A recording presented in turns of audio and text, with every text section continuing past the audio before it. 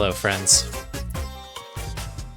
Let me adjust the microphone a hair here as I'm coming in pretty hot, it looks like. Maybe not. Happy BON-A-THON. This is going to be a very crazy stream. There's a lot that's happened over the last, like, let's say, I don't know, 12 hours as this has all been set up. A lot of good stuff, a lot of crazy stuff, but I don't know. It's one of these things where in one hand, I'm saying, man, I should have given myself an extra month or two to probably prep for all this. And then on the other hand, some of these things, there was no preparing for it, and I'm sure there's going to be some more fun stuff. So anyways, hopefully you're doing well out there and the stream is finding you well. Shouts out to all the folks watching it on VOD in the future. Hope you're well as well. Today's going to be, a unique stream. I'm going to be collecting grubs for, well, over 4 hours now, but at least 4 hours. And then for every donation that comes in, every $1 US will equal 1 worldwide minute added to a timer.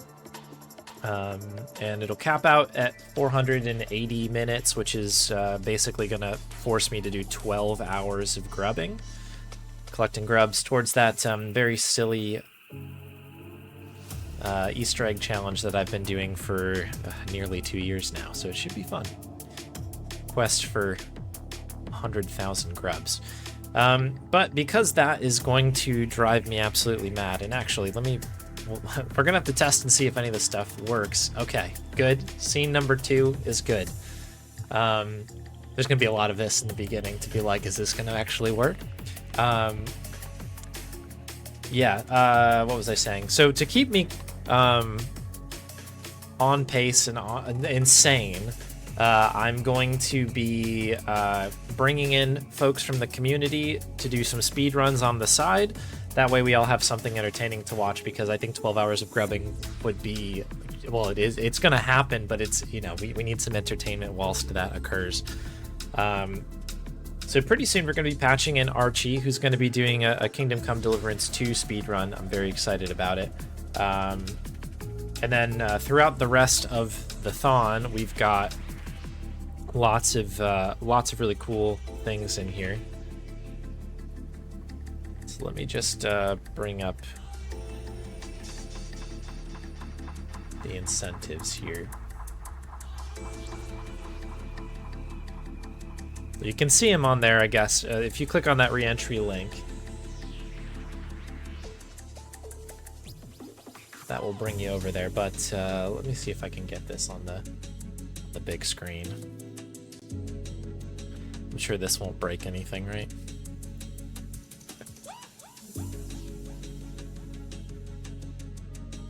Because it's probably going to break something, but it's fun. This is part of the stream here.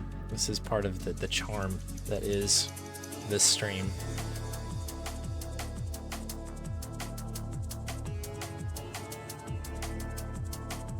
Yeah, okay, this won't break too much. This will just break a little bit, that's fine. So you can kind of see a little bit of it. Ignore all of the overflowing text from other places. But this is our donation milestones here. So we've already hit the $50 mark. We're up to, I think, 100 right now. Thank you for the 2 early donations, and I'll shout you out properly in a few. But we've unlocked an extra incentive for King's Quest already. The stream hadn't even started. If we get to $117, that'll unlock the Earthbound run from frozenspade. I've got 2 taste tests for sodas baked in. One at 175 and then one a bit later at 380.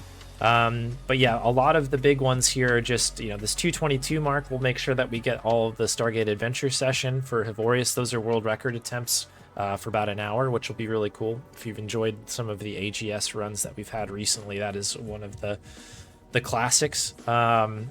We've got a Thug run from Finesse a bit later for 347 if we get up to that mark. That unlocks Tony Hawk's Underground, which should be good. I already talked about the taste test.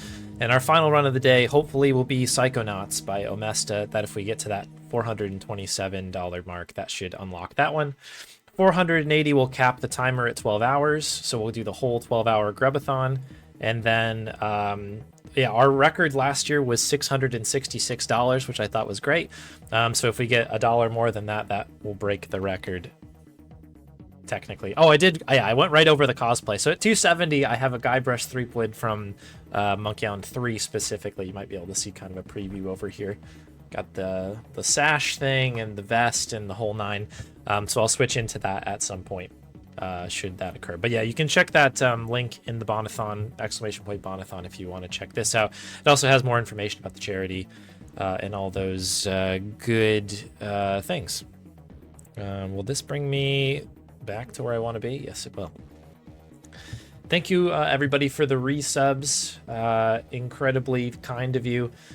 Just for clarity, the subs, bits, and if you donate directly to the, like, using that Stream Elements link, it won't extend the timer at all, but I am very happy to match any of those things afterwards on my own accord. But if you're looking to straight up just make sure your money directly goes to the charity, use the charity link below, because that's that's the one you're going to want to do. I think, so the question came up about mobile, and it's a good question about how do you donate on mobile, because it is weird. There is a link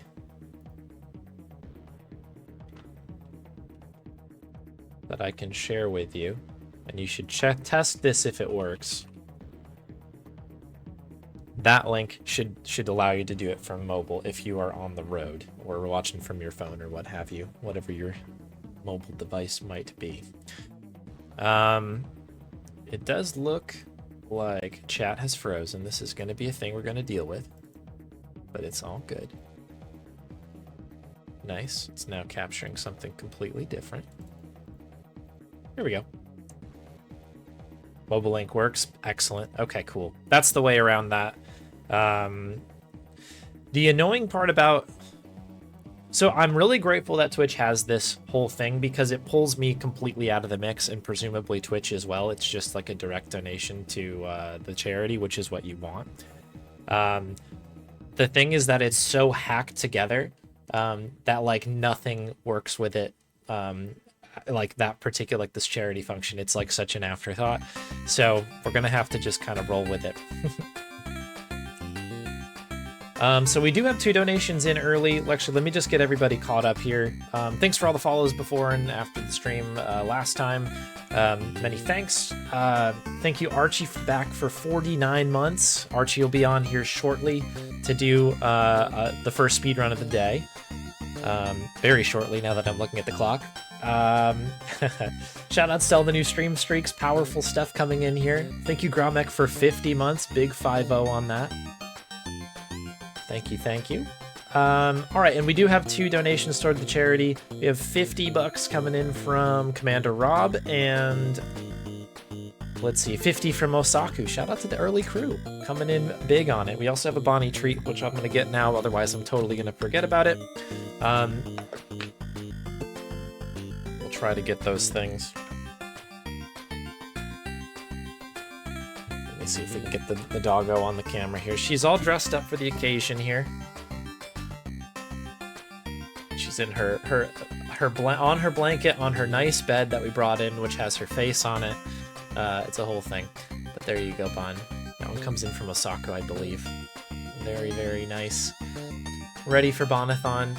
It's kind of a fitting time of the year for this, by the way, because Bonnie is turning 11 on the 12th.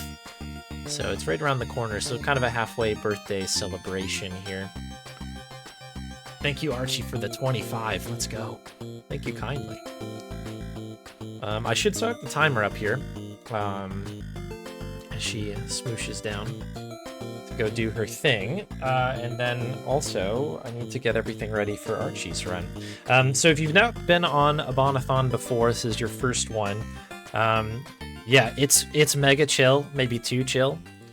And yeah, we're going to be kind of doing the tech on the fly as it happens. It is a one-man band on this side of things. I will say that Meows, who's checking in now, has a lot of other things cooked up, quite literally, for the run of the stream today. So Hopefully it'll be a fun time, but it's going to be sloppy and it'll be, I don't know, we'll have a fun time. We'll have a good time. All right, so first things first. Let me get the timer running.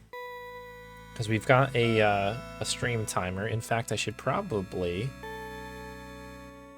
should have put it on this screen as well, but that's no big. We'll make it work. Because it's also not on that screen either. That's fine. We'll pop up here.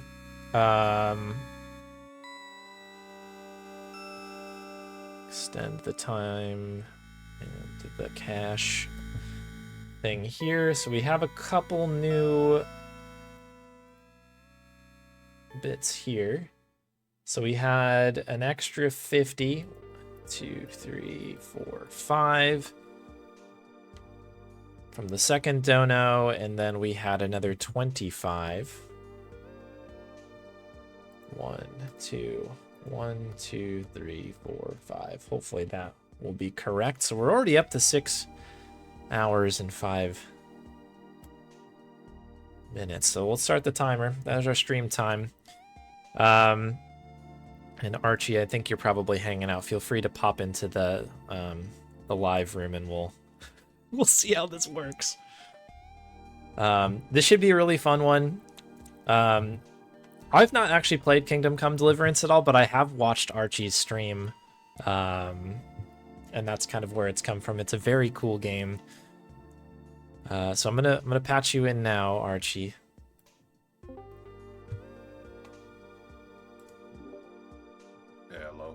Hello. Perfect. Okay, I can hear you. Let me grab... Oh, some food already getting delivered in here. Feel free to share your screen. Your game screen, I guess, when you're ready. And then I'll get that patched in.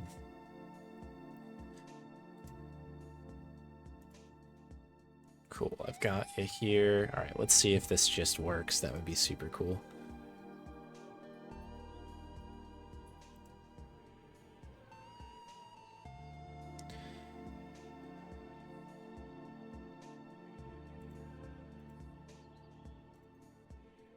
Are you getting the audio from the game? Yeah, I can hear it here. Okay, it's getting sent out and everything. Cool. Yeah. Probably just need to do a little bit of mixing. Stream is up. Hello, 1, 2, 1, 2, 1, 2, etc. Cool. Can we all hear the audio and everything, chat? It seems to be coming through pretty good. I think I might need to crank that up a little bit. You might not want to crank it because it does get like a bit louder. It's just like the ambience for the main menu. Okay, cool. Very good. All right, the other thing I need to do is just make sure... Okay, yep. But the grubs are being captured. Another important element to this. Great. Thank you, Summer, for the 50. Excellent. I will extend that up.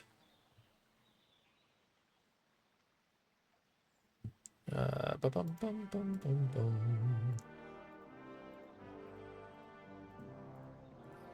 Turn those down.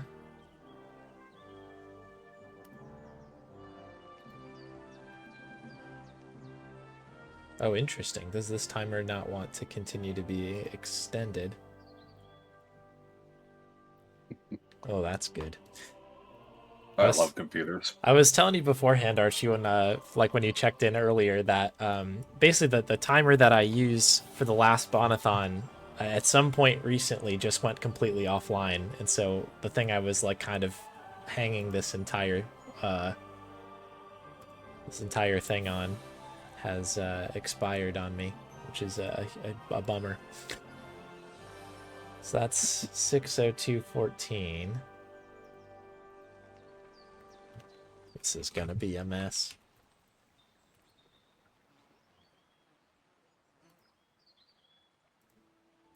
2, 3, 4, 5. Okay. The timer is going to be very manual, everybody. So if you do put some money in, just No, it's... I mean, maybe this is good. Maybe people want to see me suffer. This is good.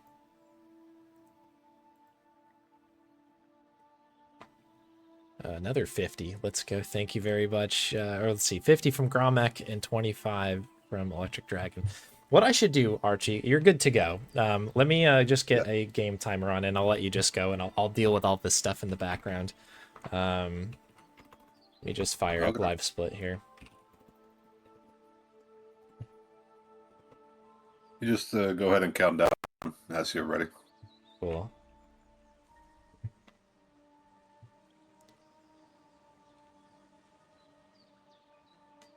Okay. I don't think you need the Blackwell Legacy splits.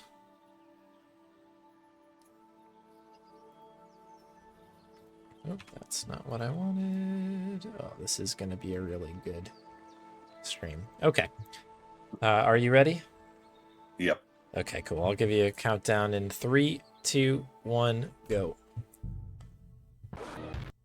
So the game is basically going to pick up with this flash forward, which is kind of a weird one because we flash forward to one of the last scenes of the game where we then have a flashback back to the actual gameplay.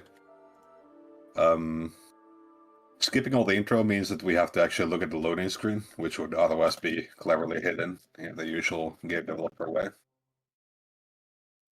There you go. We're playing as Godwin, who KCD1 players might remember as the alcoholic priest with the infamous binge. We're basically defending the siege here. We're gonna see if we can take out as many of the musket users as possible here to try and save some time. There's going to be a moment pretty soon where they will charge the portcullis on this castle, and if you manage to take out the, well, it's called a handgun, G-O-N-N-E, a very primitive firearm. If you manage to take out all the people using one, then you basically cut down a little firing section, which doesn't save a lot, but it's, you know, we're just auto-scrolling anyway, so it's worth waiting for. Okay. So now that they charge here, they're going to shoot through the door here. It's kind of funny, if you're standing here when they start, you actually die. They will just straight up shoot you if you run too far, which is kind of harsh for a tutorial, I feel. So we just wait for them to make some noise here. Chop at the metal door with an axe. Very good. While we wait for the defenders to do their thing. There we go. Alright. Moving on to the next stage of the tutorial, we gotta get up to the walls and repel the intruders by knocking down ladders and taking them out. I think I'm not fast enough for this go. Oh.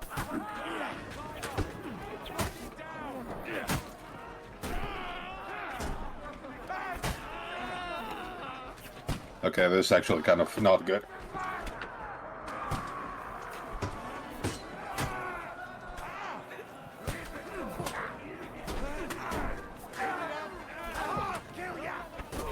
Yeah, there's a lot of them coming through now.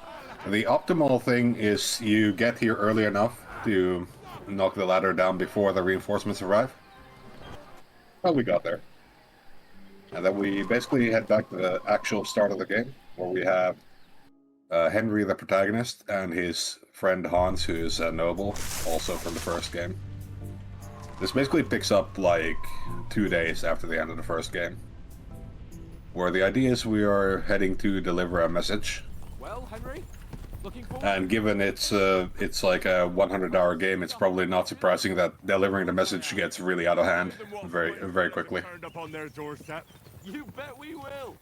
So we're sitting through this auto-scroller here, where the main thing you can just do is pick short enough replies where you don't have to wait any longer than necessary.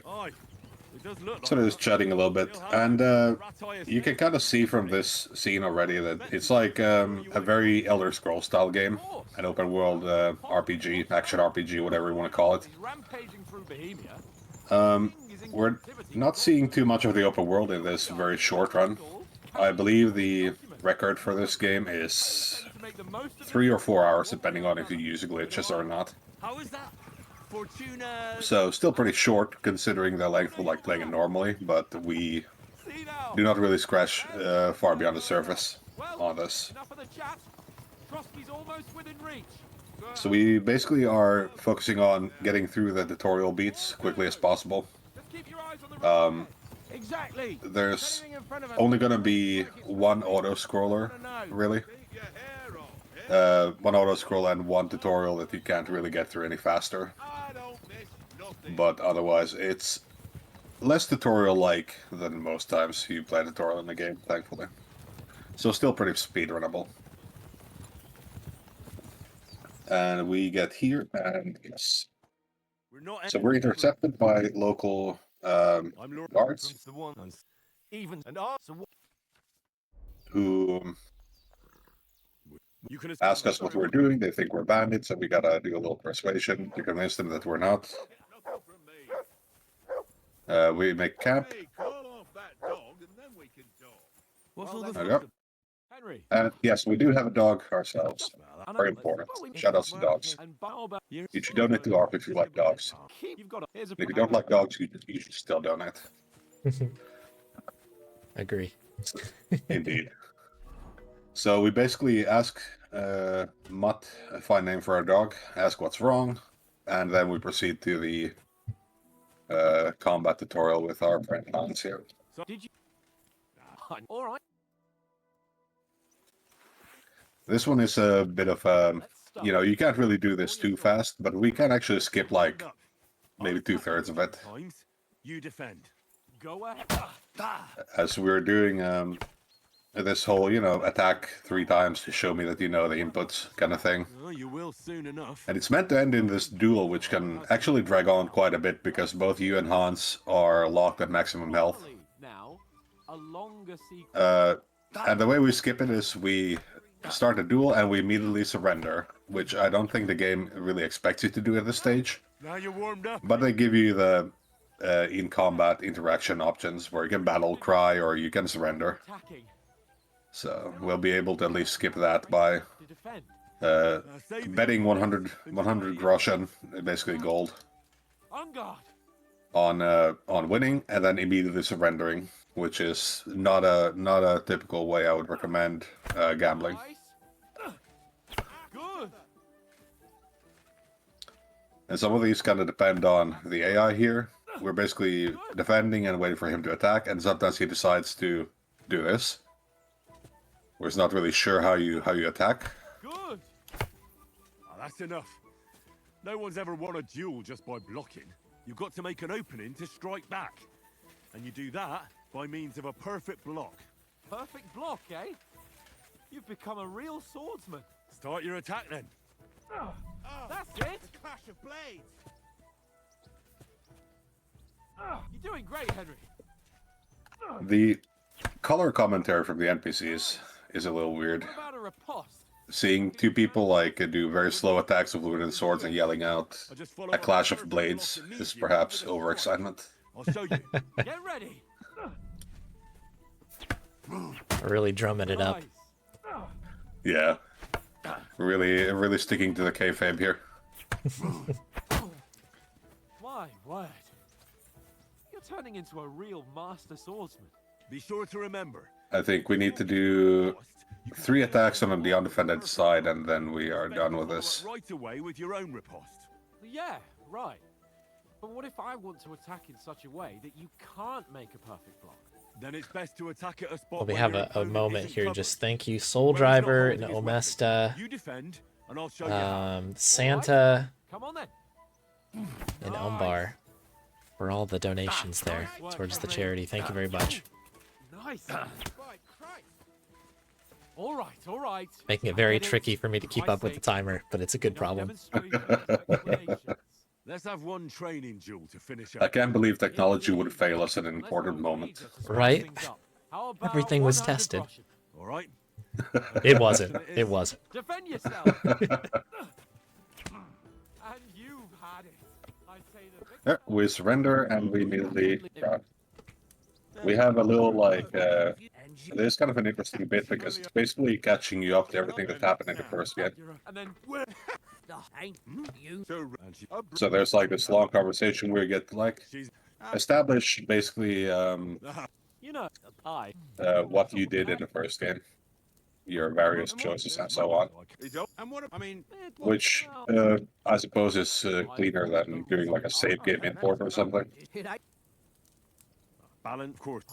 no. But we're gonna get through the conversation, Well, what? and after talking so much, Hans decides wisely that since they're We can't.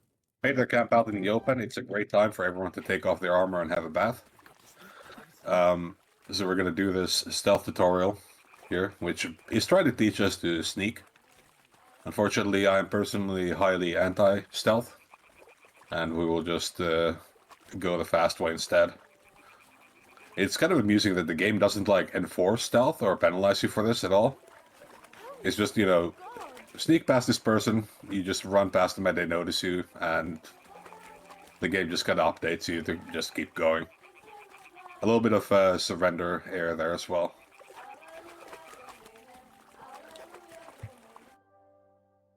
So we're kind of mess it up, and now we have been attacked by bandits. Everyone else is dead, and now we have to like sneak through this cliffy area.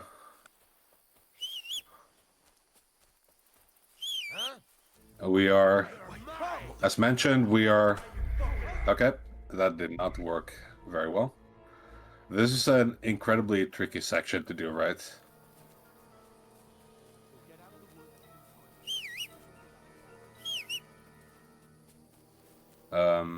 The idea here is to get past this group, and it's very... To hell with you! Stop where you are, you fuckers! Ah, them fellas! Catch her! Yeah, okay, that's not really working too well. I think I need to give Hans maybe a little moment to orient himself here. Basically, the issue is, you might notice that I hit like this barrier where Henry decides, no, he has to wait for Hans. He can't possibly run out of this group of armed people trying to beat him up right now. Hey, swine! Stop where you are, you fuckers! Ah, them fellas! Catch her! Okay, that's... No, I didn't want to load again. Yeah, okay, I'm just gonna do the safe option. Which is not as exhilarating, and it takes a little longer. But it is a little safer. They mustn't get away. Got that? Call out as soon as... So we're gonna go here. And then kill them. No fucking around. Here, watch the middle of the guard. Okay. We gone past. And then basically there's meant to be this whole sequence where you can like stumble around and you almost go one way, but then there's enemies, so you go the other way, etc. And you can basically just run through the whole section when Hans isn't with you, because he's kind of meant to be the trigger when he's with you. To, you know, go like, let's go this way. No, we can't. And because he's not with you, none of the enemies that would cause a problem are actually spawning. So we are free to basically run to the end here. The main benefit of doing the thing I was trying to do, the faster one, is because you start like combat, quote-unquote combat, it's not like you're fighting. Hans will immediately break his AI and just start running for the exit. And now, instead of him being like right on our heels, we have to like wait a little moment for him to get here. But no, he'll get here eventually. You can kind of see him wiggling around on the compass there.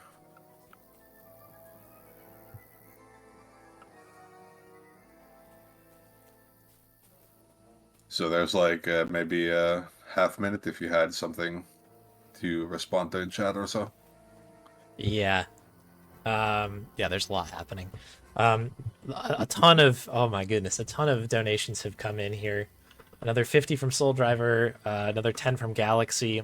We're getting very close to already getting the timer capped out right now, which is a bit insane. Let me actually just make sure that the counter that's on the screen is actually up to date. Yeah, $437 already raised up. 480 caps the timer, so we've holy cow. Excellent work. I was sitting there being like, maybe it's a little too aggressive. Like, our first kind of game incentive to hit is like 120-ish, I think, for the Earthbound run. And I was like, hopefully that's not too crazy. But yeah, we already have everything unlocked. We're going to do all the speed runs today. And now it's just a matter of that like final 30, 40 minutes of me catching up on the grubs I probably didn't do in the beginning of this stream. So very good. But thank you very much, everybody, for the donos, and hello if I haven't caught anybody on the way in, but thank you very much. Yeah, I underestimate awesome. chat. But yeah, back to you, Archie. So the one comment I had there is when Hans shows up there, you probably noticed that we do this thing where we get out of stamina and we run into him, which is a result of the way KCD2 treats stamina and health. A lot of damage will go to your stamina first. So, for example, bumping into people or something like someone hitting you with a broom when you're wearing full plate, stuff like that. Then if it's like negligible, it's gonna be taken out of stamina. But if you are out of stamina, it's gonna bleed over into health damage anyway. So you're able to kind of like damage yourself by being out of stamina and hitting people. And we do that, and then there's a bit where you get ambushed by one last soldier. And you can either win or lose the fight. You can do whichever you want. But because we've bumped into Hans, our health is so low that as soon as the cutscene ends, the fight just ends automatically. It just decides that you've lost because your health is so low. And then it just continues, so it saves like a little bit. Not too long, but enough that he doesn't have to go out of his way to hit you on the head. And we've had a terrible fall, which is what the game actually calls it. Which is kind of like the main reset point, the tabula rasa of the speedrun, not the speedrun, the game. Because you have this problem, right, where Henry comes from KCD1 and he's very experienced and, capable. So what do? Well, in this case, he falls from that cliff after the fight, and he's, like, very injured. But more importantly, he's shook. He explicitly calls it that he's lost his confidence in just about everything after having such a close near-death experience. So that's basically why you're starting again at very low in everything. So we're still kind of like messed up by the fall, and Hans is dragging us along while Henry's having flashbacks to the razing of his hometown, which is the catalyst of KCD1. And there's a lot of scenes here. You can choose to interact with them, but the interactions generally just consist of various ways Henry laments what happened.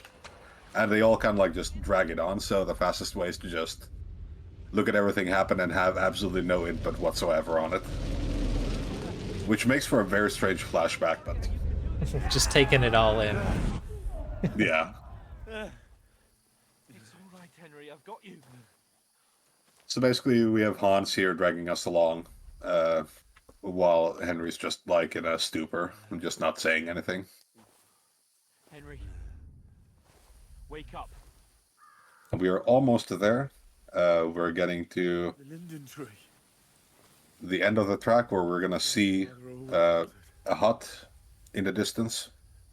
And that's gonna be our Stop. next tutorial spot. So yeah, just a really close look here and then saying nothing, and on we go again. Out of it. Stay with me. Henry, a light. Yeah, so the light is where we're going. I see it. And the person who lives in the hut is a local, witch is the wrong word, but kind of like a local healer and herb woman, who is gonna help fix up Henry and also fix up Hans, because he also gets messed up defending us from a bandit that follows in. But you... God, well, I'll go. How are you? You're, I'm not take Thank God. you. I no doubt. So we're told here we have to heal up with a... Yeah, here we go. Terrible fall. It is an incredible picture. I'm going to just take a moment to appreciate it.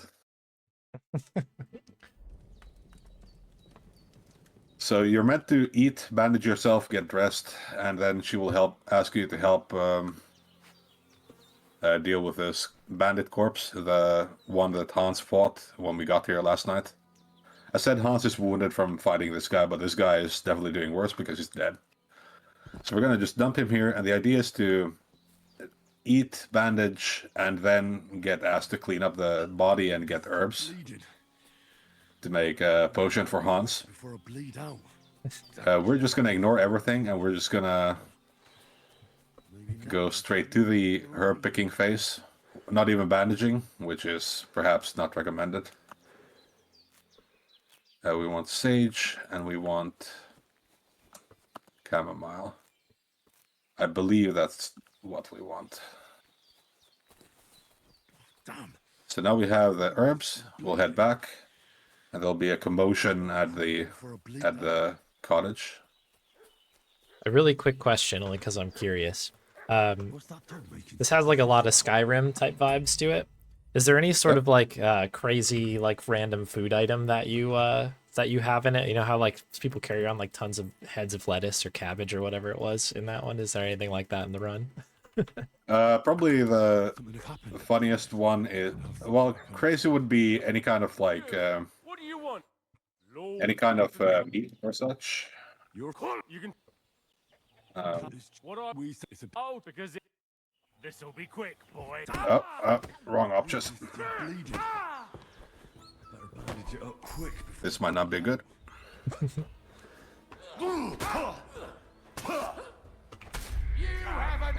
It's incredibly funny that I got a notice for successfully stopping the bleeding when I got killed there.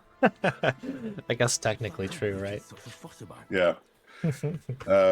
Okay, so I think I gotta pick a different option here. Some weapon at hand. Hey, you. What do you want? Lord, a cuss.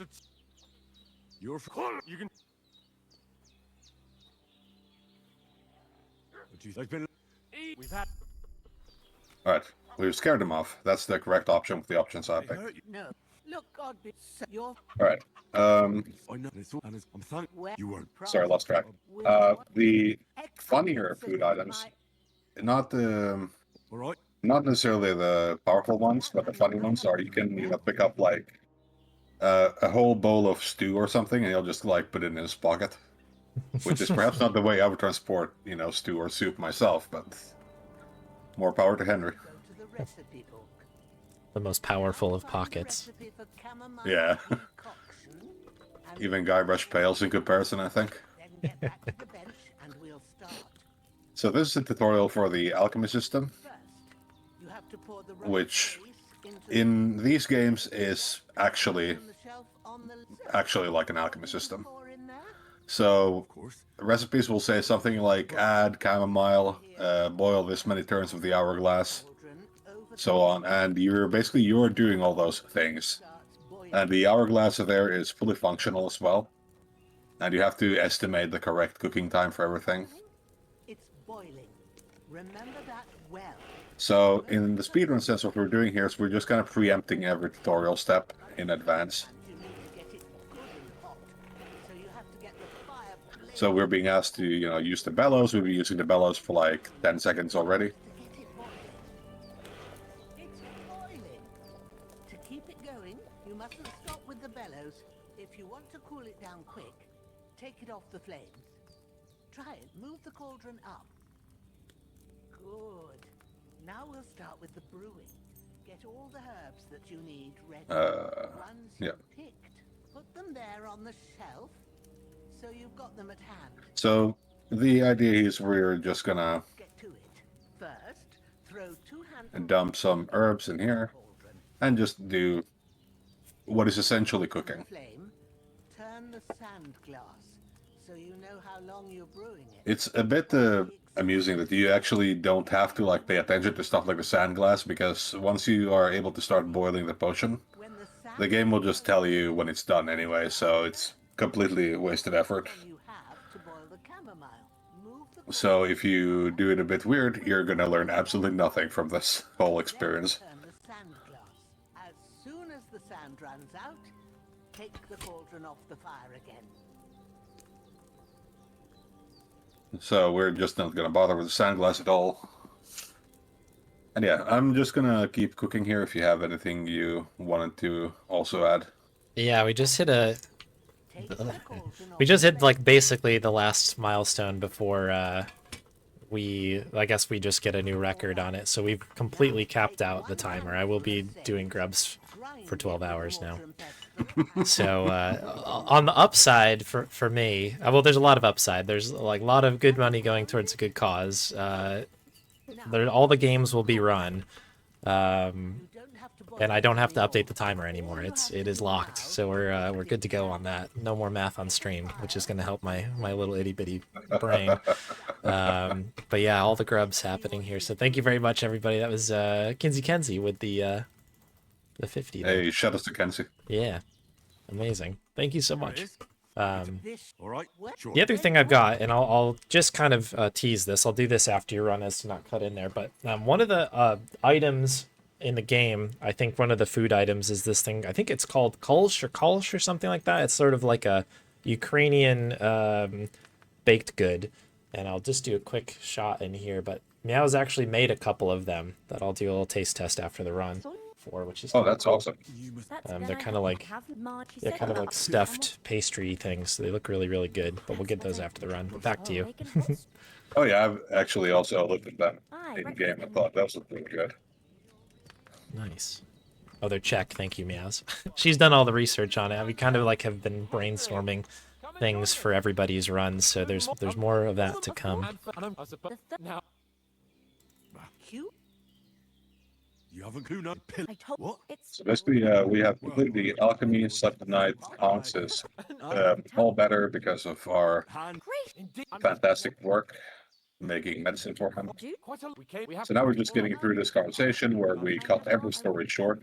Thank. No, Hands A bit on rude, perhaps, as a guest, but It says, may God bless you for your generosity. and Hold on. I know lead. But that and it was I saw. yeah, yours. Thanks. Oh, Alright. come on. so now what happens here in the cutscenes is we are heading to finally announce ourselves to the Lord who were meant to get that message to at the start. Tell him we have a huge problem. And he's not there, and his guards tell us to leave and throw the outhouse bucket over Hans, who is not very happy about it. It's not. We'll keep. So now we basically look like beggars, we have no money, and we're eating on credit at the local tavern. So things are not going too well. We're going to interrupt this conversation between these two by making Betty drop her wine jug in a rather rude manner. Now we can talk to Catherine properly. We saw. We said you. So essentially, the reason we had to run and Henry's wounded, etc., is because Catherine was in danger during the attack, and Henry decided to risk his own life to warn her, so she actually does give us like a little bit of help in return. All right, for sure. All right. Becomes a major NPC throughout the rest of the game, but right now, not right now. Alright, and in order to pay for the credit that we've eaten on, but oh, I have to talk to Hans first. We're going to helpfully carry sacks It looks like. because the innkeeper's Well, God. helper is not available. I know we could. So basically, it's just introducing carrying mechanics and stuff like that. Thank you. Thanks. But about as soon as all that That'll be. I knew. And while we carry the sacks, Hans, who's sitting here, is going to keep escalating a fight with a local. Heavy. who doesn't believe the story that he's actually a lord because, you know, he doesn't look like it. And, you know, if you were one of these tavern keepers and there's a guy in rags who had the outhouse emptied on him, saying he was actually a lord, temporarily inconvenienced, you would probably also not believe him. But Hans is very offended that nobody believes him, and it's gonna get out of hand a little bit. So you have to carry 3 sacks, and then things, once again, get very much out of hand. So we're gonna carry 2 of them first. And if you remember the bit I mentioned with bumping into people can damage your health, you can see there's 2 people very conveniently positioned here. And we're gonna make use of that in just a moment.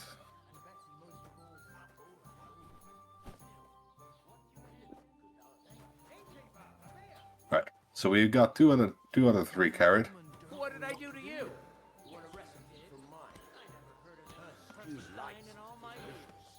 Not a bad idea. Let's hear it. Right now? Right, I am the son of the bailiff. there you go.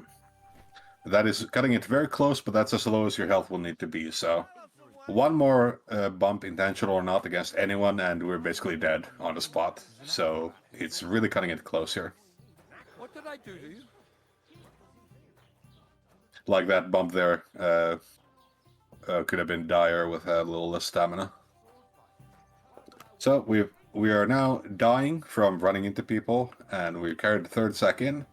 And surely Hans is getting diplomatic over here. Everywhere, somewhere. I believe one in fact you want. I'll give you. You'll. Hans is in fact not being very diplomatic. Hey, We're going to have no comment on the matter. And there's a fight. And we automatically lose the fight because we are super low in health. And now we're in the stocks because we caused a brawl at the tavern.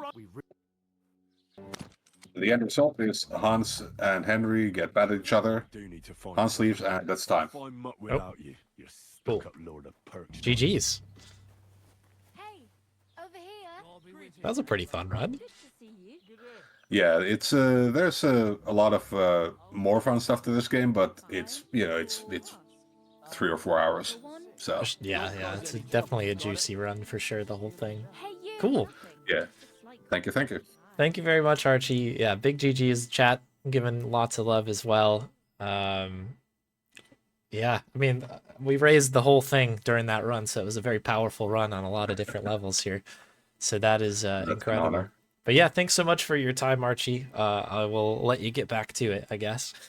But Yeah, thank you. And good work, everyone. Yeah, cool. See you later. Later. All right, let me maybe throw back to this screen here while we hold for the moment. Thank you, everybody, for the donations. Again, shout out to Archie. Let me get everybody go follow Archie. Archie streams quite a bit. I've watched like pretty much most of that particular game on his stream, and then also yeah, just other speed runs. I think Archie did the Drug Dealer Simulator 2 run last year, so that's out there. I don't know, lots of fun ones, but definitely worth a follow if you haven't already. Okay, that went relatively well tech-wise, which makes me very happy. And once again, thank you everybody for the donations. Again, Kinsey Kenzie, Galaxy, Soul Driver, Omesta, Umbar, Santa, Gromek, Summer, Electric Dragon, and then Commander Robin Osaku to kick the stream off. Thank you very much for those donations. And it's worth noting now that every single donation goal has been hit. So we're going to do the whole run of speed runs. We're going to do a taste test at a certain, well, 2 taste tests now at a certain point. I'm going to change into a Guybrush Threepwood costume at some point in the not too distant future. And yeah, we're going to be here all day. So it's going to be a really, really fun time. But do keep your donations coming in if you have anything. It's all going towards a good cause, towards ARF. I actually skipped over my little ARF blurb at the beginning, but I will do so. Let me get Bonnie a treat here from Hit Marty, and then maybe I'll talk about that really quick, and then we'll get back into some grubs.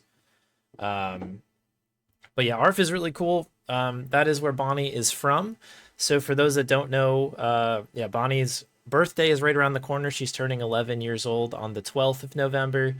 Here's the treat. I'm just holding it. She's like, give me the treat first. But yeah, Bonnie was rescued by ARF from some spot, I think, in South Carolina over in the U.S. For those that don't know, there's a weird thing in the U.S. That happens. It's called a red list. So Bonnie was born, and she was a little sick when she was born. This little dog had mange, actually. But it was basically too much for wherever she was for them to take care of them. So you can put dogs in certain states in the U.S. on a thing called a red list, which is basically to put them down because they're too much work to take care of. It's very sad. Bonnie was on a red list, but ARF came down, and like basically what they do is they rescue dogs that are on red lists and in bad conditions, dogs and cats and all kinds of. Oh, you want another one, Bon? Sure, on me. But yeah, they basically go down and rescue all these dogs that are on these lists that are getting put down for no good reason. And then they bring them back and nurse them back to health and then find homes for them afterwards. So Bonnie is one of those like success stories. So that's why the cause means a lot to me, means a lot to Bonnie. So yeah, thank you very much for all of the, well, this is a good scritch spot right here. Look at that. Just got to tip over. But yeah, I don't know. She got to 11. Or she's about to get to 11, and yeah, some folks did not think that she should have or whatever. So yeah, ARF is great. Consider donating if you haven't, and obviously we've just raised $487 towards them, which surpasses our goal, which is amazing. So thank you everybody for all of that. Anyways, yeah, I'm not going to get too emotional about it, but it's an important thing to me. Cool. So let's get back into some grubs here. Our next run is going to be coming up, let's see, at 2:45 local, so about 30 minutes. We're going to have Lemming running the long path of King's Quest VI, and we did hit the donation incentive. I don't know if Lemming's in or not, but heads up on that. But it should be a good time. I'm excited for King's Quest. Eat the buns. Oh, yeah. I gotta eat the buns. Meow's put a lot of work into these buns. Let me really quick. Everything's gonna be really quick.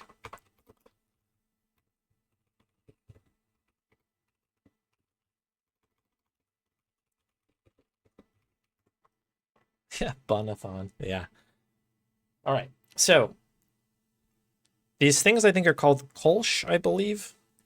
You can see them here. They're kind of like these pastries that I'm sure Meows can kind of type exactly what's in them. But one has walnut and one looks like some sort of jam situation. But these are, I guess, like traditional collage kind of Czech buns.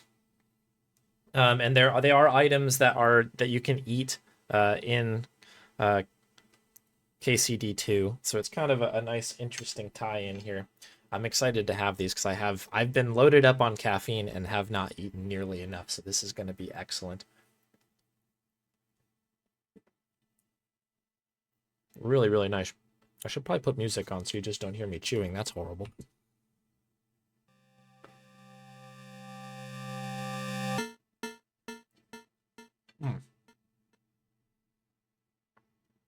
These are excellent. So you can kind of see on this one. Look at that. Look at the cross section. Really nice. Have a bite into this one here.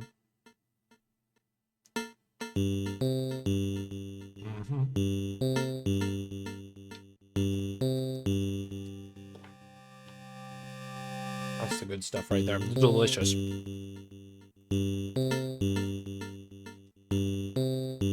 Meows made those from scratch, so humongous shout out to Meows.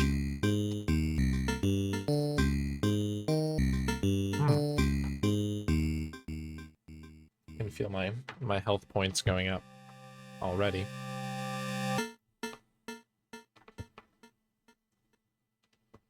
All right. I'm going to try to get back in this, and I'm going to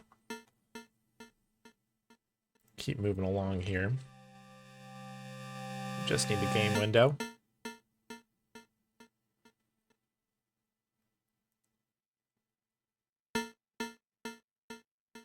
Somewhere. Very professional stream here.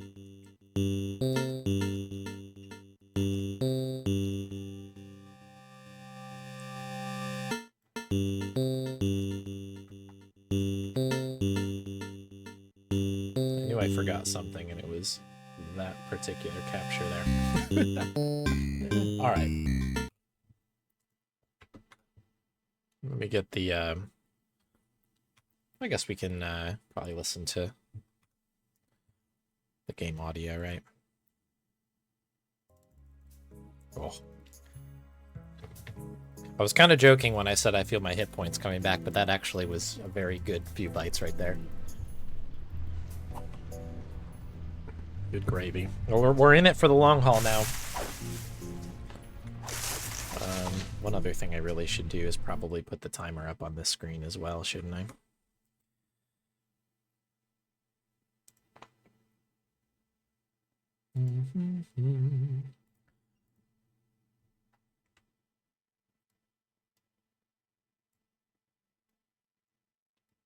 Now that it's locked and loaded, stick it in the corner. That will work. Which do I prefer flavor-wise? I'm gonna try and bolt again and see.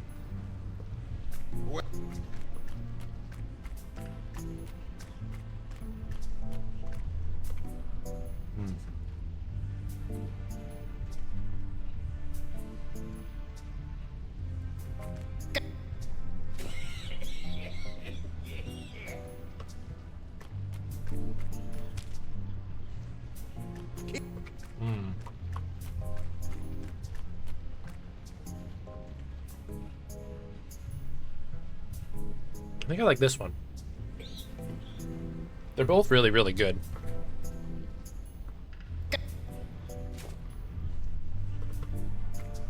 But if I can only pick one.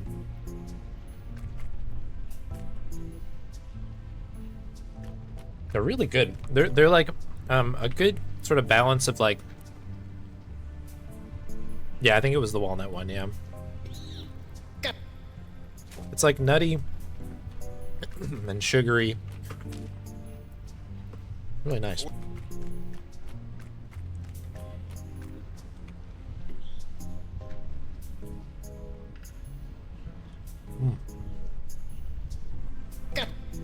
So we're a little behind on the grubs, obviously, because obviously I started late, or perhaps I started right on time, hard to say. But we kind of just dove into Archie's run, and then obviously I was dealing with the timer a little bit.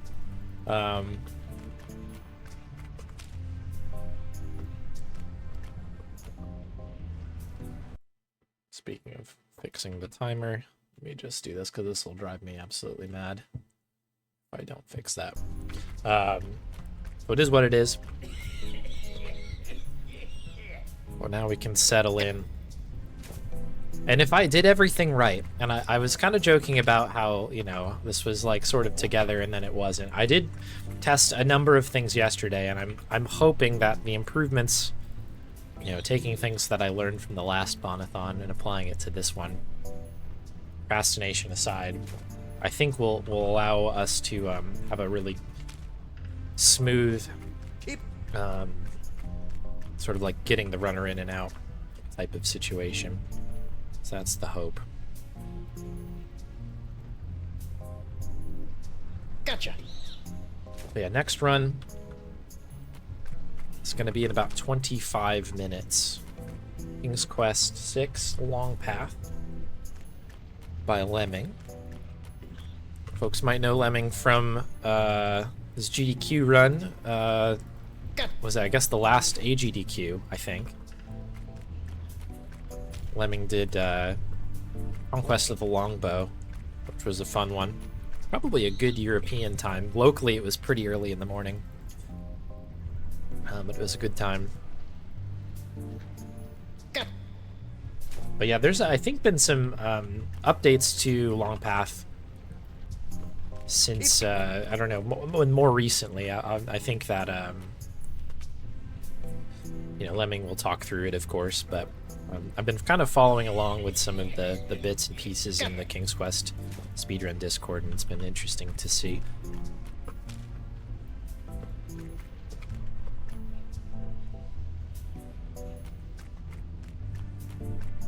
Yeah, it was a good run, right? That was a fun one. I think that is it's a good run for stream, I think, that kind of a thing. It's a good visually appealing speed run. Seeing Robin's head, like, spazzing out all over the place and, like, kind of just going nuts. Because the timing in that game is so, jacked. Among other things, of course. That was a fun one. Keep.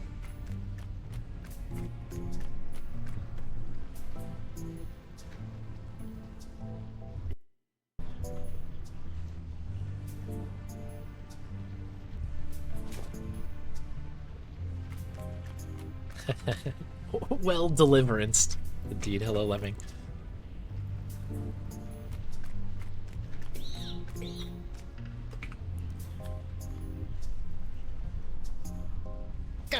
Alright, we're starting to settle in now. The beginning of these BON-A-THONs are so crazy. So again, big shout out to Archie for putting up with me doing everything last minute. It was a very good good speed run. And didn't seem too crazy on the surface. That means that we pulled off the old duck, and that it looks very calm on the surface, but there's the legs of the duck are furiously paddling to keep it up. But we are good. I think we're through the worst of the tech stuff now, which is great.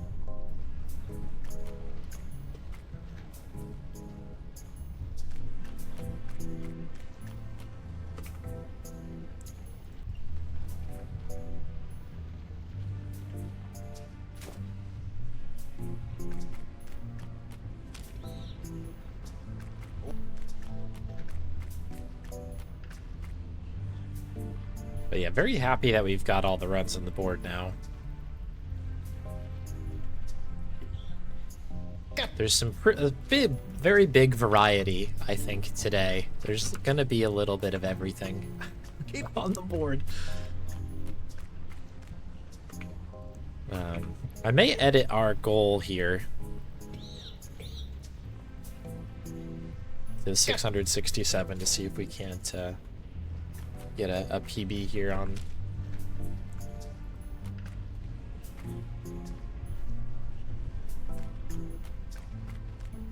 our donation stuff, but we'll yeah, we'll be fine. We'll leave it. Leave it for now. Just chill out and get some grubs in here. So we're at 16.6 already. So that's our first kind of little marker of the day.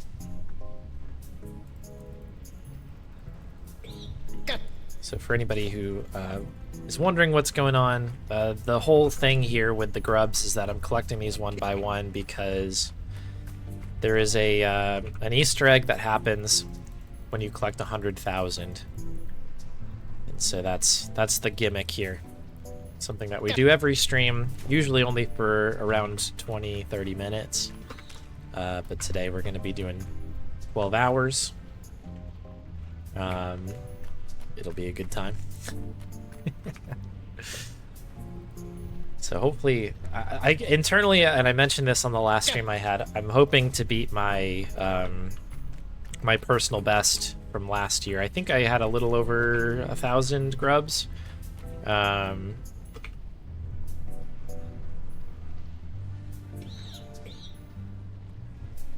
feel good about beating it because, again, I think now that we're kind of through the first run, and you're right, Freddy Deluxe, somebody's got to shoot the first bolt, right? Once that happens, you know, then it's a little bit smooth sailing. We can kind of kick back. We can enjoy the speedruns as they come and go.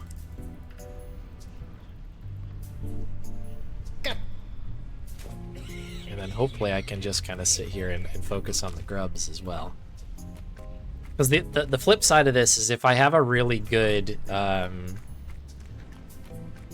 collection today, that's gonna knock off the lifetime time a little bit more than maybe it would have previously. Thank you, Osaku, for another 13 towards the ARF. Thank you kindly. Let's go. Very generous. And that puts us to 500. Let's go.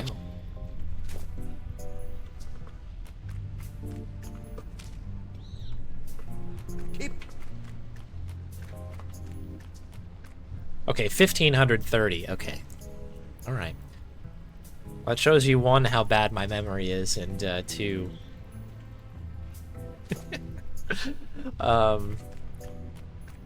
that is a little bit more than I had done. I thought it was, but that's perfectly fine. That's fine. Still feeling good about it. I was like 1,000. That's no problem. We got this.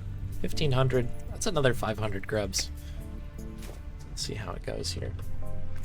It probably would have been better if I also had kind of like a local count going, but we can always do some math.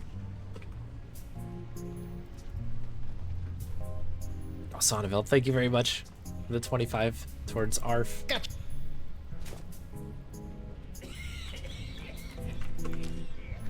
Thank you, everybody, for your generosity on that.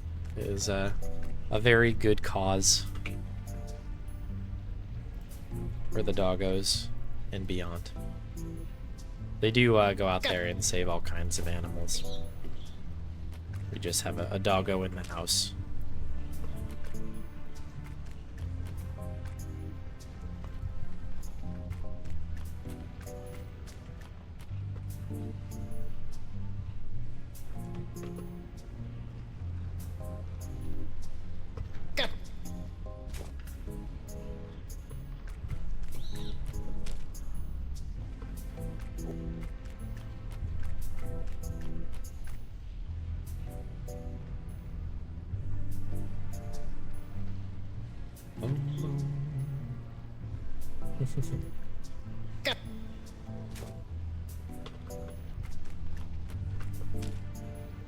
Yeah, for sure. Yeah,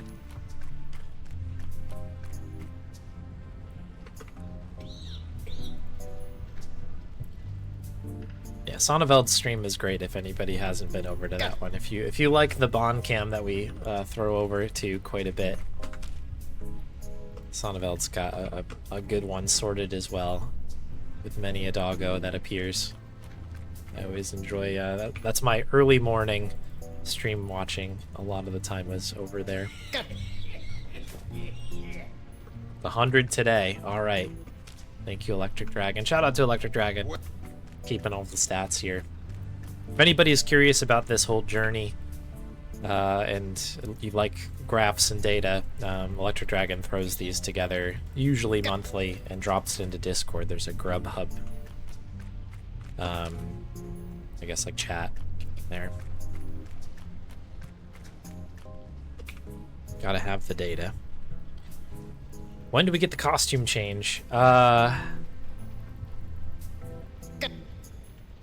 mean, I guess I could do it sooner rather than later. I did not anticipate us to raise $525 in the first hour and a half. I did not expect that at all. So I was thinking in my head when I set everything up, I was like, okay, it's a stretch goal. Like, hopefully, you know, that'll you know, push it onwards to try to get. I think it was nested between the Earthbound and Stargate Adventure runs. So in my head it was then. However,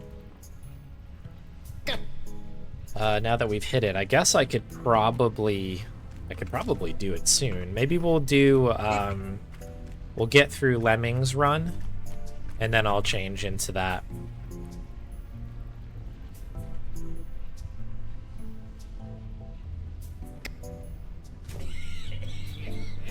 Guy brushed the monkey toy. Yeah.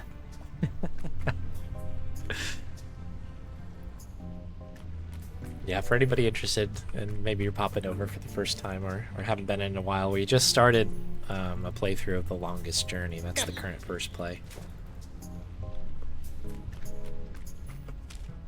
I enjoyed that first session. It was pretty cool.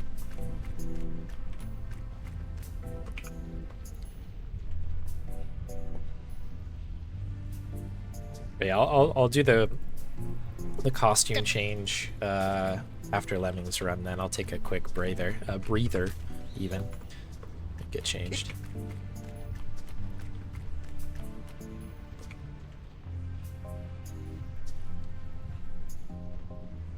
A sixth of the way at the quad sixes. We could do that too.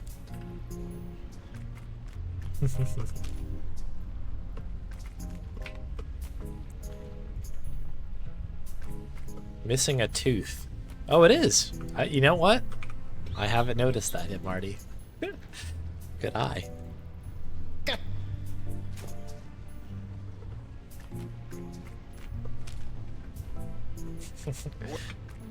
And Bonnie will give me a treat. Yeah, there we go.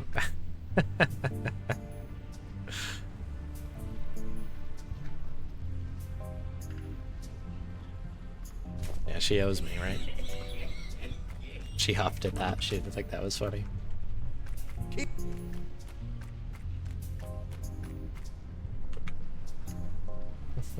Hope we get some side poke quotes. Yeah, it's not quite a puffy shirt, but it's in the ballpark, isn't it?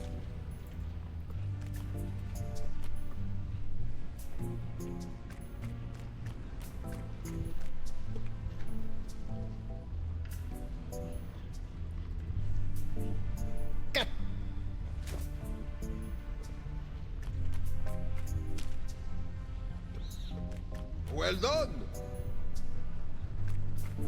Timer, yeah, okay. Let me just check our time here. 45. Okay, we got a little bit of time. A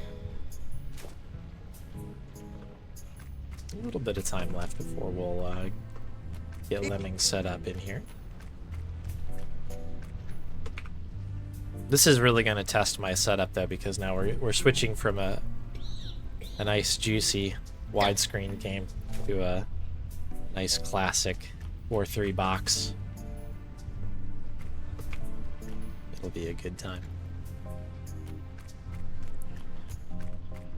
Came packaged with a puffy shirt. Oh, really? Yeah, that would have been an amazing purchase. I was not aware of that. That's what a hilarious item to include. With a dance pad. Oh, I never considered that. It's a dangerous box to open.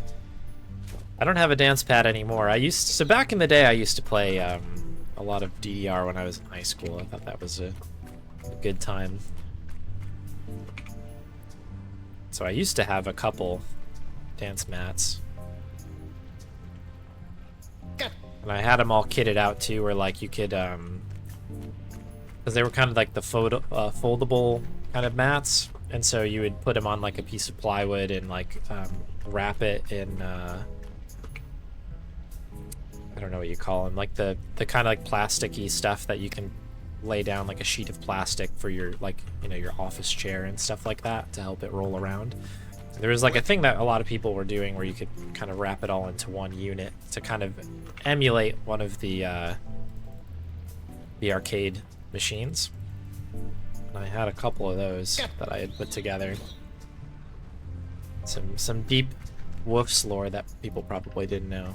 There was a time when I was really big into DDR. That said, don't have those dance pads anymore. That's a long time ago, different lifetime ago maybe. But maybe I can find one on the cheap. That would be kind of a fun thing to try to, like, I don't know, have Bonnie do a session of grubs if she can figure it out. I don't think she's going to be very motivated to do so. But we could think about it.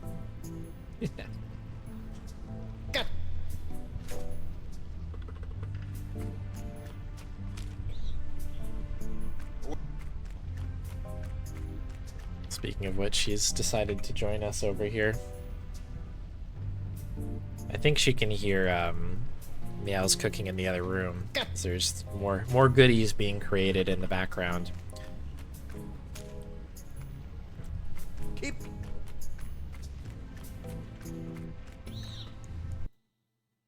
Speaking of which, we actually do have a Bonnie treat. That's coming from Commander Rob.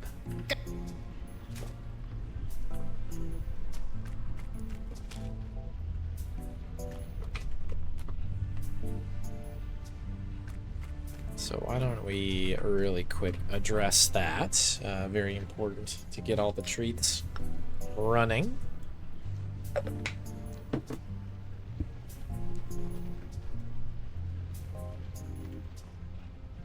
There she is.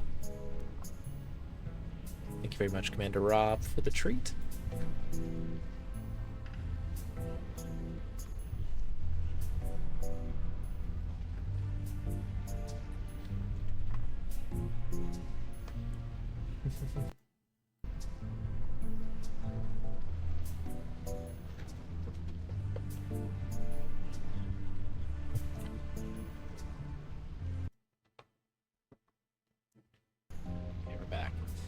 Let's get a couple more grubs, and then we'll start getting maybe in about 40 after.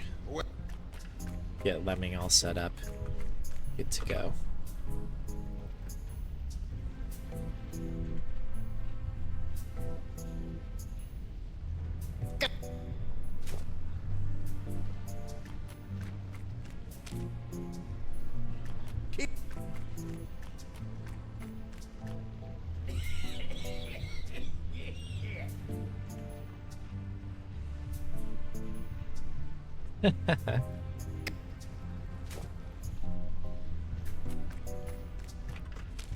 Yeah, I remember watching that peanut butter. I think there's been 2 peanut butter speedruns now at GDQs, but I remember watching the original one at least and being like, "Oh, that is crazy."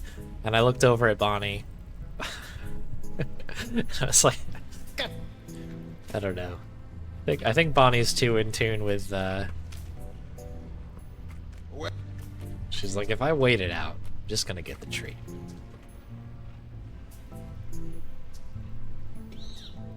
I don't know if I could get her to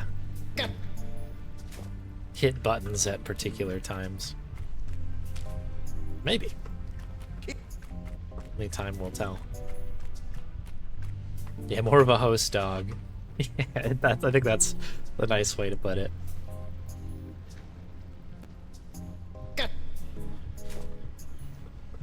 She's like, I'm just here to look good, you know?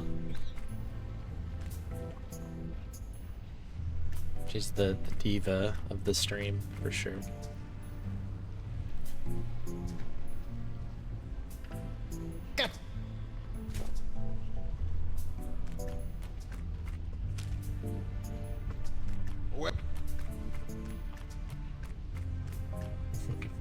Yeah, stage manager.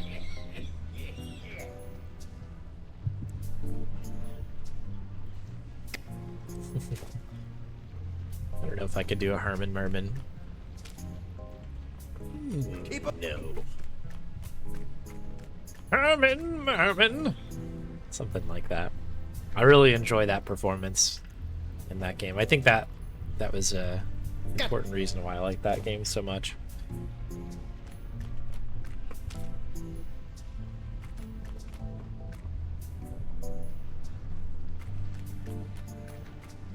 Yeah. No.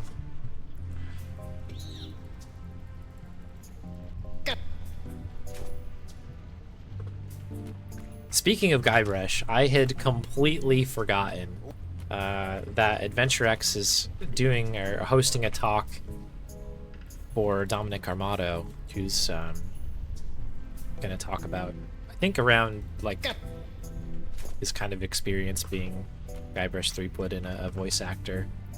And I had known that when it was initially announced, and I was like, oh, that's going to be so cool to see, because I'll be at Adventurous, and if you're out and about, if you happen to be in London in a couple weeks' time, It's a very fun kind of adventure game, narrative game expo that hosts a bunch of talks and stuff like that around adventure games. But I'd forgotten about it and then looked at the schedule the other day and then remembered, and I was like, oh, that's actually sick. So I'll be looking around that. Looking forward to that. They're also going to stream all that stuff on Twitch as well. So you can always catch Adventurous on their Twitch page. Okay, so we're at 40 now. Keep. Get one more. Get one more little thing here. Get to 60. 16,660.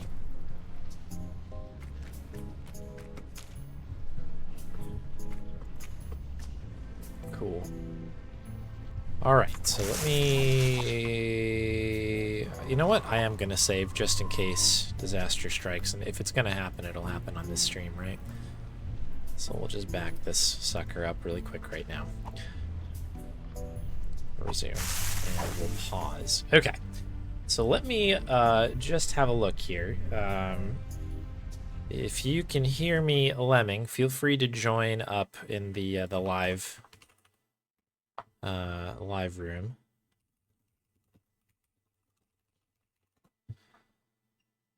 I'll ping you over there too. All right, so the next run of the day is going to be King's Quest VI Long Path. Because we hit the donation incentive, there is, I believe, a singing related incentive that will be met. Let me hop into the room here. Can you hear me, Lemming? Sure can. Oh, let's go. Okay, cool. Things are kind of working. I don't want to jump the gun here, but this is good. Great. That's not the right screen. I had to say something. All right, here we go. Yeah, saying. All right, cool. And Okay, cool. Yeah, you've got that going. Let me have a look-see here. I've got game. I have... Oh, this is my virtual camera.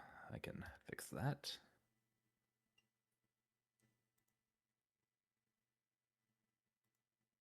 There I am. Cool. Okay, yeah, I can see my side. Let me get you up on the actual stream. It looks pretty good already. I think I'm going to have to do a little bit of cropping, which is expected. Oh, yeah, this is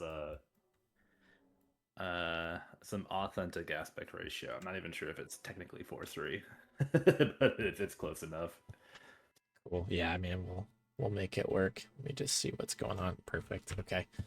This should be good. Let me get rid of myself and let me see if I can actually get the camera going here. This is new to BON-A-THON 2. A very, very poor preview capture of the runner camera. Yeah. This is how it's very, very official and good stuff. I showered and everything. This is legit. There you go. Yeah, you put the work in, so that, you know, it's worth it on that. Okay, that's my camera. Why is my camera doing that? Oh, I see what's happened here. I see what's happened here. Oh, this is probably going to be a mess. Let me reset a bunch of things that I've just done. Yeah. You will not hurt my feelings if you need to ditch the camera. Oh, no, we're going to make it happen. Maybe. So yeah, bear with me here. This is part of the fun that is BON-A-THON, and the fact that it's just completely held together with duct tape. Okay, this is looking decent here. I think we can make a version of this work. I can kind of see you there. Okay, there we go. Beautiful. All right. So, is there any other setup that you need with this? So we did hit your donation incentive. Cool. Perfect. I can articulate during the run. what that means. And otherwise, I think if you can hear, if you're getting your let's get our little Sierra logo. Oh yeah, let's make sure we can. We should be fine. Cool. Can everybody hear Lemming all right, at least? Hello. Oh yeah, we got you.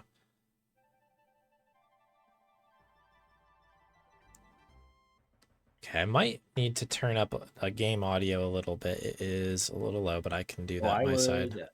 I would recommend, if anything, let's keep the game audio too loud versus too quiet. For sure. For the gimmick. Okay, is there anywhere you can go maybe where there's a little bit of sound that I can just have a look at? Oh, sure. Let's, what's this up? Here we go. A classic tune.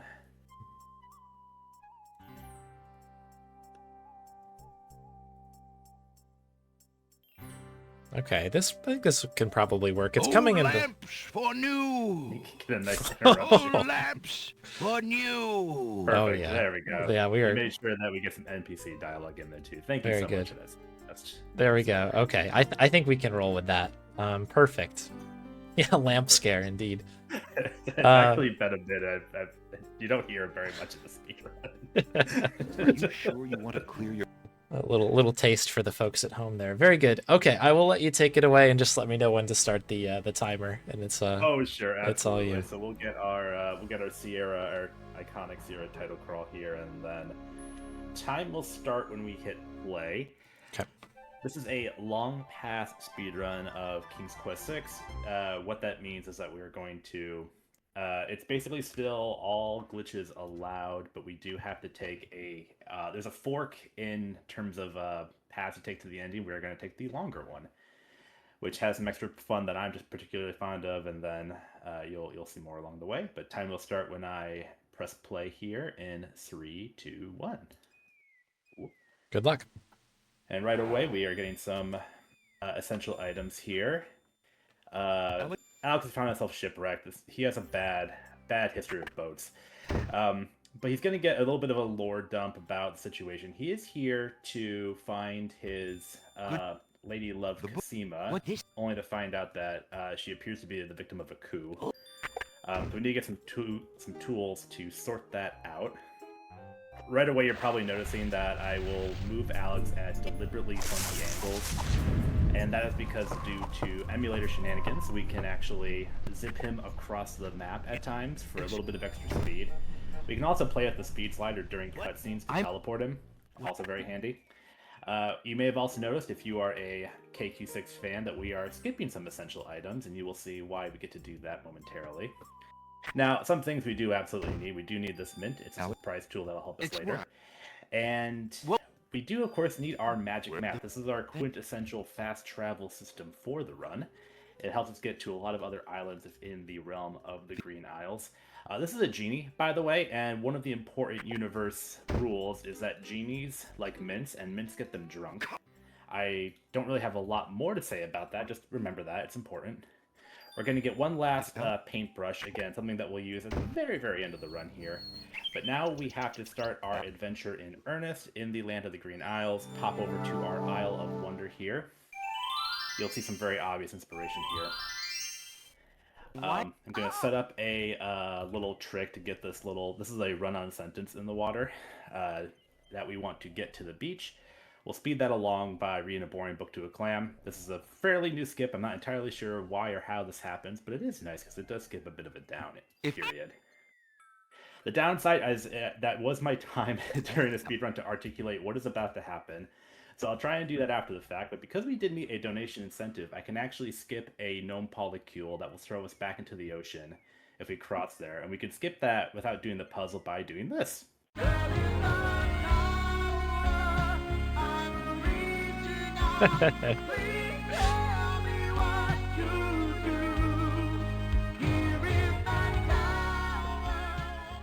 Thank you so much for donating for that. That is a in-game promotional sample of the 90s love ballad that they recorded just for the game, Girl in the Tower. Sierra was so proud of this, they actually distributed it to local radio stations and told all of their favorite nerds to request it, which radio stations did not appreciate and sent Sierra a cease and desist.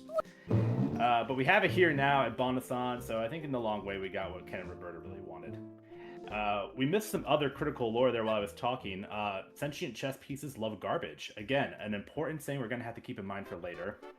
In the meantime, they did drop some wonderful adventure game items. Some iceberg lettuce, so that's why he was reacting so poorly to it. It was very cold.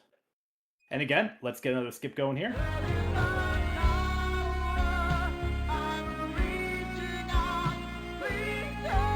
This is admittedly not the fastest way to do these skips. There's a variety of ways to handle it, primarily with items and things of that nature.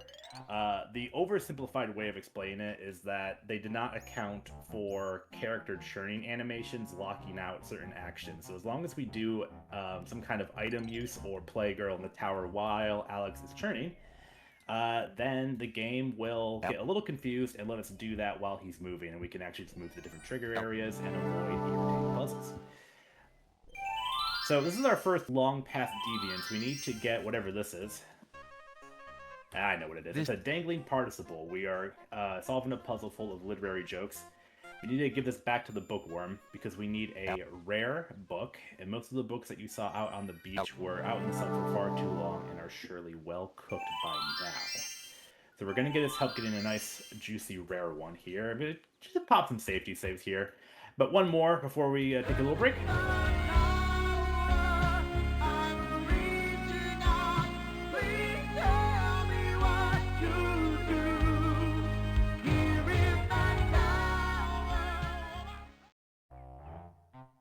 Alright, let's give his little dangly participle back to him. Get our rare book. The whole point of getting the rare book is we're going to trade it to a bookseller to get a book of magic spells. And we're going to need all 3 of those spells for our long pass. Hence this wonderful girl in the tower themed detour. I'm going to do something a little bit new here. We are going to set up a little skip here to get a bit of instant teleportation happening. Let's see if I can pull it off, and if not, this one's not essential, but it should be a good proof of concept here. And again, playing with the speed slider here. There we go. We have a teleporting Alex. Now, this is not permanent, unfortunately. We're going to have to mess with the speed slider again very shortly. Ignore the clown. Do not... It's a non-essential clown. Don't worry about it. But the teleportation is obviously very nifty. We can... skip a lot of critical walking time, no schmoving or moving required. We are going to turn it off here pretty much, well, now, because we do need to climb the Cliffs of Logic, and for reasons that will become apparent, I cannot do that with insta-speed.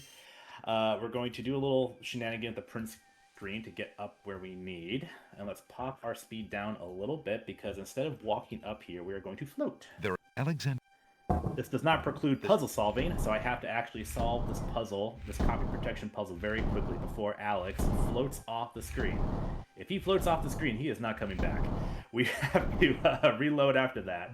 But as you can see, when you pull it off at the right timing, it's quite nifty. You can skip a lot of very tedious walking. There's the next one. And the last 2 will do a couple of safety saves because they are a little more involved. I tend to misclick. Either I get the puzzle wrong by accident, or if you accidentally just click out of the puzzle entirely, the game will, in its mind, say, oh, we can try it again. But at that point, it'll be too late, and Alex will have floated off into the ether, which we don't want. So one more of these to go. This was back in the day where they didn't want you copying games on the floppy disk willy-nilly, so they thought, hey, let's put a bunch of manual-only puzzles to solve in the game itself. So I know what these symbols mean by virtue of the manual slash, walkthroughs nowadays, but back then you kind of had to rely on, oh, and there we go, he is gone, and he is not coming back because I goofed up that last little one here. Let's do a quick little speed tick below just so we don't dwell on this one too much. This one, funny enough, does not require any kind of knowledge. It's just a little puzzle at the end. The other issue is sometimes if you mess up your lineup, you need Alex to be looking basically at horizontal level for him to actually perceive the puzzle, which is why I can't set it up right away. There we go. And that is the Cliffs of Logic done. Once upon a time, an incredibly tedious part of your, really any category. Your any percents, your long paths, your 100%, your all deaths. Now, you know, still a pretty technical aspect, but it's a lot funnier. So we enter the situation. There's a situation in the game where the genie, the one that gets mint drunk, will change into various shapeshifted forms to try and trick you into dying. He has been ordered to dispatch you by the evil Wazir of the kingdom. He doesn't want to kill you directly. He's not that evil of a creature, so he tries to just kind of trick you into a misadventure, essentially. So he's pretty easy to ignore. There, he was trying to feed us nightshade berries, which are poisonous to Alexander's, but they are delicious for a creature that will help us out later. Now, I've skipped through a couple of cutscenes here. Basically, everyone on the island, kind of the various lords that defer to the dead king and queen, of which were Casima's parents, they have been ordered by the Wazir to kill any visitors on sight. You can see they're not doing a great job here in the catacombs. They figured, like, well, he's probably going to die anyway, so why don't we throw him in here and see if he can do a little bit of quest resolving for us, which we will. This is also an area that is it's a maze, and you could probably figure it out on your own if you really wanted to, but the manual, again, has a guide for this. We are going to, again, do this in a pretty unconventional way, but before we do that, we have to do a little bit of shopping. We have to pick up some various skulls and shields and this guy's money. All of which will come into play later. You know how adventure games can be. But then we're actually going to go all the way back to the start of the catacombs here. And we're going to clip out of bounds, which means we need all reliable here.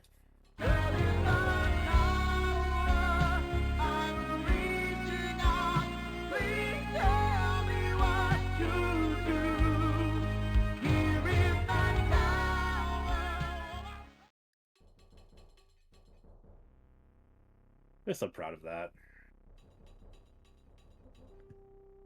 Oh, wait, no, yeah, we're good. So we're on the second floor of the catacombs. We need to do one more of these here, and let's see, I might have overdone it here. Sometimes their positioning can be a little bit wonky. We're trying to get into a room that technically doesn't exist. When you get into these repeat catacomb screens, they call them pseudo rooms. Let's see here. I think I might have goofed it. No, this actually looks okay. One more. Oh, wait, that does not look good. Let's try that again. Again, we want to be in a churning animation here, so if I miss that, then Alex isn't going anywhere.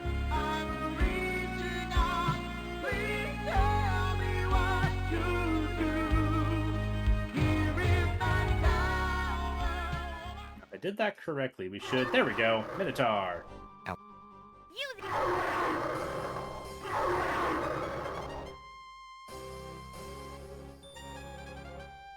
Now, pretty classic. Minotaurs, red scarves, and his OSHA-violating helmet. There we go. So we have saved the Lady Celeste, who was basically our quest to not die, so it's great that she's still here. So instead of killing us, they will have to feel compelled to actually reward us for all this effort, which is nice. Beyond, so we're going to get two things out of this whole adventure. We are going to get a vial of sacred water that is an ingredient for one of our spells that we need for our long pass. They're also going to unlock one more island on our magic map, the Isle of the Druids. The Druids are a bit hostile, but they do have a couple of items we can pick up early on before they start to notice that we're roaming around here. This Oracle lady, she basically explains the game's gimmick mechanically, that we can either... that there are two ways into the castle to rescue Casima, one quick and easier, and one that's a little bit more involved because it means rescuing her parents from actual death. As you can imagine, that's a little bit more involved. But that's what we're going to do. So let's pop over to our newly discovered Isle of the Druids here. Pick up a lump of coal and a size. Don't drown in the ocean if you can help it.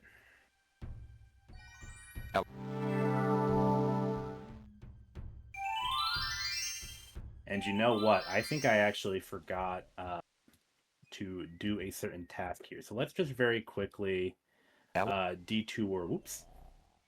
I need to get a hunter's lamp, which I realize now that I forgot to set up. So let's go ahead and get some bonus girl in the tower here. Can't have too much. No, yeah, that's a little bit of value for your money here. So we, what I goofed up, we have to actually take this iceberg lettuce here. Alexander picks ahead of... And that will actually warm up and turn into liquid in your inventory, which not a big deal if I do this in a timely manner, because I totally spaced on it. We are going to do it right now. Because I did notice that I was, in fact, carrying a puddle in my inventory, which is not normal. We need that for a boiling pond. Pick up this hunter's lamp, and I need the hunter's lamp before I do my Isle of Wonder shenanigans because it is involved in one of the spells. We basically need a container. So all good, we are back on track, and hey, we get one last... Alexander. Oops. Unless you trigger the gnomes, in which case you will in fact be accosted by from the enemy gnomes who will throw you back into the ocean, which is not great.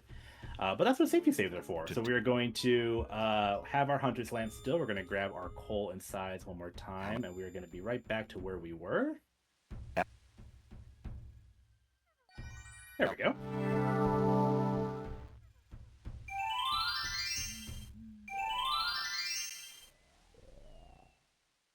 Now let's just pop a safety save again in case I goofed that up. And oh, I know I wanted to do the let's do one more. Let's do one more girl in the tower before we.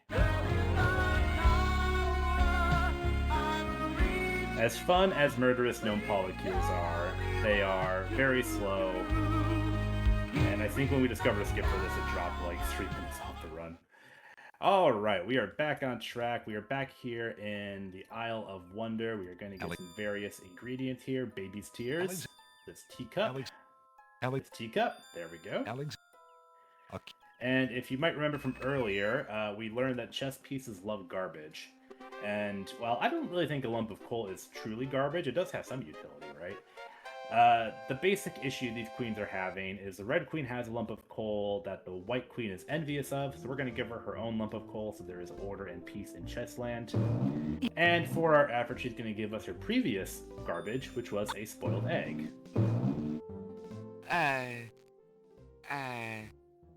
Thanks. Which is actually helpful despite Alex's reaction there. We do need that for... again, one of our spells here. This is really all we do in the back half of this, is just various spell component collection. A critical part of life for any wizard, but they don't like to talk about it because it's just not very glamorous.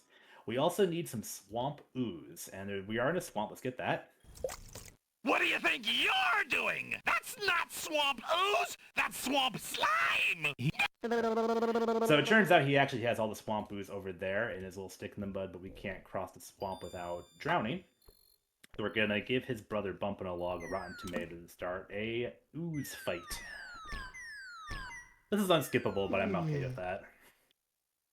Alright, we have our swamp ooze in arm's reach here. Perfect. One more safety save, because I have to set up our more critical teleportation glitch. And I think I did. That's a pretty hot off the press is fine, so we're still fine-tuning the optimal setup for it, but I think I have it here. Yep, perfect. So on to the last critical path quest that both paths need to do. This game came out in 1993, which means it has some pretty blatant Disney inspirations here, which you're going to see momentarily. We're ignoring this fella. He is once again the genie. He tried to get us killed by that stone archer. So here we have the beast. He was cursed by a witch, and he cannot be uncursed until he meets a woman who would happily be with him regardless of him being a monster boy. And he thinks this is an impossible task to find such a woman, which, you know, I get there are some limitations here, but he does live in a castle's nobility, and we do know the only other woman in the game. Let's see if she's up for it.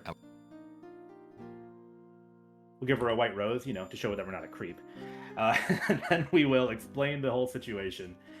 And she's like, yep, anything's better than her whole garden slavery situation. So she is all gung-ho about that. That is good for our purposes. We need to get a couple of items from them. She's going to give us her old clothes after her little Cinderella transformation. He's going to give us a mirror.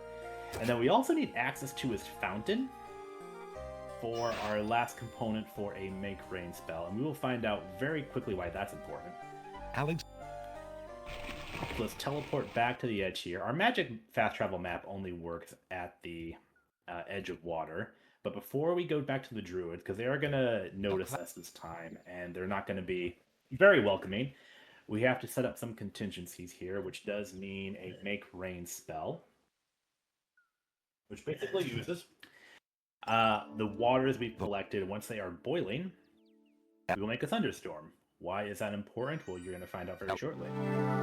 Let's pop back over to the Isle of the Druids.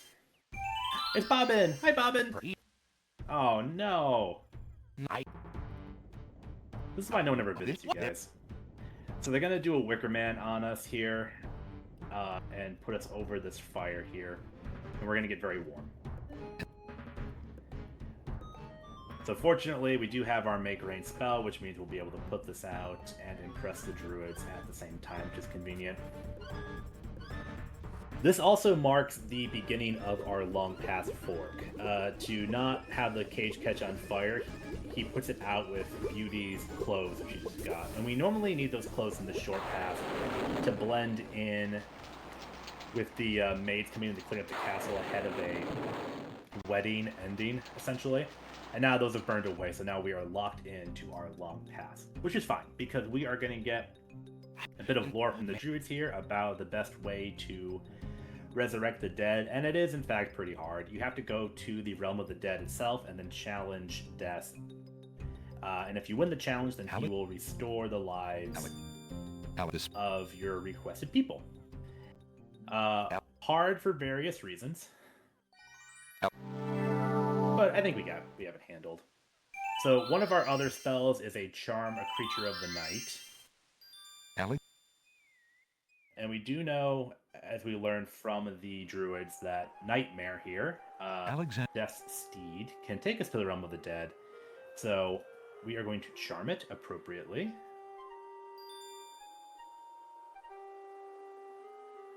Creature of night, to me succumb. And Fire in 1993, this whole sequence that you're about to see, I don't know how impressive it is by modern standards. Back in the day, this was like peak graphical epic content there. We get a little smoky finger here to lure our Nightmare over to our side. And now he's amenable to the whole take you to the realm of the dead thing. And see, yeah, check this out. Animated horsehair and everything. Talking about right there. Oh, yes. All right, now we have conveniently found the ghosts, the spirits of our Lady Love Casima's parents. So they are going to confirm that the evil Wazir did in fact kill them, and they're not happy about that. So they're going to give us their ticket to the realm of the dead. We're also going to do a side quest. This ghost mom has lost her ghost child, so she's going to give us a ghost napkin that will give him ghost scent to find her. I don't entirely understand it. But one last little musical note here. The skeletons are overcome with the musical call of the bones.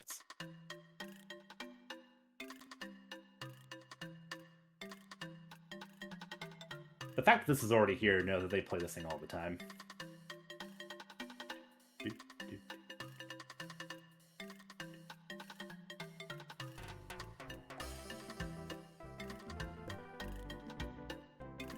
This is critical, by the way. If I don't do this, we can't win.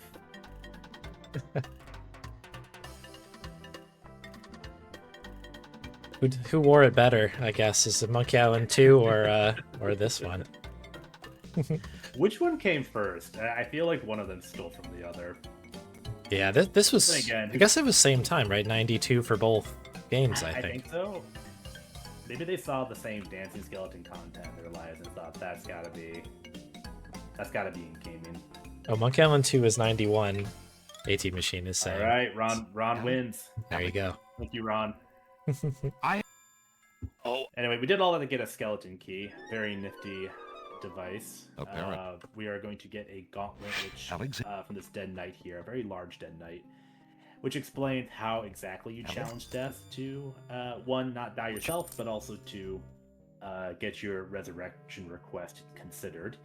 So of course we did pick up some money from a skeleton earlier, which is fair for the Charon here, as the game pronounced it.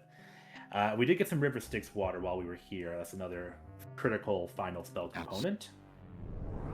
And the last challenge here is this man-eating gate. Make sure that no fleshy people come to visit death. But fortunately, it is amenable to a riddle. The answer is love.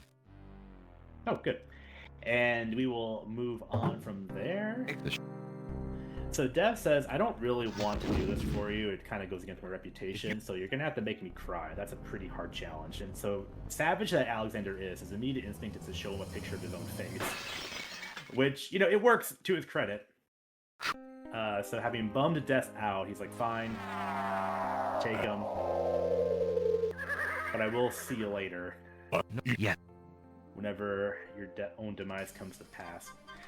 Now, this is where I think the long path gets a little funny. We have now brought back the murdered king and queen, which you think we should be able to just march over to the castle and say, like, hey, the jig is up. But they don't. They pop off to gather their supporters. So we still have to infiltrate the castle ourselves while they do that. Which, okay, fine. It's a game. Our last spell is the Magic Paint spell. We're going to make some magic paint. It's a combination of swamp ooze for viscosity, I guess, and River Styx water, stirred with a black feather. And then our paintbrush from all the way back at the start of the run comes in handy here. Magic paint, you can make whatever you want. Alex's imagination only has space for door. But that's fine. That's all we need. So let's get our magic door set up. Perfect. Gotta pop in here real quick. This is where the ghost child is, and the ghost child has some pertinent information for us on secret passages we're gonna need. So let's get him back to the realm of the dead, I guess. I really don't know how he got this far lost, but whatever. So we're moving on. He tells us that there's a secret passage if you shake this knight's hand.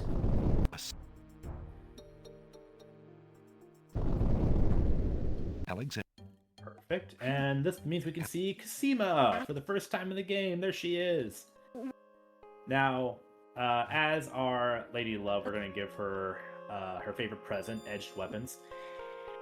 We concoct a plan such as it is, which is when the evil Wazir Al-Hazard's back is turned, he's going to get a little stabby. Which, you know, not the worst plan. I admire its simplicity. However, to get all that teed up, we do have to get the captain of the guard on our side. So we're breaking into Al-Hazard's apartment here to grab some incriminating evidence. And you saw the skeleton key come in handy. I mean, skeleton keys in general, very handy, right? They open doors. And I think the developers realized the awkwardness of giving you a tool that does that. So they created a door with no keyhole that you have to talk to. Listen, door. Okay. And we skipped past it, but we learned some important further incriminating evidence, which is the sufficient trigger to start end game. The Wazir is about to force Cosima to marry him, getting some legitimacy for the crown and kind of finish up his coup. So let's share our incriminating evidence with the dog captain of the guard, Saladin. That's boy. And let's go ahead and confront them. And here is the king, queen, and their many supporters. Supporters are just in the foreground here, but I promise there's so many of them. But the jig is up, so the genie is going to break their illusion here, and we are going to chase Al-Hazard up to the top of the tower. The genie is going to finally kill us, but remember, mints get genies drunk. Everyone knows this. This is just how the world works. And he can't help himself, and then he is going to have an errant magic missile phase him out of existence. So we're going to have a nice epic sword fight. They worked very hard to rotoscope this. It's really quite beautiful. So we do need to speed that along. All done. Now we are going to have our plan come to fruition, and time is going to be on this bonk here. Time. GG's, great run. GG's, and we did save her parents, which is something Alex doesn't care to mention. I'm fine, Before popping the question. I was just so afraid but for it's you. all right. It all works out. There's no need to fear anymore. Get a nice little high fidelity graphical kiss here. But that is it. Thank you for having me as part of BON-A-THON 2 here. Always very happy to share this game, and I think the run is really coming to its own with kind of hijinks at every turn. So I hope you all enjoyed that, and I hope you enjoyed your corny 90s love duet. I know I do. All like 10 clips of it. I very much enjoyed that. Got our money's worth out of that. Very good. Oh, absolutely.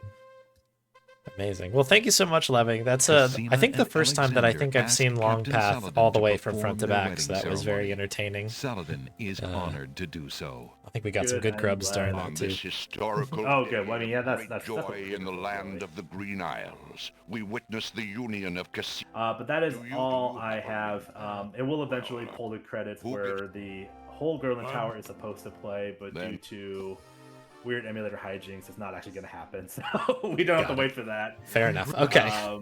We will be good to go with your next grub update or whatever you have planned today. Beautiful. Okay, Lemming, thank you so much for the time and a great run. I'll throw a shout out to you in just a sec, but feel free to disconnect whenever you feel good to do so. All right. Thanks, everyone. See ya. Amazing. That was a very, very good run. Shout out to Lemming right there. It won't ever be funny to me to hear Girl in the Tower. Like, it's just a snippet of it, which makes me laugh every time. There's Lemming's Twitch stream. Definitely give Lemming a follow. Long Path has been on the docket recently, but like I said, Lemming did Conquest of the Longbow at AGDQ this past one, and yeah, lots of great speedruns over there as well, so definitely give Lemming a follow. Excellent. I'm just doing a couple of things behind the scenes here. We did really, really well on the grub count stuff here. As you can see, we've got a decent amount, 16,732 grubs at the moment. I've just paused it up really fast just so we can get out of that last run there.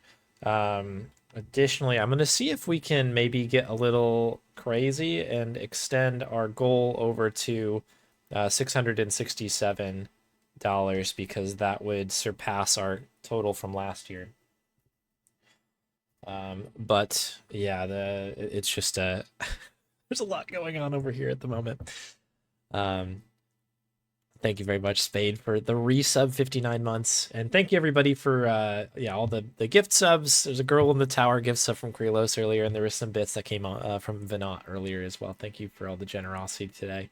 I'm going to try to match everything from the sub and bit and like Stream Elements donation stuff.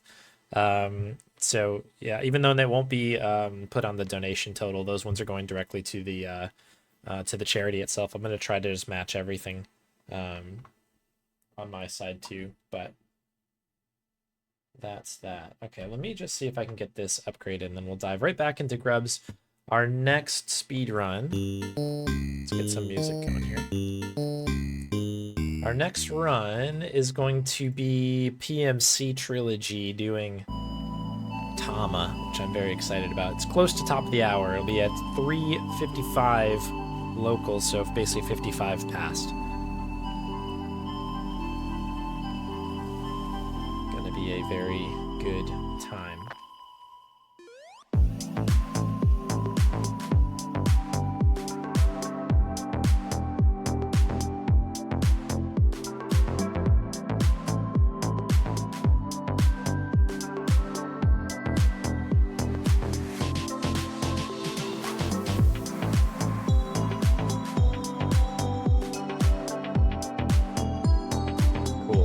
That should update, and it did. Okay, terrific.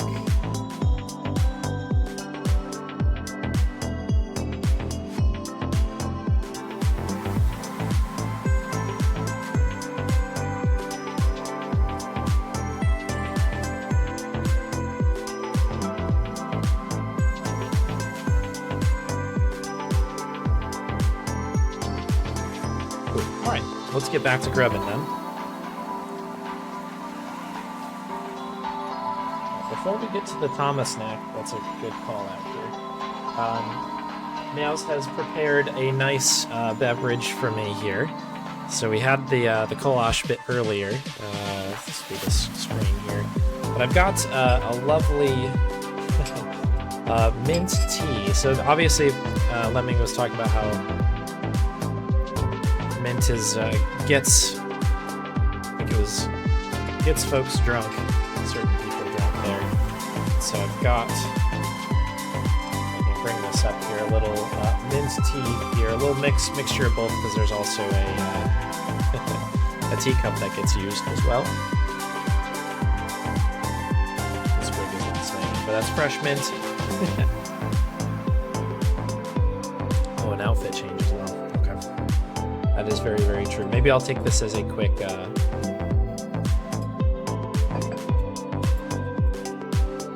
quick moment. Music coming in a bit hot. That might be a bit better there. Thank you very much. Okay, so yeah, let me go ahead. We'll take a quick break here. Timer is still running, and the donations are still open. When I return, a little bit more grubs, and then we're going to jump into some TAMA, as well as we'll arrange the the next snack on the board as well. So is this going to work? Yes. All right, be right back, folks.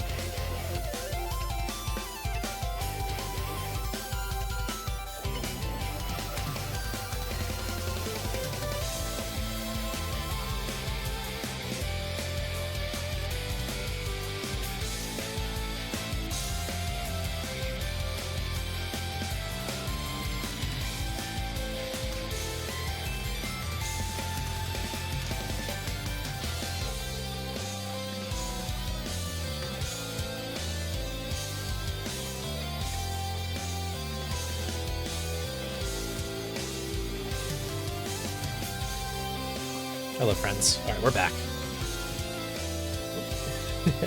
Bonnie is back as well. Speaking of which, I think we do have a Bonnie treat to bring up. Oh, first off, let me, I'm kind of the Guybrush Threepwood thing going on here. Let me show it off. I've got kind of the sash, and he doesn't wear a hat, but it makes it a little bit more piratey with the hat on. Something like this. There you go.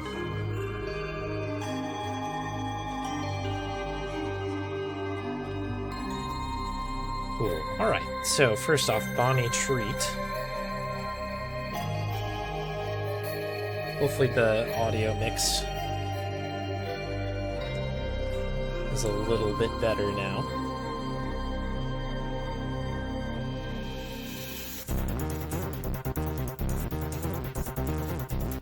There's the treat there. Thank you very much, Commander Rob.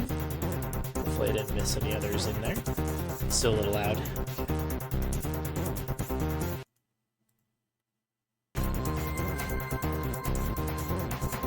Let's see if I can fix that up here.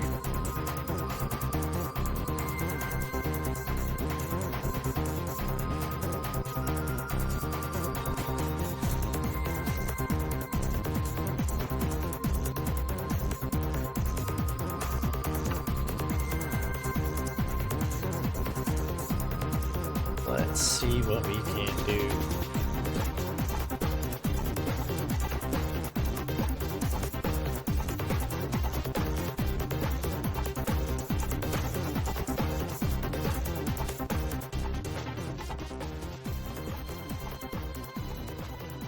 That might be a little bit better, but I've just moved this around a hair bit.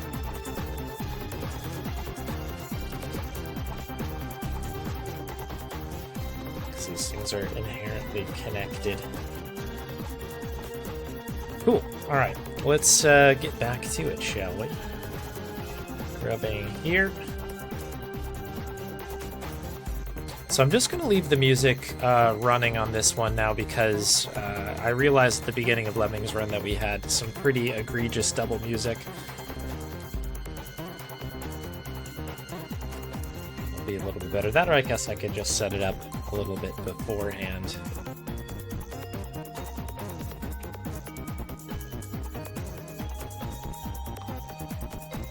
Should I do the hat? We gotta do the hat a little bit, right?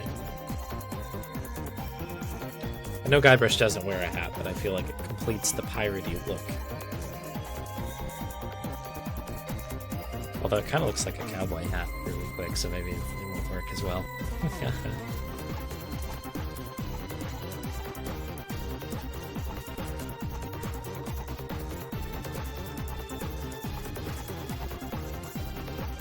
Alright, just wanted to make you wear the pirate hat.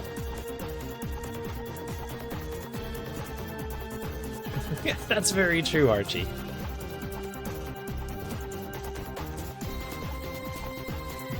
Yours was stolen in Frog Detective, yeah. The hat is really struggling to stay on. If I don't move, I might be able to keep it like this. On top of the headphones. It'll do. We just want to be a pirate, so.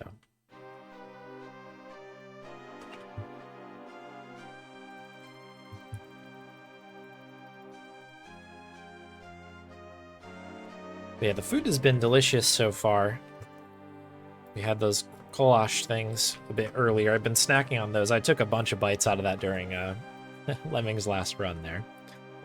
Speaking of which, I should probably change our category back to Tales. So we're no longer playing King's Quest 6.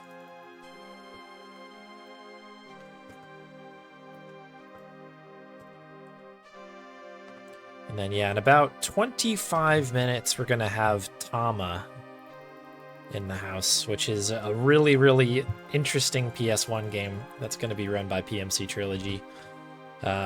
Very, very excited about that.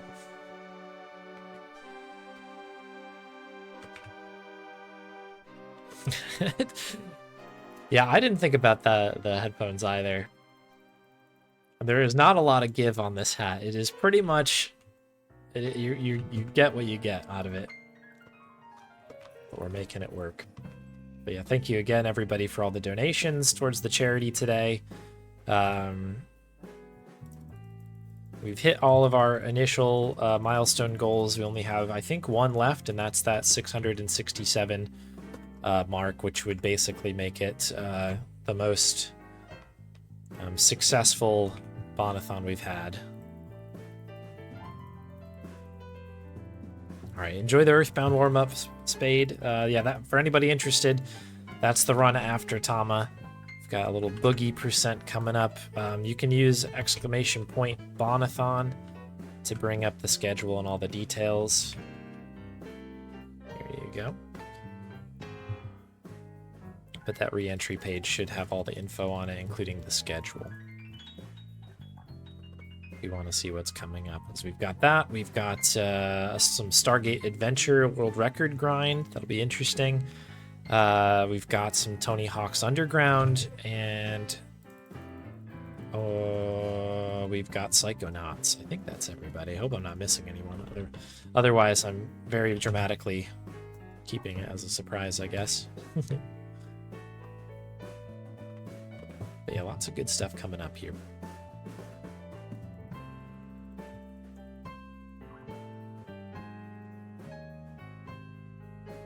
Girl in the tower.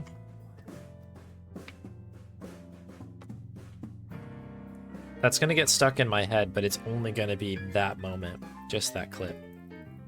Forever and ever and ever.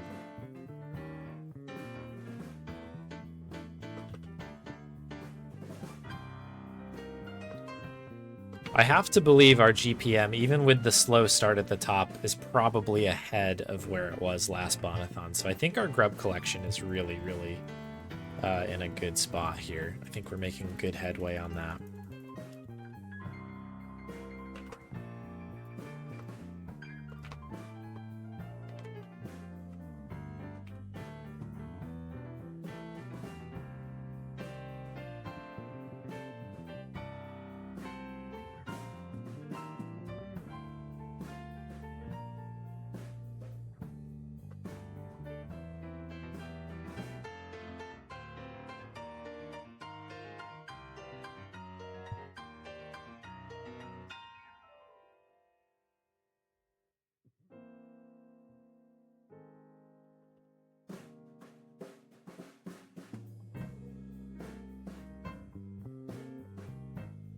Thank you very much for the donation, Gotara.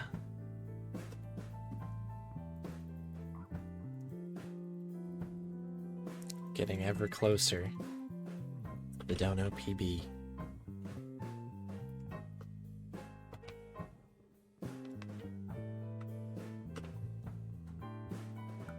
So yeah, we're technically getting very close to the 2-year anniversary, I think, of this challenge here. Very fitting way to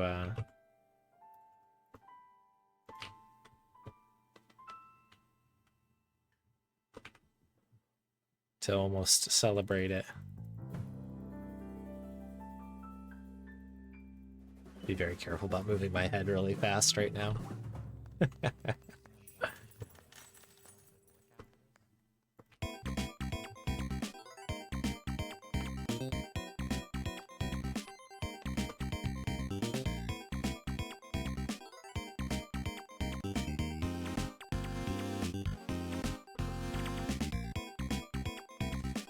One shout out I want to make sure I give, and I don't think I did it yet, but if I did, it doesn't matter because amazing work here.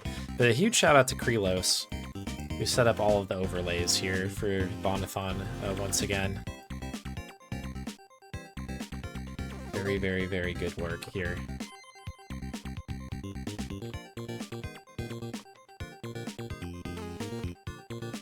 You probably noticed all like the custom backgrounds and stuff like that were in place for the first 2 runners. That's all Krelos. Really, really amazing work. So shout out, shout out.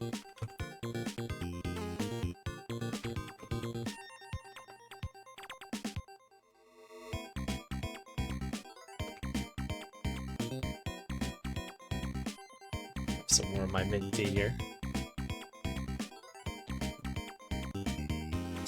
There goes the hat. I should have known.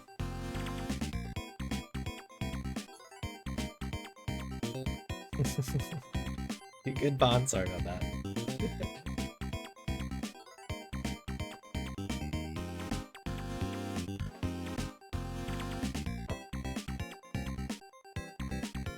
Put that over there.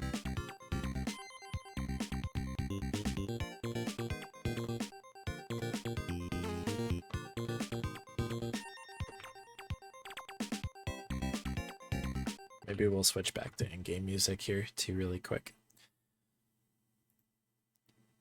I'll just remember to turn it off before we patch our runner in. That'll be my goal here.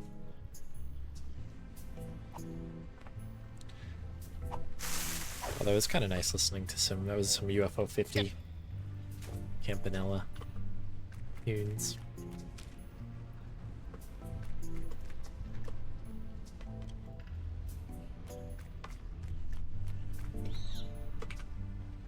Something nice and chill about this particular track, though, that we're forever tied to.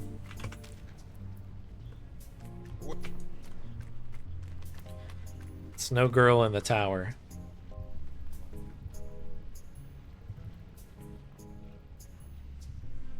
But it'll do. Gotcha.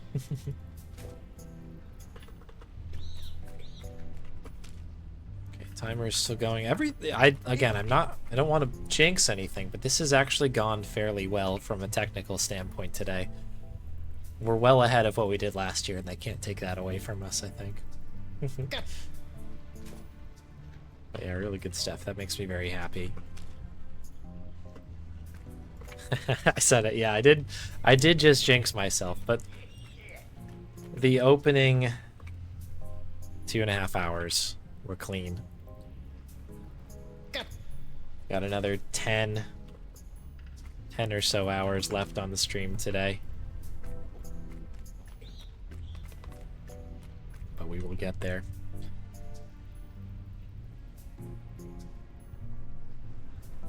So here's a question for chat here. Has anyone ever played TAMA? Because I had never heard of it before PMC had started speedrunning it.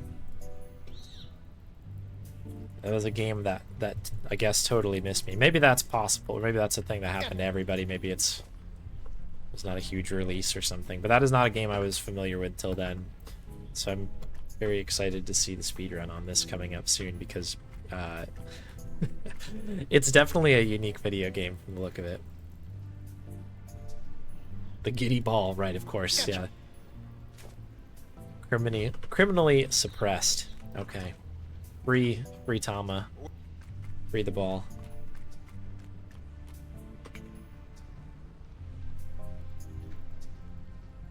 Oh, okay, interesting.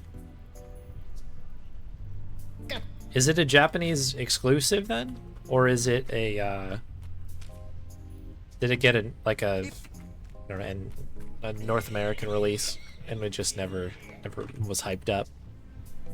Okay, it's an exclusive. That makes more sense. I feel a little less forced, because that was kind of an honest question of, like, has anybody really heard of this game? Because it's really cool, but that one must have missed me. I haven't really done, like, a true deep dive into the PlayStation catalog. But I did have one, and, you know, I played some of the hits out there. But, yeah, that one must have passed me by, but that's obviously why. The classic "don't live in Japan" moment. Hadn't heard of it until it was announced for this event. Okay. I think you're probably in amongst friends then, Omesta, because there's a yeah, it should be a pretty new one. But that makes for the best kind of speedruns, I feel like. Get to kind of learn about the game.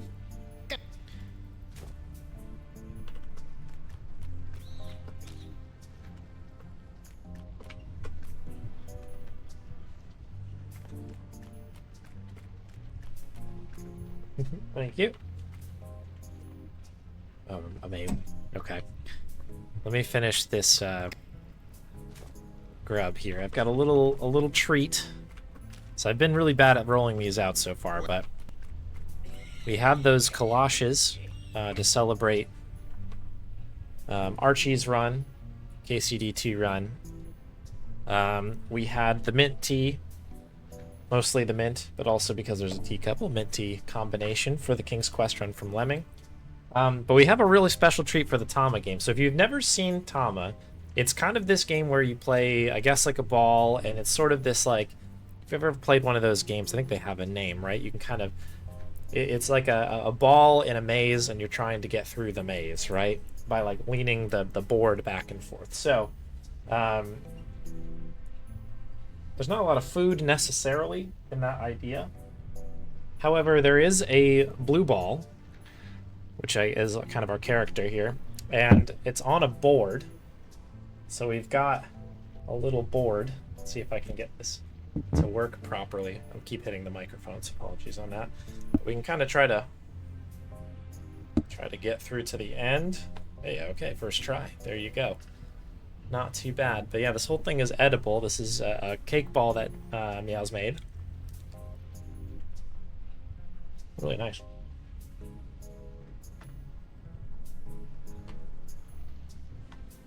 And these things here are kind of these like taffy pieces. Meows might be able to specifically call what they are if they have a name. Can't remember.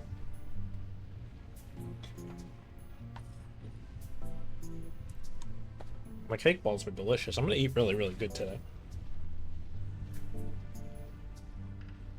But yeah, there's like a start zone and an end zone.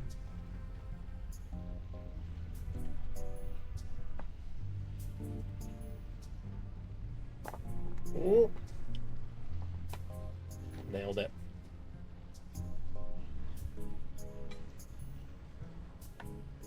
That'll keep me going.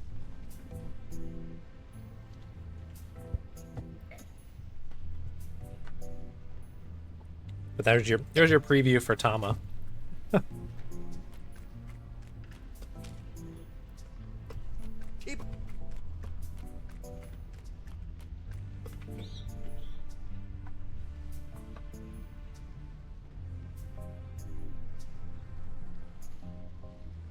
Frutella, that's it, yeah.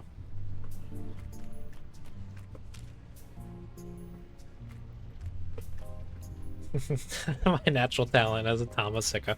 Yeah, it's possible. Something may have awakened right there.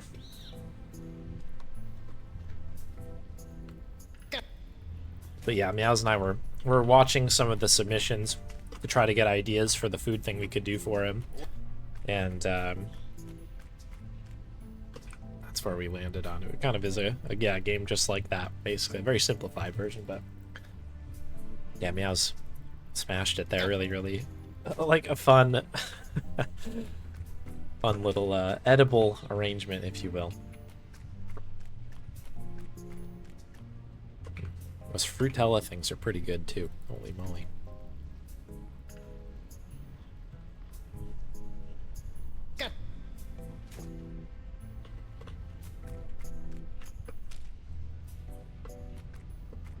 Okay, so we're getting down to the nitty-gritty here. We got about 10 minutes before the next run. Try to squeeze in as many of these grubs as we can.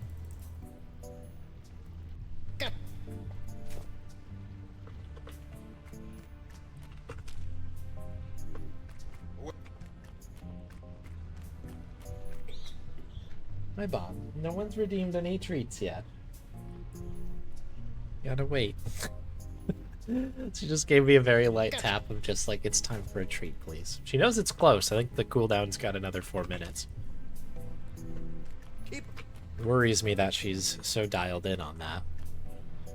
Being within 4 minutes is pretty darn good.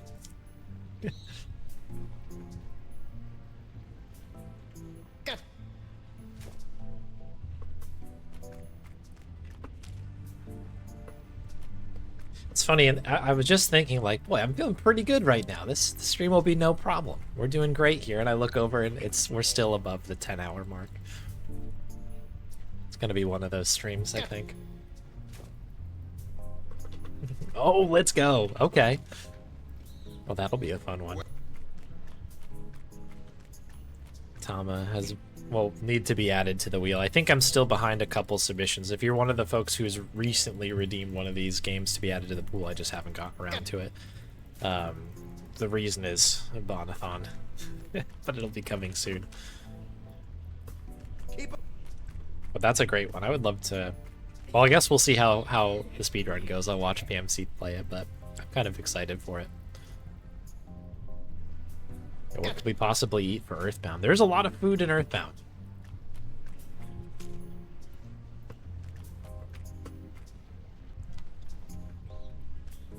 We shall see during the break after the next run.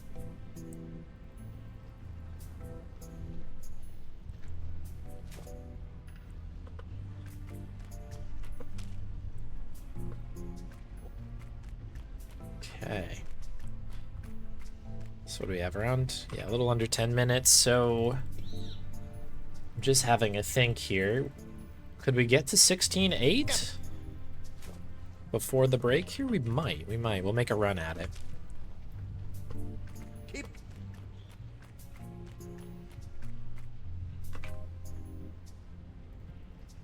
I know. The most gentlest of little kisses on my ankle right now. She's like, a treat. I need a treat, please.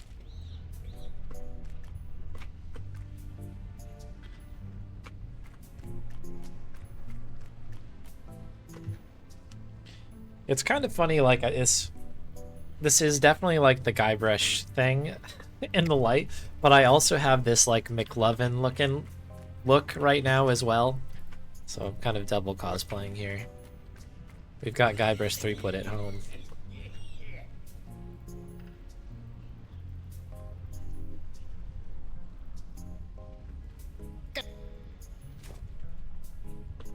It's the lighting too, because it is pretty good. We were like working on this a bit earlier.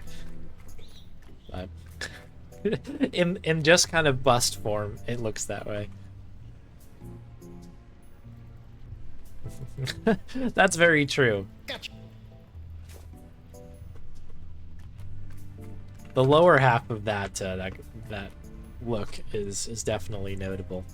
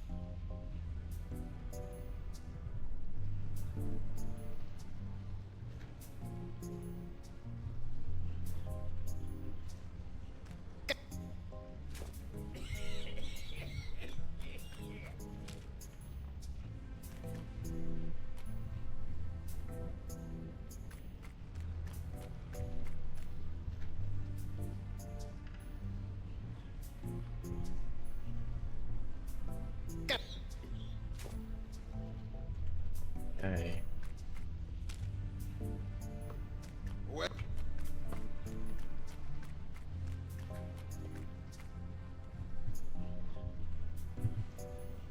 Yeah, I actually do think that we might be able to get to the 16-8 here before the patch in here. This will be good.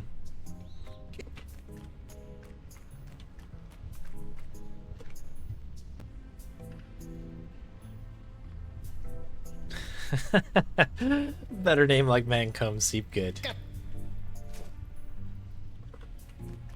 Agree. And maybe this is more Mancomb Seepgood, like, cosplay with the hat, because Mancomb Seepgood has the hat, if I recall correctly.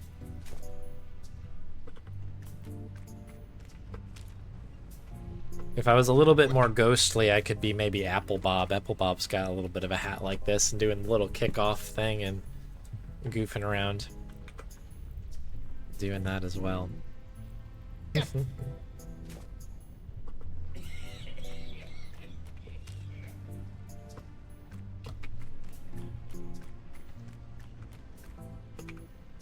For those cold hardship-born nights, we've got the briefs and tights. Frost, silvers, long johns. They breathe.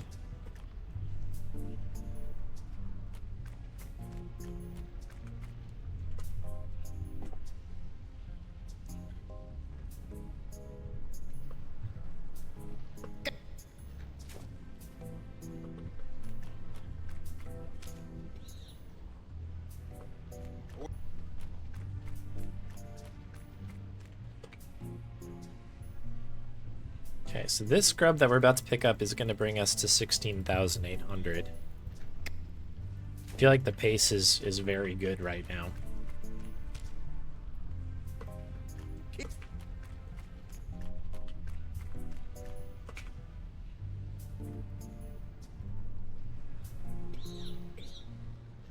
And yeah, we'll get PMC set up in about 2 minutes time. So we'll break for that shortly, and then we'll be good. Good to go.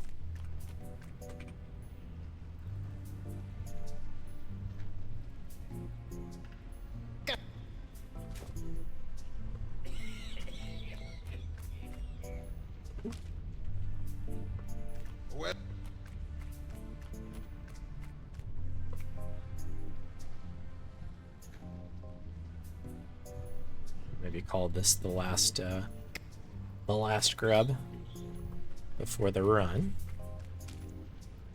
Oh. Oh. Okay.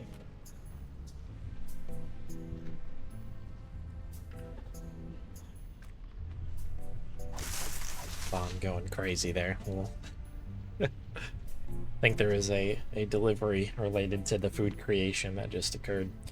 Okay, cool. So we're going to pause here at 16,803. Let's work and see if we can get PMC in the stream. And we'll go from there.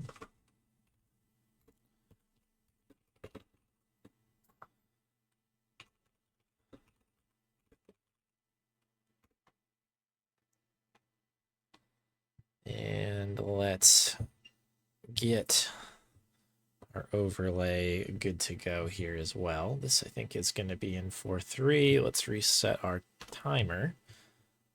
And this is no longer King's Quest 6. It is.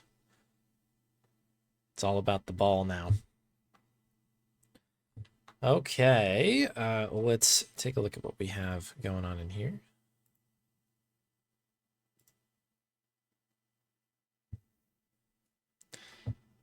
Hello, PMC. Can you hear me?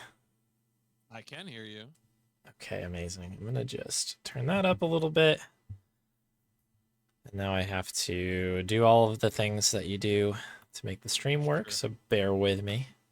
Okay.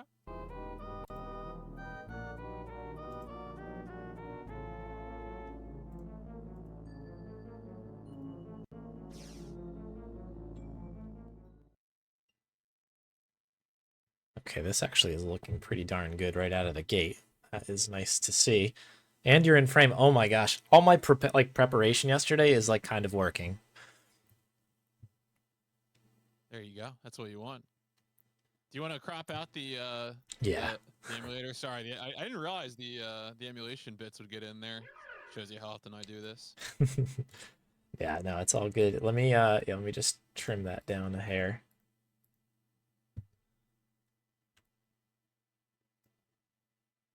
Once again, I am appearing in color, much to the shock of folks who watch my stream. Special occasion in color.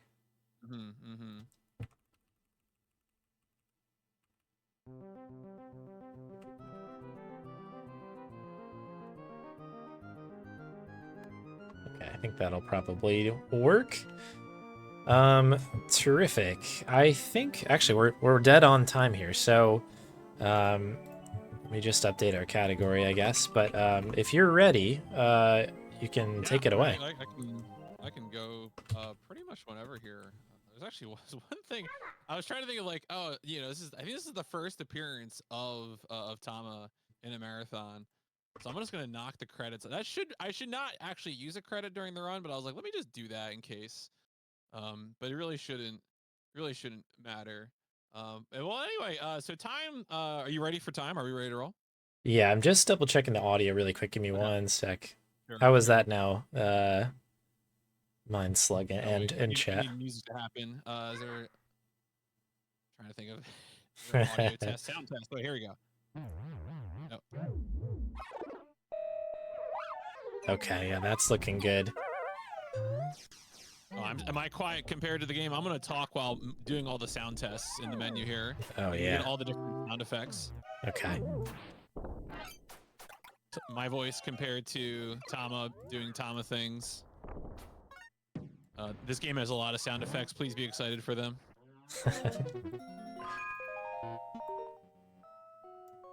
Yep, they really do have all of those from the ending as different sound effects in the menu. That's very funny. I did not expect that. Get a little piece of everybody. Matt. Okay, I think. Yeah. All right. So I'm talking over. This is like music that would actually occur during the game, and I'm talking about the gameplay while the music is happening. Okay. This seems to be an okay mix. You're definitely breaking over the top of the over top of the music. So I think we'll roll with this for now. Let me get rid of the Discord thing here. There we go. This is very professional, high end streaming here. Blown up. Yeah, the blown up meter on there. All right, yeah, go for it. Whenever you're ready, I'll be ready on time. Okay. Time will start not on this screen. It'll start on the next screen.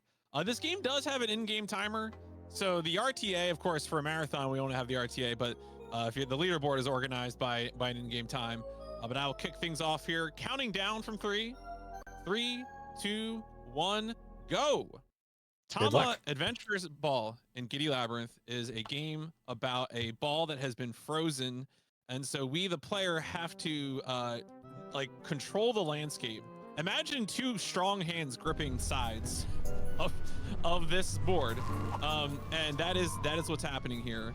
As I'm going to move the ball from start to finish. There are 6 worlds with 5 stages each, and we're gonna go through them. A lot of the times I'm gonna be doing things intentionally. There are a few levels that will have tricks, so please look forward to those. A lot of those tend to be kind of weighted towards the end, but generally the controls for this D-pad shifts the stage, and then the most important controls really are the shoulder buttons, L1, R1, which they turn the stage a lot more rapidly. So when you combine all those inputs, you're able to more quickly move things. I think a lot of people, when I started playing this game casually, I was like, oh, I'm just gonna use the D-pad.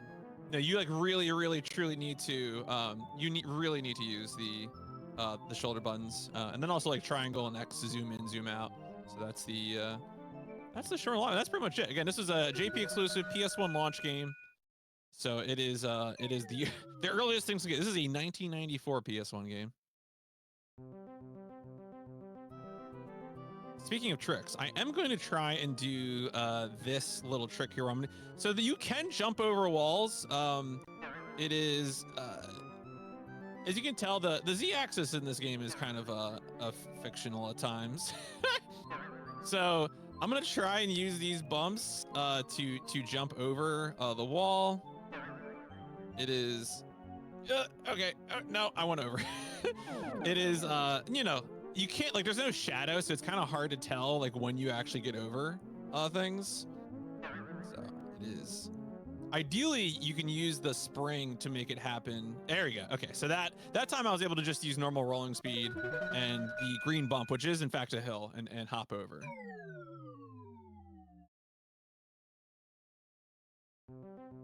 All right, so this is a pretty straightforward navigational stage where we're just gonna roll around this map.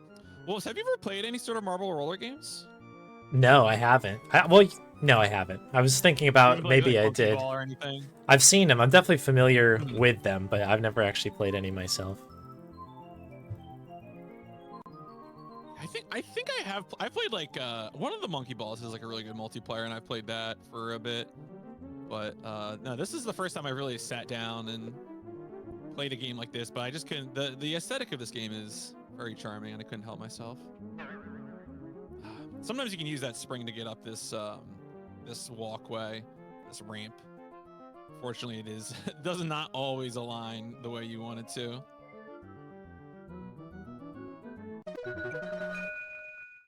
All right, so that is the end of the first world. That's the green grass world. And now it is time for the ice world, which might be my least favorite. There's going to be some things that are sad and upsetting in this. This level's not too bad, although there is the ice like field, which you can see covered in black holes. TAMA has a lot of obstacles. One of the kinds of obstacles that we're going to encounter a lot are these black holes. When you hit a black hole, you fall down, and then it like respawns you. Like it just rewinds time a bit. So it's not too punishing. It's not like you're going to lose a life if you go in one of these. But ooh, I actually did it first try. I never do that first try. Nice. Well, you're never going to find out.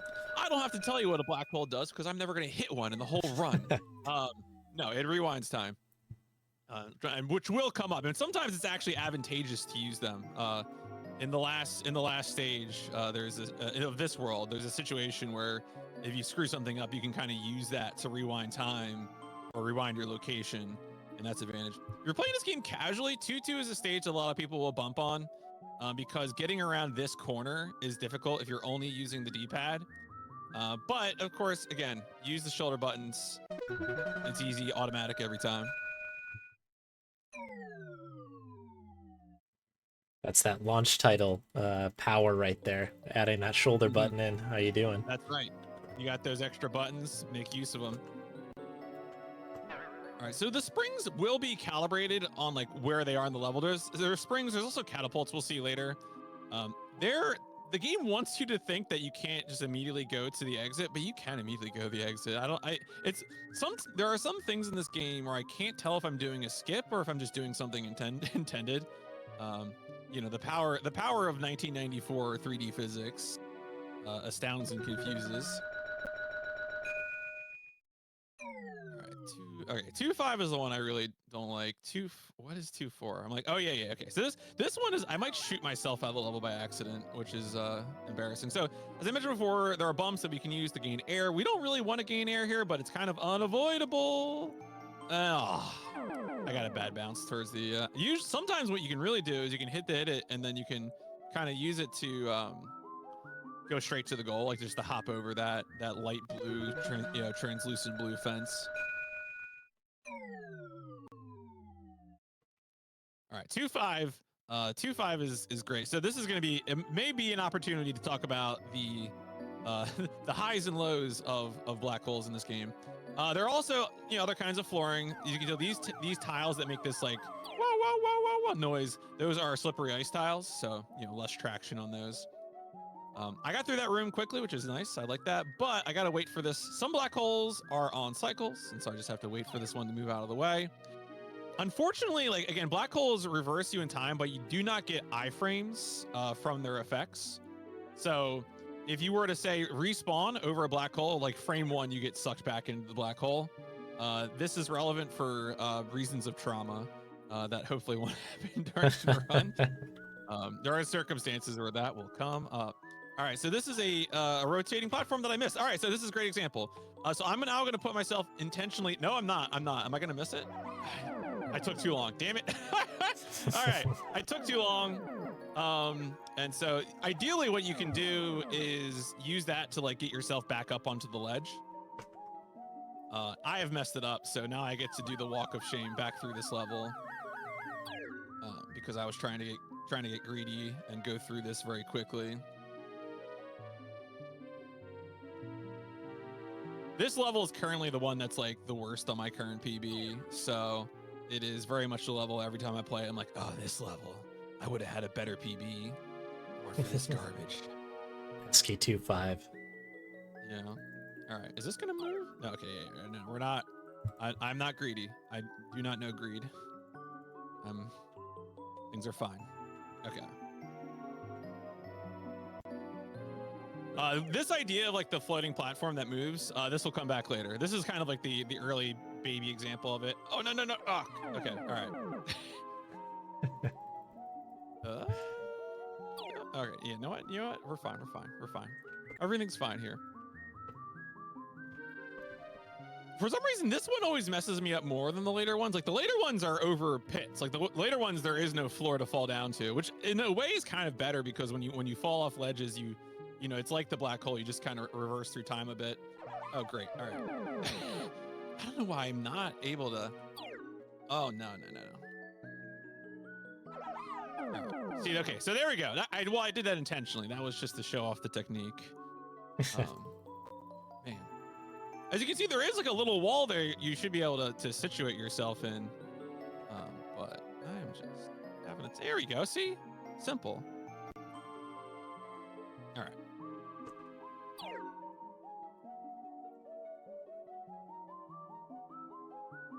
You only lose a life in this game if you run out of time, which typically during speedruns is never going to happen unless you're like, you know, trying to do a trick and it's just not happening. All right, anyway, we're at Ice World. We're on to like spooky horror world, full of like gravestones and caves and spooky music, and it's a pretty good time, honestly. Lots more black holes and to get around. This also introduces switches, which we'll need to use in a few levels to open our way to doors. Ooh, tombs. Can I get around? Yeah, I did. Okay, awesome. There we're just trying to beat the cycle to get around that black hole and make our way to the exit. Very dramatic music in that one for sure. Definitely a vibe change. No, this world, it's funny, like the music is all over the place. You know, this is obviously very dramatic, and then like the final world has like basically giant steps, like for the jazz standard. It's all over the place, but it's very fun. It's definitely a part of this game that I like a lot. I definitely I think the opening stage music, really was really kind of drew me in. I was like, oh, this is just kind of tranquil.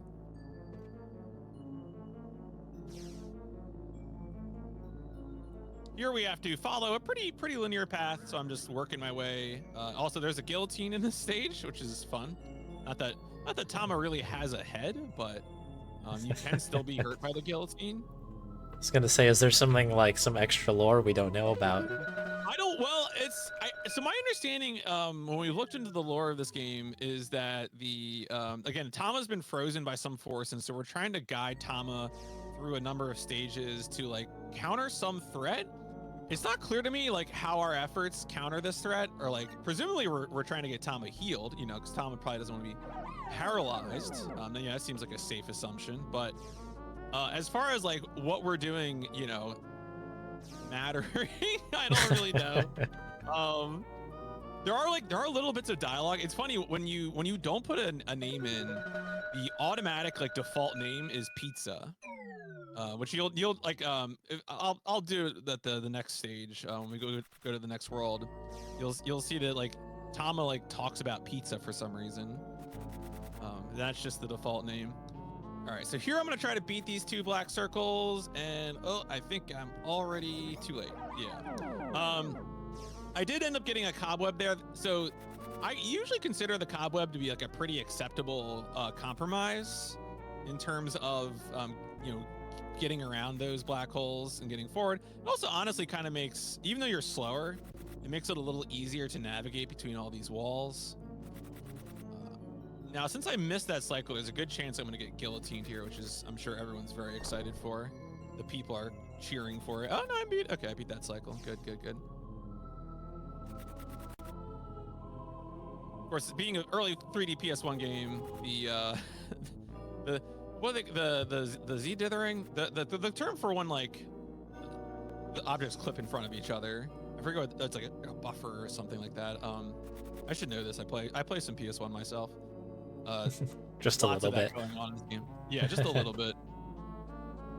Something of a PS1 player myself. All right, we are almost out of this world. Is it Z fighting? It's Z something, I think, right? Something like that. All right, so I mentioned earlier, of course, that the big moving platforms are going to return. They're back in this stage, in a slightly upgraded form. Although, as I said, it is kind of easier when you don't have to worry about.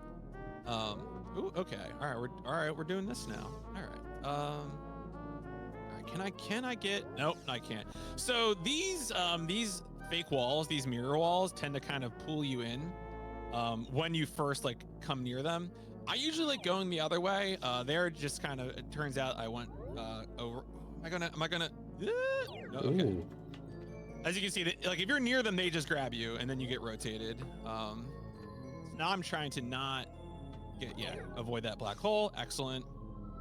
And then we'll make our way to the two. Oh no! Oh no! TAMA cut in half perfectly. Probably gonna miss a cycle here, but maybe worth it for the guillotine. Yeah, there we go. There goes the platform moving, but it's all right. Sometimes you just have to pay the tax to the revolution. You know, sometimes you do. That's a good animation, at least. Yeah, absolutely. The animation tax. Now, unfortunately, these two platforms aren't really on like a cycle together. The two we have to go to. So I'm going to have to wait in the middle here. Go up this ramp. And then we'll wait for the other platform to come down.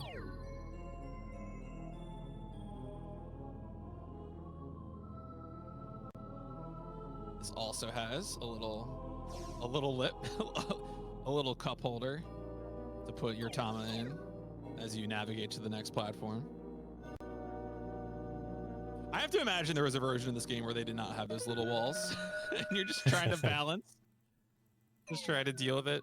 All right. I mentioned earlier the pizza thing. Let me see if it pops up here. Oh, it doesn't say it in that dialogue. All right. Well, I lied. Or onto the ruin stage. Things will get a bit lighter in mood now. That was sort of the scariest stage, and now we're gonna make things a little more whimsical, while also introducing some new obstacles. And particularly those pink blobs are probably gonna come up in a second, so please look forward to those. We do need to hit a switch to open the way to the exit here, which is where I'm making my way over. Oh, I'm not. Try not to hit that wall and bounce into it. Okay. Oh, if I'd gotten in there, I might have been. Oh, I might still be able to. All right. Get out. Okay. So when you hit a pink blob, what happens is you turn white and die, I guess. And then but you do get iframes after it. Like you spawn in the same place, you get iframes, which can be useful. If there are like multiple of those pink blobs and you need to get through them, it might be better just to like put your face in the one and then move through them collectively. Yeah, it could be melting. That could be it. I could see that. I believe it. All right, so we're finally getting to some stages here. We're gonna. Okay, I was wondering if this is the one that had some skips. Oh yeah, this is another example. Where if you're really quick on that, it is possible to sneak around that one, but it's a very, very tight timing. So now we're gonna use some of these teleporters, these yellow rings around gray bits. We need to open, again, as usual, open a switch. So up here, and I'm trying to rotate the screen in anticipation of where I wanna go as I go through the teleporters. Wait for the black hole. And then off to the exit.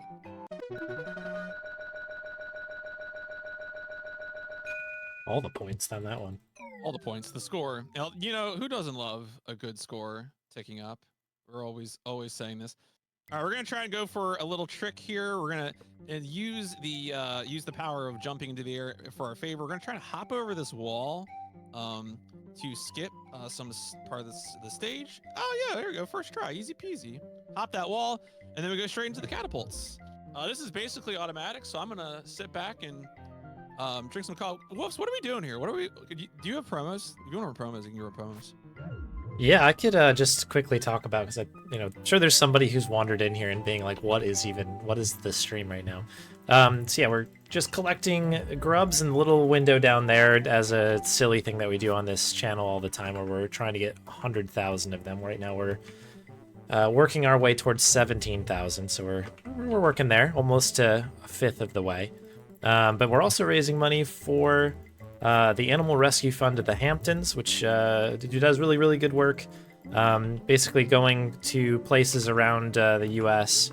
To basically save animals that are on red lists and giving them a second chance, since it's pretty ridiculous that that's a thing. But all that money is going towards them. And Bonnie came from that particular shelter, so yeah, that's that. Oh, yeah? That's good. I don't have to touch a button during that catapult sequence, so that was a good, good time. I just gotta let things roll. We have even more obstacles. Those hands are terrible. I hope I don't hit a hand during this run, but if I hit one, I'll explain it then, because I don't even want to think about it. There are also these little like fountain plates, where if I get on one, I'll just lose time because it'll grab me and force me into the air. Those aren't the end of the world. The hands are real bad. But I'll leave it a mystery why we fear the strong hands. This is kind of similar to the last level. We're just moving around in these little walled sections. Is that hand? I'm waiting. I don't trust this hand. I would have been fine. Okay. Look at it. Look, grabbing, monstrous thing. Okay. So there we go. Yeah, even if you're close to the fountain, like, it will just push you up onto the plate, and that's where you go. You get stuck there. All right, 4, 5. I think this is a skip level, or this is a level with a cool skip. No, I lied. This level is just straight down the gut. I am like unable to resolve the ruins level versus the mines levels in my brain. Like, they all just run together at a certain point for me. Ooh, am I getting around? Am I getting around? Yes. Okay, that's good. That's the spacing on that is very tight, getting around that pink blob. I don't know what, I guess you just pick up a statue here. This happens sometimes. I was just gonna ask you about that. I'm like, am I supposed to know what that thing is following you around, or what? It's a great question. I mean, so sometimes in this game there are bonus stages where if you pick up a bear, there's like a bear in some levels, and if you pick up the bear, there it says pizza. If you pick up a bear, it will take you to the bonus stage. The bonus stages are just for score. You can sometimes get like other like benefits and stuff like that. All right, cool skip incoming. I'm gonna try and launch myself off these brown bits. Oh no, wait. Okay, wait. Let me teleport back up here. Okay, all right. So we just want to build up some speed. All right. Man. Darn, we got plenty of time here. Plenty of time in the in-game timer anyway. All right.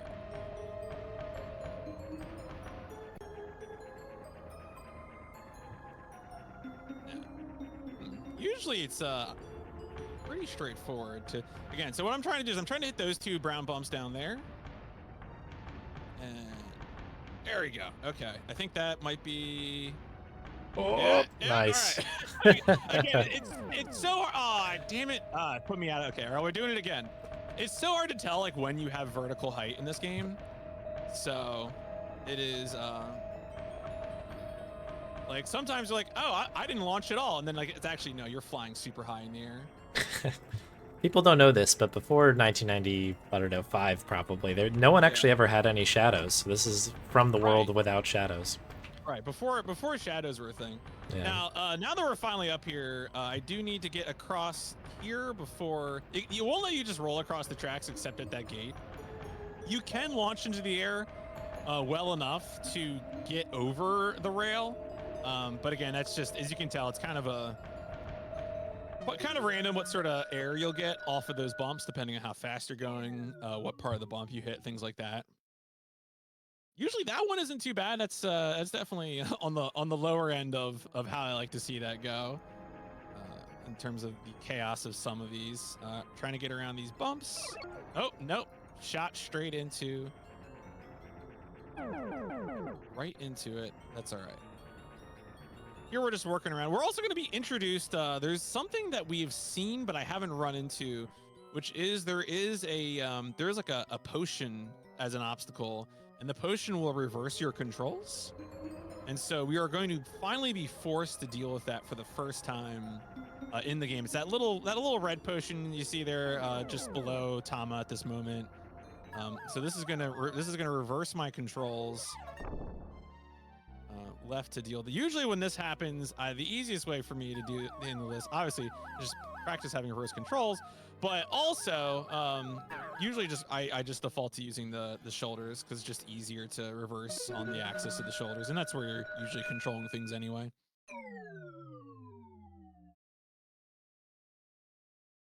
All right.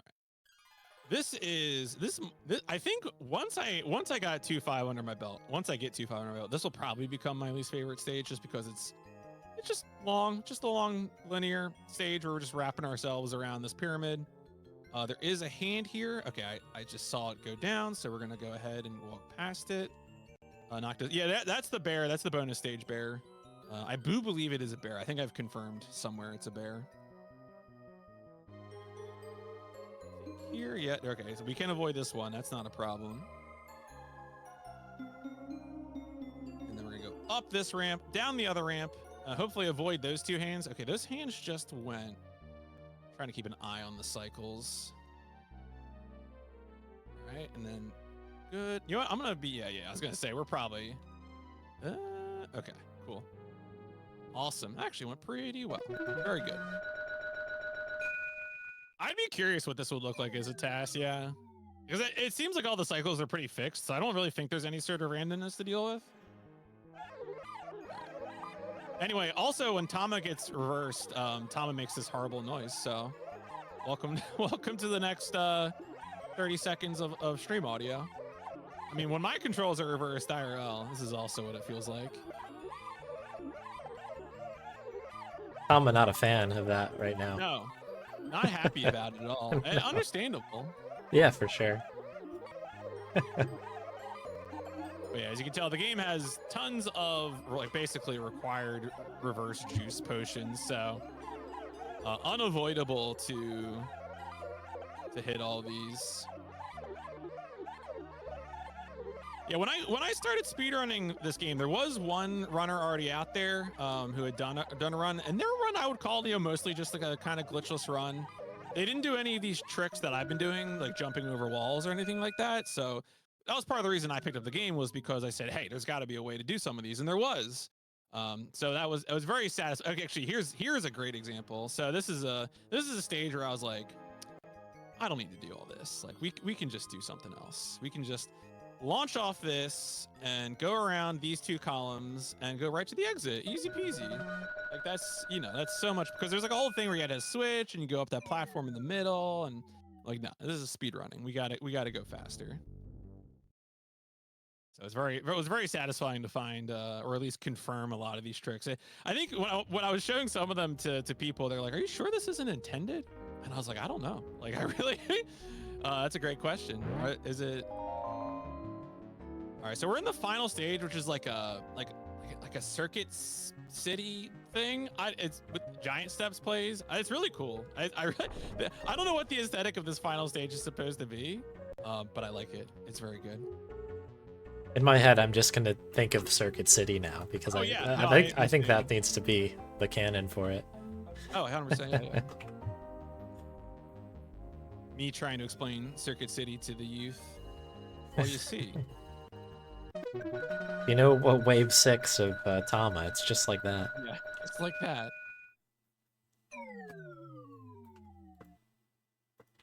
All right, 6-2. Okay, so this is another level with a real. I think the I said before that the previous runner had not done any tricks. I kind of lied, because I think they did. I think they did do this trick. This trick is probably, if you're watching, this is obvious. Which is that we're gonna try to drop down. We're gonna try and drop down to that area below, which is basically the end of the stage. And I thought I was in the. Oh damn! I thought I was in the walls. All right. Again, the good news here is that the penalty for The penalty for falling off is just losing a few seconds. So second try, easy peasy.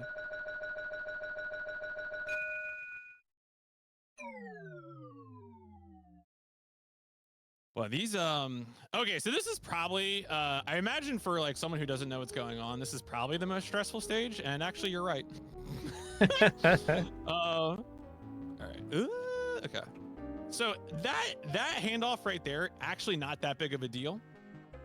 Because we're not going to get a chance to go onto the next platform for like a good bit of time. Like I see it teases you. It's like, oh, no.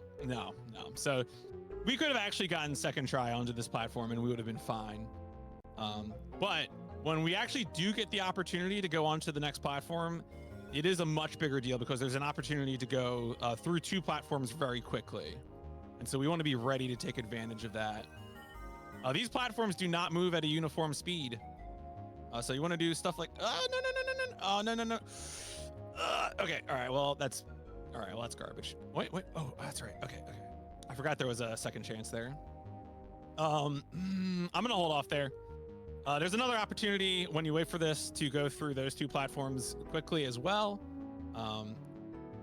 If I had been ready for that second chance at the current platform, I might have gone for it, but I will prepare myself. All right, so again, we're waiting for all these in the corner to come together, which I think should be.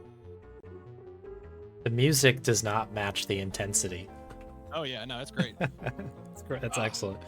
To me, Giant Steps. Again, Giant Steps. If you don't know that name of that song, that's a jazz standard classic, like a John Coltrane.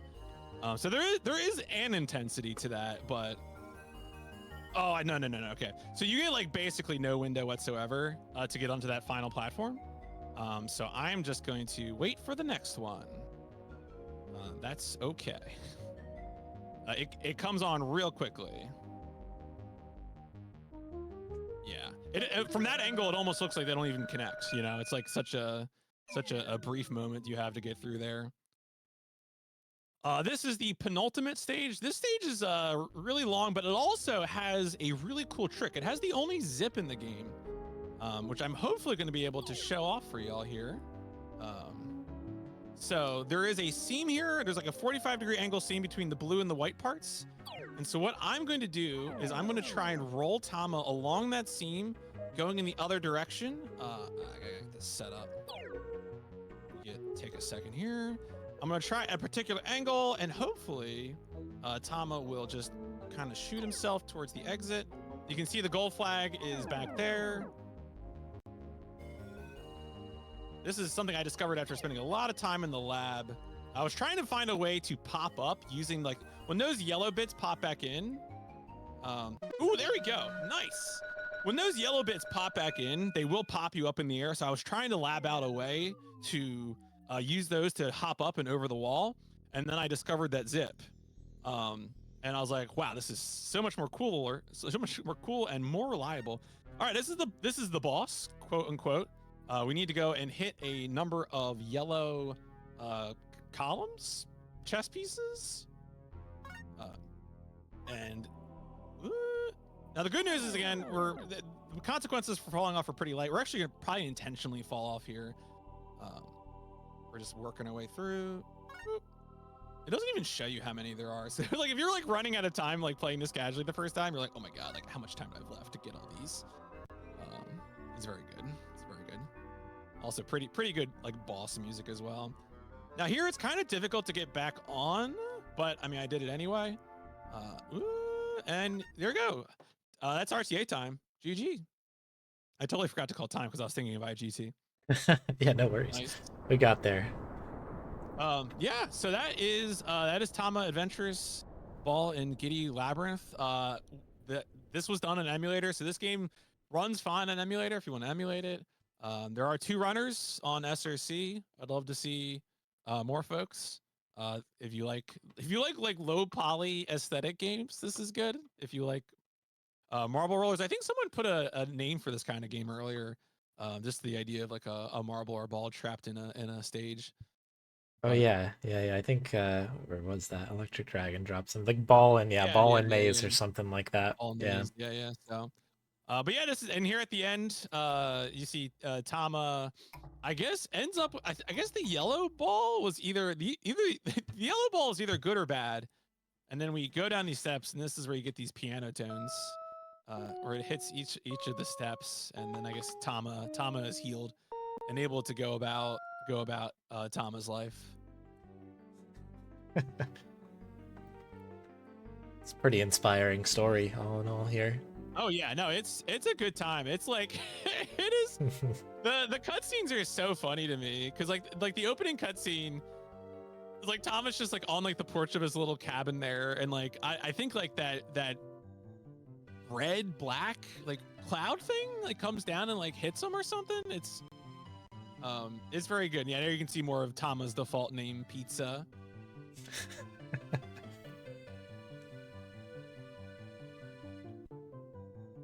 But yeah, I think that is most of Tama. Is we have to wait through the credits if you want the IGT. I don't know if you want that. That's up to you. I'm happy to wait if you'd like, but yeah, okay, we can jaw a little bit. I mean, obviously this is a 1994 PS1 game. There is like a really, if you're interested about the history of this game, there is a video game blogger named George Horvath who wrote up an article about the team that did this game. You'll notice that Time Warner Interactive had a Japanese games division for a few years in the mid-90s, and this is the unit that made this game. So it's kind of weird, right? You're like, it's a JP exclusive PS1 game. Time Warner Interactive, what's going on here? And it was just a situation where I think they were sort of renamed this for a brief period of time. They had a different name, I think, even before and after this game. So kind of a fascinating situation where they just sort of came and went. There's also a Saturn version of this game, which I should play. I think a few of the stages are different on the Saturn version. There you go, 2533. Not bad at all. So cool. Nice. Well, I think that is it. That's the Tama. Excellent. Thank you so much, PMC, for that. That was great. Thank you. Yeah, feel free to disconnect and have a good rest of your day. Thank you so much. Well, peace. All right, amazing. Shout out to PMC. That game rules. Let's get the music back on where it was before.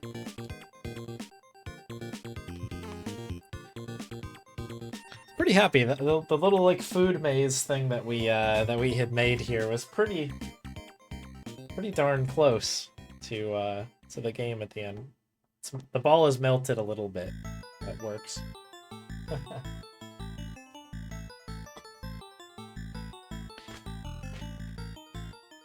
But yeah, let me get a quick shout out for PMC in there.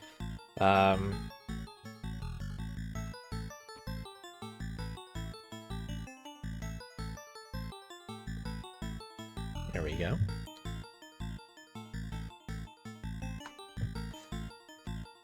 So, yeah, that was a really fun one. I definitely never seen that game before, and those are always, always a good time. I don't know. And Archie did add that to the wheel pool, so at some point I actually will play that game. So let's just take a look at the sketch here. So, we are right on schedule. And our next run is going to be at 12 after the hour here. Let's see. Actually, hang on.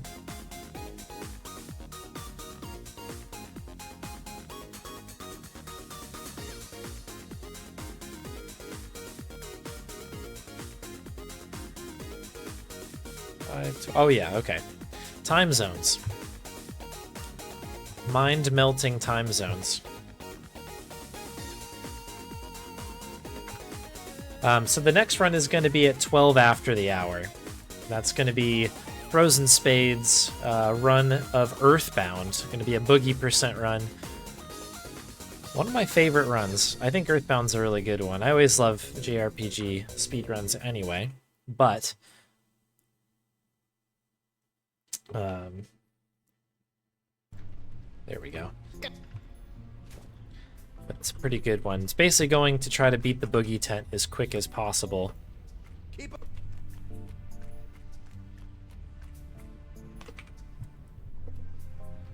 Let me just make sure everything else is looking good here.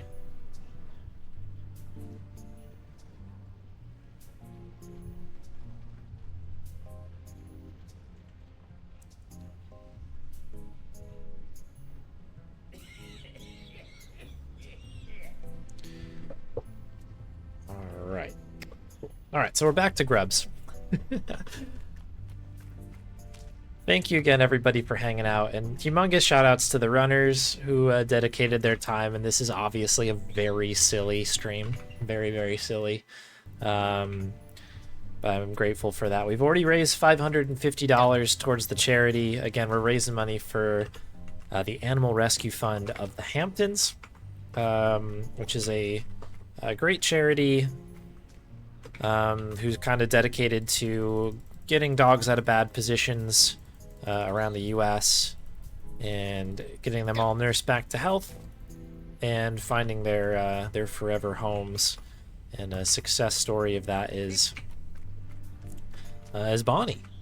In fact, we have a Bonnie treat actually to give away here, and she has been chomping at the bit, so to speak, for that. And I don't know if we have 2 queued up, but I'm gonna give her 2 anyway, because she's been a good dog here. There she is. So I've got 2 lined up from Commander Rob, so let's do those. There is 1, and there is 2. Cool. Yeah, the timing is all good, Spade, if you're still around. There's no rush. We'll stick to the official times on the Angus page, so should yeah, I guess that's coming up though. I guess we've been streaming a while, 3.5 hours already in here.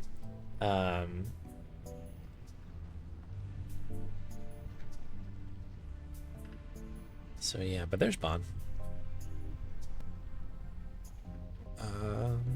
Where were we here? Yeah. Is it cake? Yes.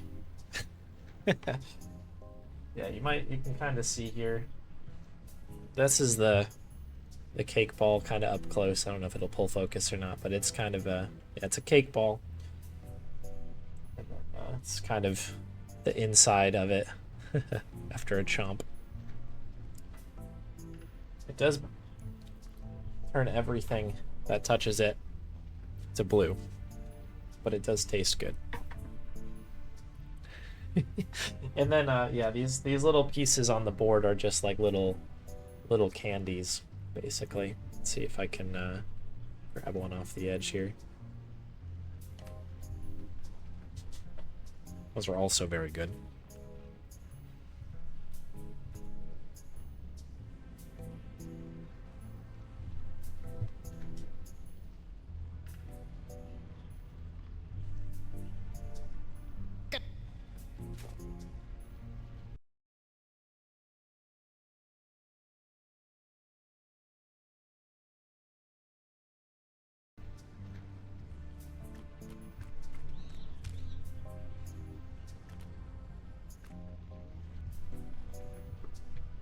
There we go.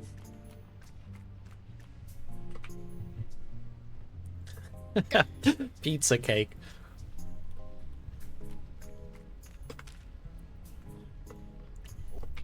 Maybe you can have like a, I don't know, like a pizza, you know how they have pizza rolls? Maybe there's like a pizza ball situation.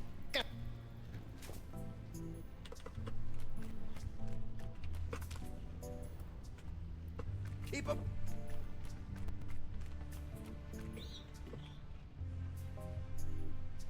Dog eats better than me. She is very well taken care of. There's no doubt about it.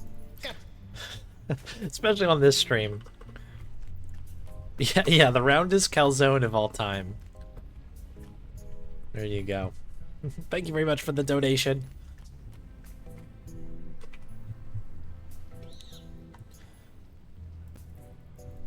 Thanks everybody for that. Yeah, we've hit all of our incentives, which is amazing. Which reminds me, actually, I need to do a soda taste test at some point.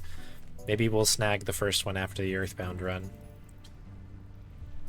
I've almost completely forgotten about that. We've got a lot of things to do here. But yeah, the only thing that's left is just to beat last year's BON-A-THON, BON-A-THON donation, I guess. Our PB, which was 666.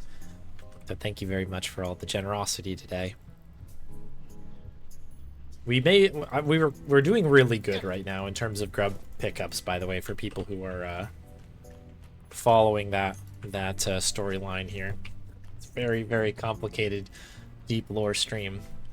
But we're nearly to 17,000. Like, we're gonna hit that in the not too distant future, which is pretty cool.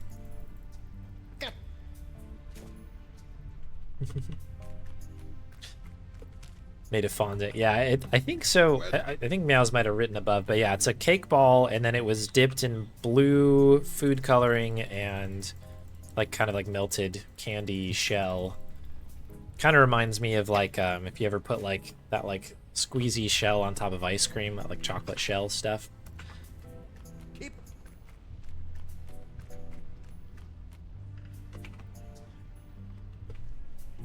Yeah, like a cake pop. That's exactly it.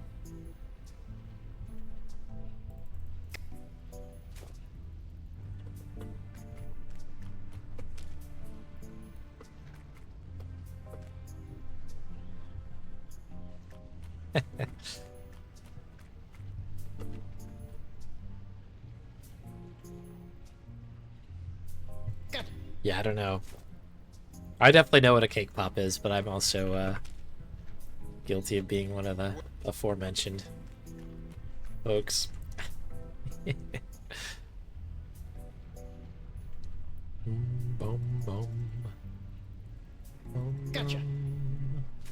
Bum, bum. Bum, bum, bum, bum, bum, bum. It's 1 second here.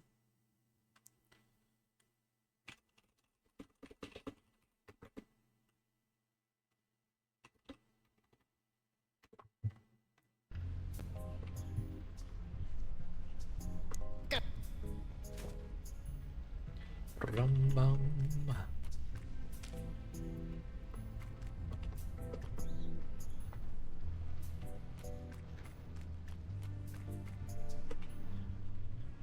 Nine hours of this left, holy smokes. Let's go. But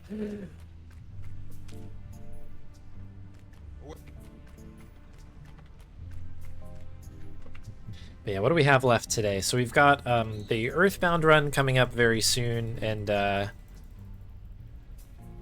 is going to be done by frozenspade, which I know there was a question around Monkey Island speedrunning and stuff, and yeah, you might know Spade from Monkey Island stuff, especially. We're going to be doing that boogie % run today. After that, we've got Havorius, who's going to be doing some Stargate Adventure. And that's going to be an interesting session as well, because that's going to be an hour session, but it's just going to be world record attempts.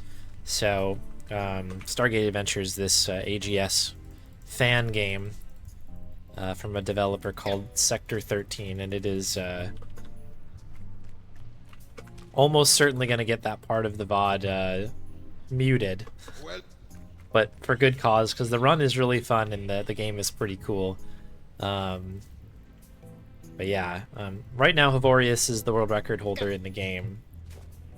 I've been meaning to get back to it, and I actually had some secret intentions to do a couple runs this past week, but Blackwell Legacy has overtaken my brain, so I never got around to it. But I'm sure Havorius will lay down a pretty great time, and at some point I'll pivot over and see if I can catch back up to it. I used to have the record in that particular game, but not quite yet.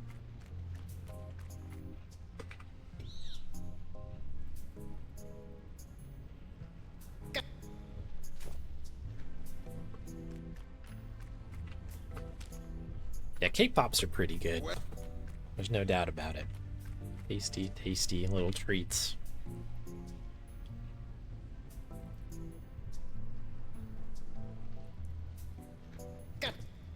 Oh, really? On the Sonnenveld's playlist, excellent. I'm gonna have one of those, like, very shocked, like, kind of hop on the computer in the morning and flip on Sonnenveld's stream, and then randomly find Stargate Adventure in there. Gotcha. Be interesting to see, or interested to see how Sonnenveld gets on with it, if that is, that does end up coming up eventually, because that game, has a pretty ridiculous puzzle in the middle of it, and you'll see the one when Havorius gets over to it, but it is a very, very tricky part of the speedrun. Because there's a consistent way to get through it, but if you have one wrong input out of like a string of like 50 inputs, you're just like on your own, and it's not great. Well, that's a little tease for later, I guess. Candied fruit, and all the fruit is just absolutely bathed in that rough, coarse, sour sugar stuff. Oh, interesting. I know what you're talking about, but is that a craze happening now? Oh, jeez. Can't just have fruit. Already pretty sugary enough. We gotta kick it up to the next level.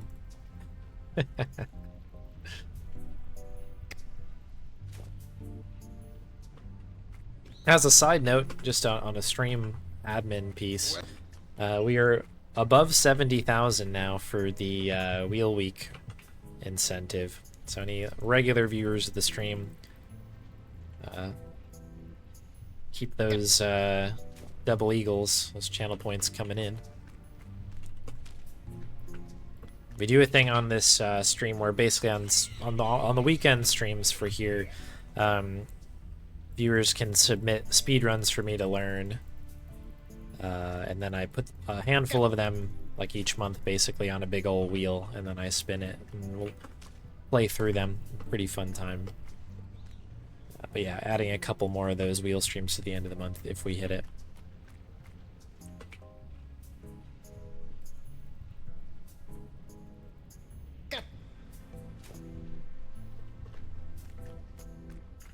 Realize we are still set to TAMA right now, and as cool as that game was, I don't want to give any random Twitch person any hope, being like, oh, somebody's playing TAMA right now. Only on the VOD now. Gotcha.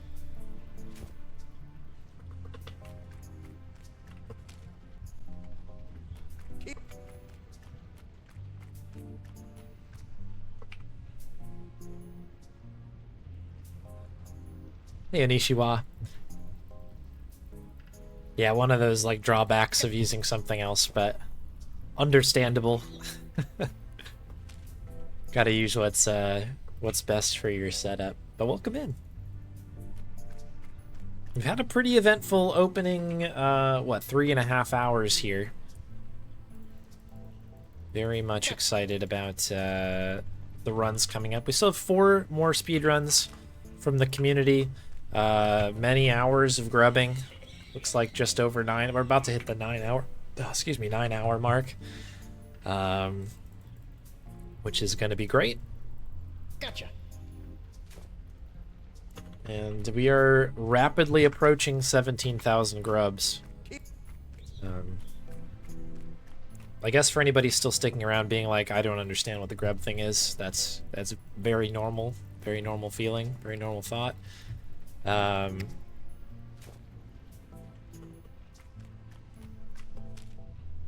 Basically, this is something that we do every stream for like 20 or 30 minutes.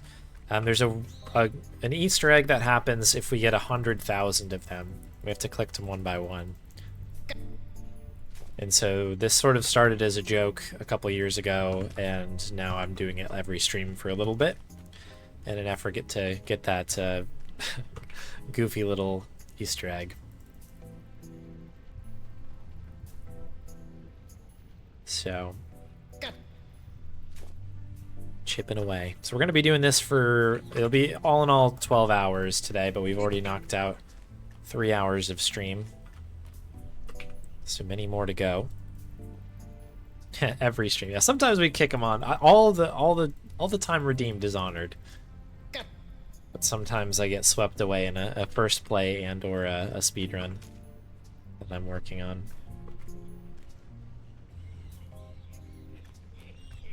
We had a pretty good session of Blackwell Legacy. That's just my kind of current...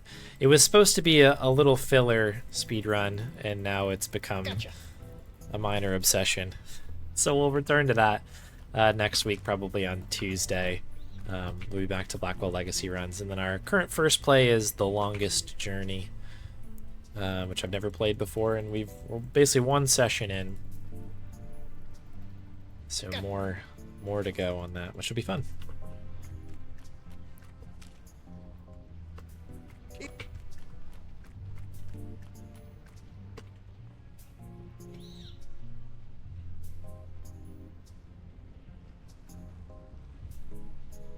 Meows, if you're listening, it might be worth bringing in one of the sodas when you come in for the next food drop. If not, we'll grab it on the next one. I'll put it out there. So I know we have to knock a couple out. Although, yeah, a third of the way through, we can do it. Feel like a soda would be appropriate for an Earthbound run, right?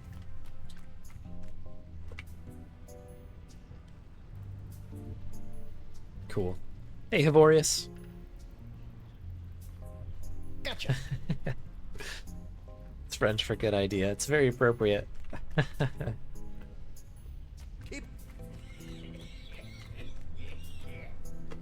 Yeah, I drank the Cola Mama on the last stream, so technically the fridge is empty, but Meow's found a couple out and about, which were going to be used as incentives for today, but, well, I was going to say but it doesn't matter, but it does matter. We just straight up hit the incentives, which is amazing. Thank you very much. 50. Very kind of you, Kong Kongle. Thank you very much for the donation. Gotcha. Thank you, Birdlaw, for the 5 earlier.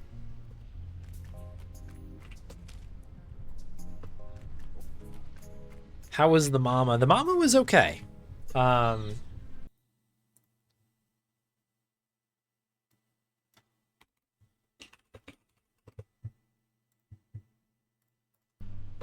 It was okay. It's weird. It's like almost a cola soda. Like it's almost a cola. But when you drink it, it like leaves a taste in your mouth like you just drank a beer. And it's just a little, I don't know, it's just a little off. It's weird. I don't think I'm gonna have another one. But it was definitely interesting enough. And it's certainly it's way far from the worst thing that I've had. It's like a different take on like a diet soda. It's sort of what it reminded me of.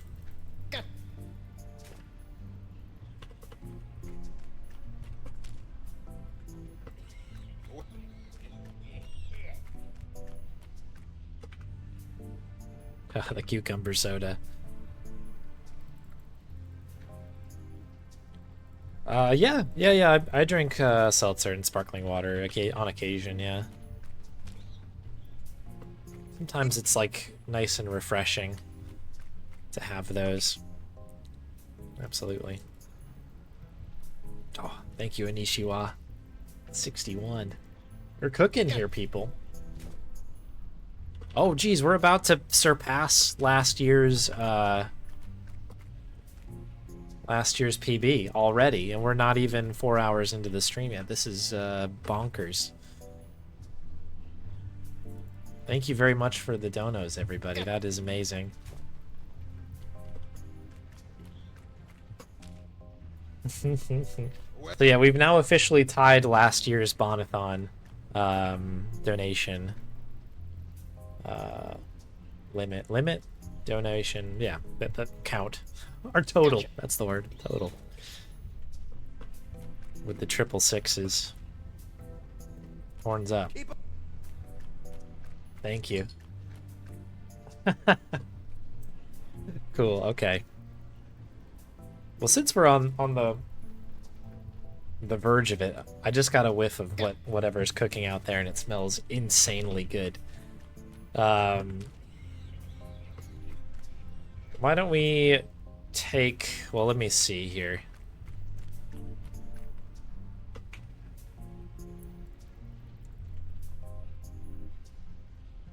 Number of the grub.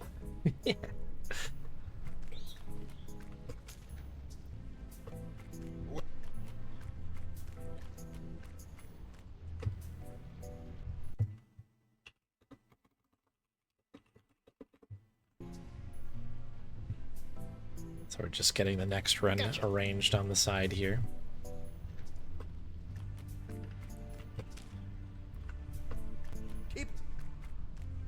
And there's maybe we'll take this moment here. Okay, so this looks like the next thing. I'll do a quick soda redemption because that is one of the incentives here. Where were we? Coming up here. Perfect. All right, so one of the incentives, we basically had 2 soda redeems where I taste a soda and give you my thoughts on it. We don't have anything that, well, I can't say that for certain, but these should not be as cursed as perhaps the ranch dressing soda last year, just to set expectations. But these are both sodas that I've not had. This one has, I don't know how I feel about it. I don't know what it is exactly. The other one has no English on it, so I actually don't know what it is. It has the word peach written on it, but that is, I think, the only word that I recognize. So here we go. So this is a big Jamaica Cola with a K, so you know it's cool. And I've not had one of these. I think maybe folks out here may have given this one a go before. But this is interesting. 600 mils. It's a slightly larger bottle. These would normally be in probably a 500 at the most. Cans in 330. But yeah, this is kind of an interesting one. So let me, I guess we'll crack this thing open. It just says cola flavored soft drink. Cola with a K. Soft drink with sugar and sweeteners, which leads me to believe that this is going to be different than cola with a C. It's certainly a different color. So there we go. Hey there, Blobsy. Okay, here we go. We're cracking in.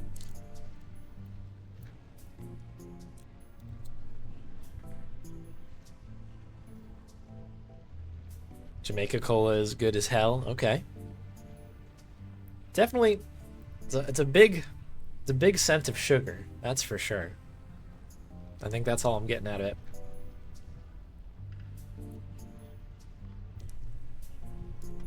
Okay. Okay.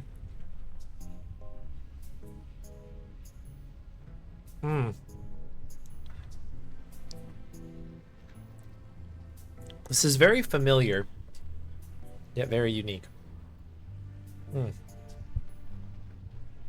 Okay.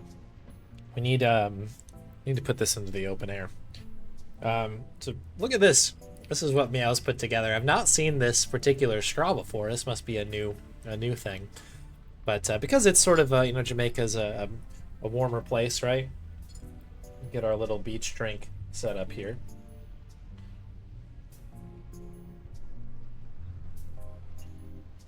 Okay. This is lovely. Look at that. Look at the color on this thing. Very bubbly. It has a big bite.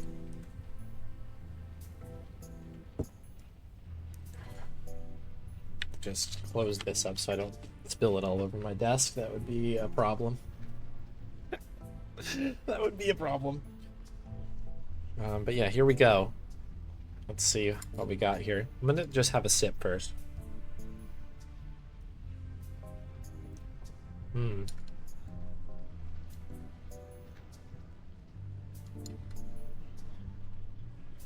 Well, this is fun.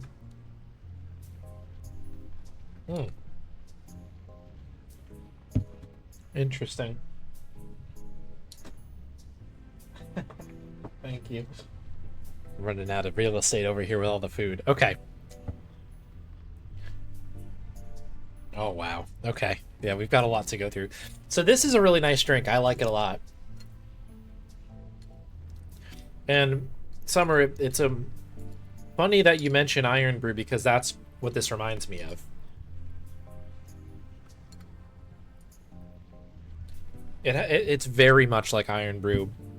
I think it tastes a little bit more like, I don't know, it's like a little sweeter, more towards like, it has almost a caramel type taste, like kind of at least like essence. You know, it has more of a caramel aftertaste to it. It's more on the sweeter side, whereas Iron Brew I think has more of a like kind of that diety sort of taste to it. It's like a little bit that more artificial sweetener. But this is, oh, that is very sugary, and I like it. Yeah, this is the Bigga Jamaican Cola with a K. So there you go. All right, so we're getting prepared for this Earthbound run. So we have some Earthbound goodies here. Obviously, soda. Funnily enough, that's kind of why I requested it. Soda's a you know, a healing item, right? So what else do we have here? Oh, Iron Brew recipe was changed. Okay. Well, if you're looking for the OG Iron Brew, maybe this Bigga Cola is the way to go. I like it. I think it's pretty good. I'm going to continue to drink that. That's going to probably keep me powered through the next few hours of this because it's got to have a lot of sugar in here, right? Per 100 mils, it's 9.2. There's 6 in there, so you can do the math on that. All right, so I have a spread here for Earthbound. We have a skip sandwich right here, one of the key items in the at least the any percent run. I don't think skip sandwich will be used much. I don't think for the boogie percent run, but obviously one of the key items I would say in Earthbound. This is a bag of fries. You can see how we've already got the oil coming through, that's how you know it's good, I think. And then I imagine that this is a what is this, like chili oil mayonnaise dip. I think that's just my personal preference. I love that particular dip. So there you go. It should be pretty close to the sandwich vibes. If you're looking at, like, this is how in depth we were trying to get, is looking at these, like, the little the pixel pictures of the skip sandwich and being like, okay, well, that pink must be the meat maybe, and then like there's a lettuce piece and you can kind of see that there's a tomato in there. So that's what we've got on the side here for that. Very exciting things. It's getting quite tight on here. But yeah, you can get a bag of fries. We'll probably see a bag of fries on the run, I think. Oh, these are great. We'll probably see a bag of fries on the run.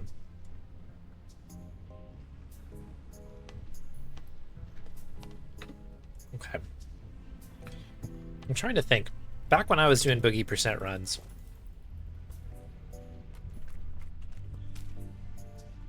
bread roll was pretty big. Hamburger. You pull one of those hamburgers out of a trash can. That's one of the backups. They're kind of like safety moves. We'll see if Spade does that one. A hamburger, pretty important. Again, skip sandwich you can pick up, I think, when you go meet the cult a bit later on. And there's a guy who's... I think after everybody clears out, you can get a skip sandwich from one of the presents in the corner. I will sometimes grab those for safety.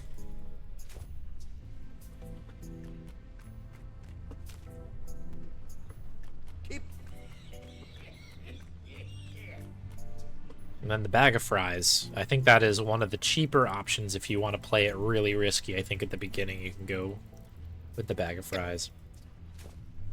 Chili mayo fresh today. Let's go. If anybody hasn't done that, that is like...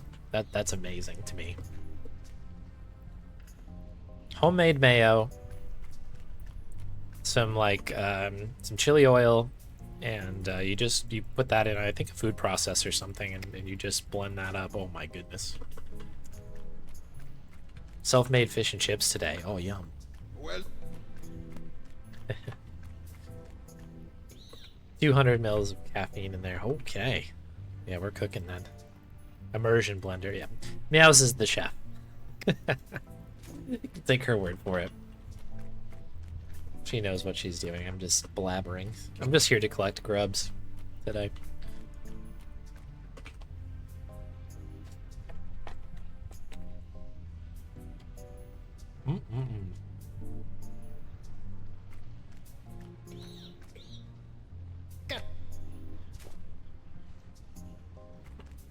Oh yeah, we do need to give her a treat.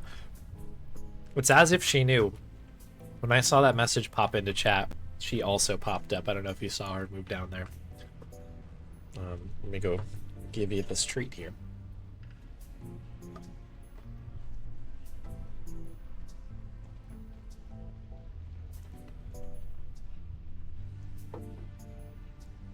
Whoop, there you go.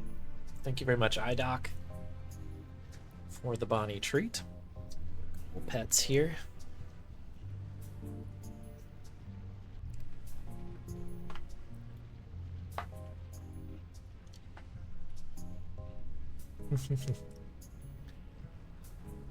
I think of that as well, Shadow Cloud. I don't know. She definitely knows what's going on.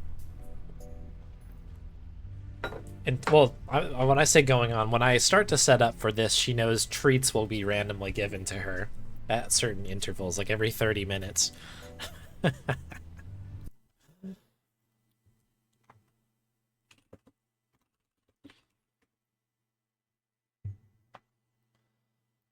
Cool. All right, so let me finish this up here. We'll do a couple more of these. Oh, I need to have a bite of the sandwich, actually.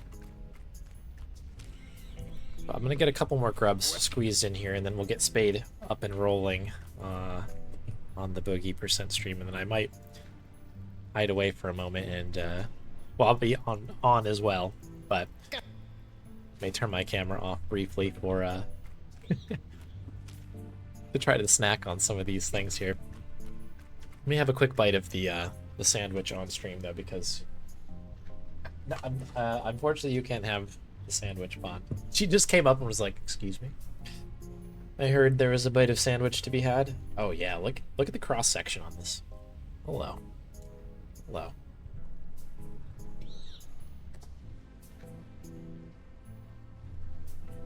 That's very good.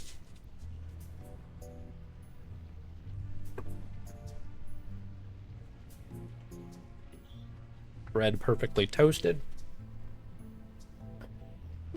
Bonnie, you have to be careful with that one.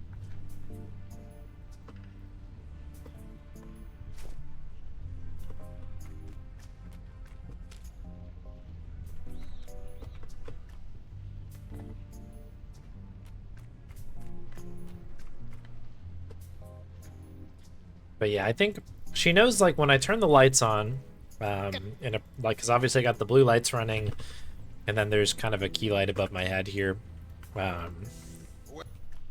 When those come on, she knows. There's chili mayo in the sandwich as well. Okay, that explains a lot. I was like, there's something spicy in there, and I don't know where to put that. Like, one heck of a tomato, I guess. But no, that makes a lot more sense. She can have a fry. All right, we'll give her a fry then.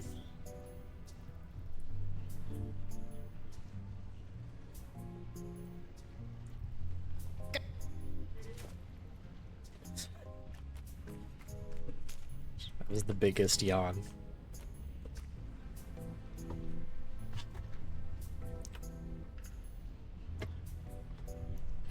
So this one will be on the house, I guess.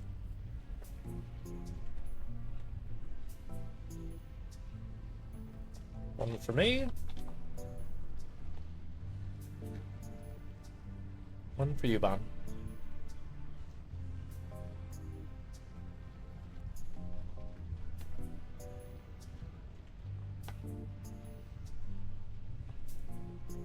She's really savoring now. Was that good, Bon?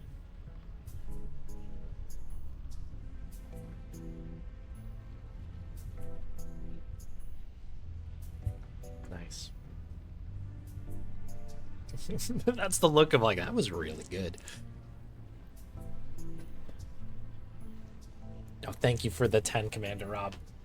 And there we go. Yeah, we've now hit every single goal that we've hit, or that we've set out to do. This is a new PB in terms of a donation over to ARF. So that's amazing. Thank you very much, everybody. So much.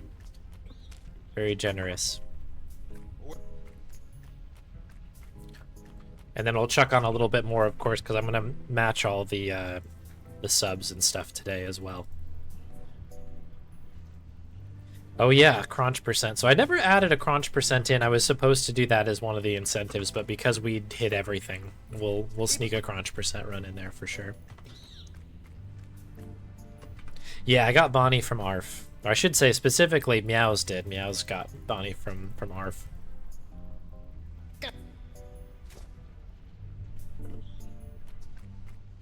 And as she'll tell you, that the two of them met, and it was yeah, that was just a thing that was gonna happen. How did flying her overseas go? It's very stressful and difficult.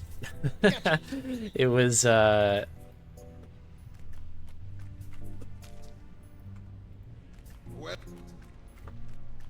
it's expensive to do it, and then it's tough. So the UK has, and I'm sure this is probably everywhere, but like the UK has really strict laws on importing. I say importing in the most human way possible, I guess, the most dog-like way possible.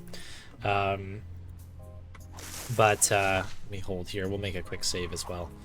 But you have to basically go through a number of channels within like the last week to prove that she's healthy. She doesn't have like rabies and a bunch of stuff. So yeah, the last like week before we moved was extremely difficult, and it was already stressful because we were moving too.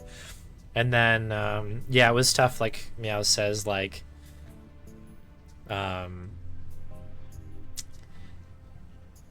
yeah, I don't know. Basically, like, we had to put her in a crate, which she doesn't usually do, and then basically, like, watched her get taken away into the plane. And it was, like, the saddest moment for all of us, because, like, she didn't really know what's going on. She just got, like, put in a little cage thing and then, like, was being taken away. And me and Meows are watching, and we're, like, dying because, like, our dog is being taken away. And we were on different flights as well. It's worth noting that she was on a different flight than us. So yeah, it was really tough for us to deal with that. But yeah, as Meow says, Bonnie was fine. She gets along with everybody, and she doesn't really stress out at all. It takes like fireworks pretty much for her to get super stressed. So she handled it fine, like nothing happened. But yeah, that was that. All right, so we're at the point now where we got to start the next run. So let's get that set up.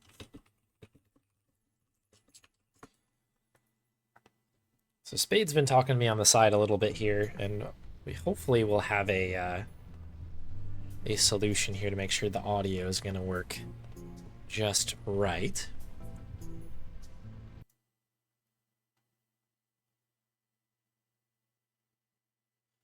Why a different flight? So it was because the plane that we had tickets on did not have like so we flew over on Virgin, and Virgin has like an area of a plane that's like it's like climate controlled and stuff like that, that's meant for pets, and so the plane that we were on, I don't know if it got switched out last minute or what, but they did not have that section on our flight, so they moved her to a flight that did. So she actually took off before we did, I'm pretty sure.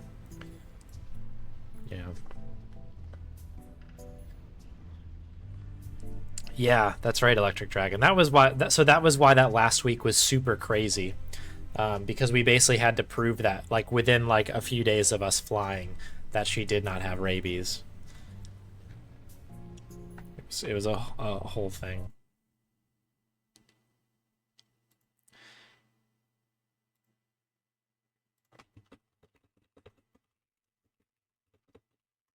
All right, cool. So let's get Spade patched in here. So we're gonna switch over to here. We're going to remove the TAMA. Shout out to TAMA. hide myself. And let's see here.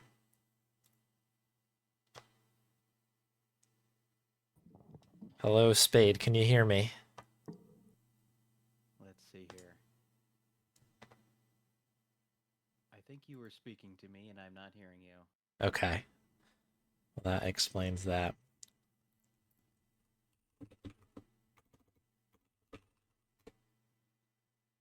Let's see if we can figure this one out.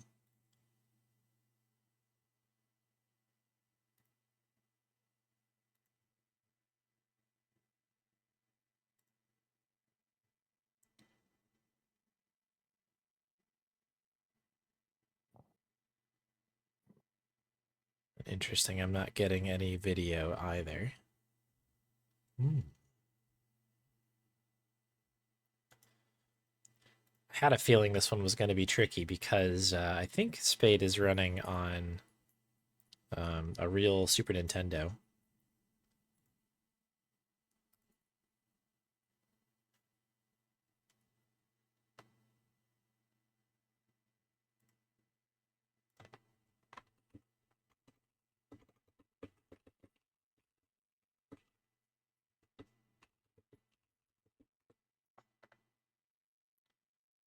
All right, so while we give Spade a moment here on that,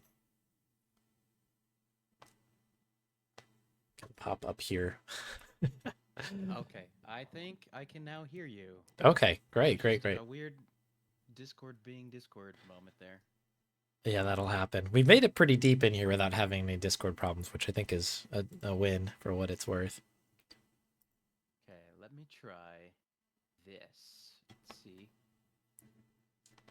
What? Oh, I see. Okay, I think if I go...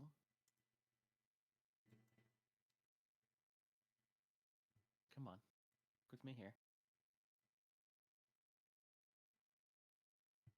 Hang tight. Cool. I think I see the problem. Okay.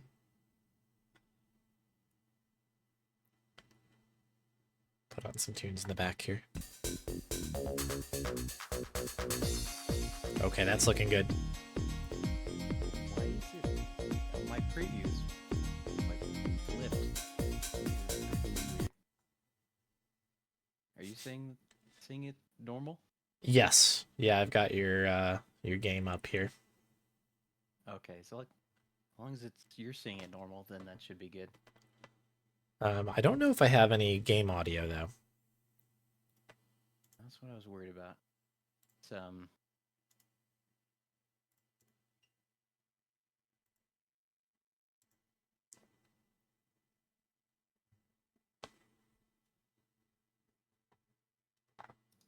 changes anything. Oh, maybe not. Back.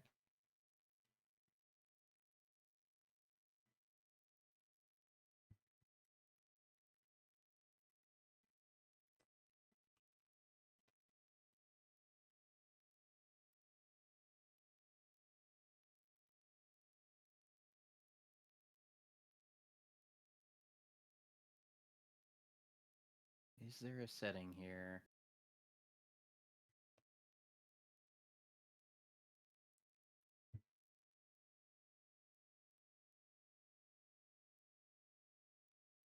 In a perfect world, I would have considered this beforehand. But it's like, yeah, just share whatever on Discord. I've done that before. Just not from my capture card is the problem. Yeah, that does make it tough. Is there any way maybe, I'm just thinking out loud, maybe there's like a desktop capture or something? Don't know if that'll help at all. Although I don't know if Discord will do that. Yeah. Yeah, that was my first thought. We're gonna change things up here. I'm gonna have to like do a thing off sorry, the game just disappeared. All good, all good. I'm gonna do a do it through OBS. Instead.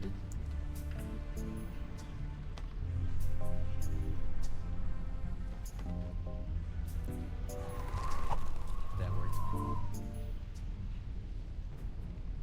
I remember to turn all the audio off on the grubs here.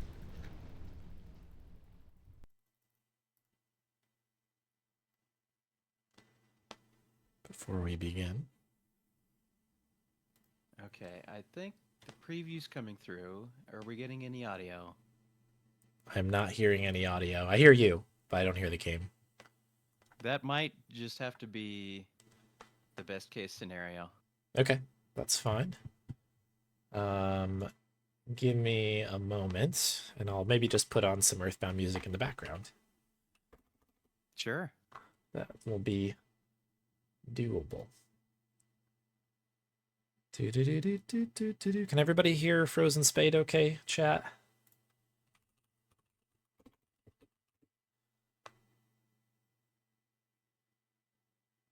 I think it's probably... Oh, good. Good burp at the beginning. Let me just get the levels right here. All right, Spade, do you mind talking really quick? Yeah, what's up, everybody? I'm gonna see if I can't, for my own sake, as I'm just talking here, pop out the chat. There we go.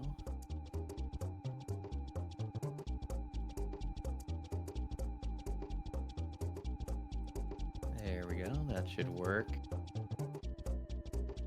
Okay. And you are in charge of timer duty?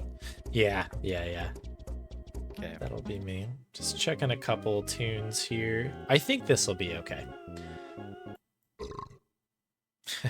Forget that I was playing this off a YouTube video, and I always forget that there's a very loud burp to open it up, the OST. So every time I restart it, it's just a burp.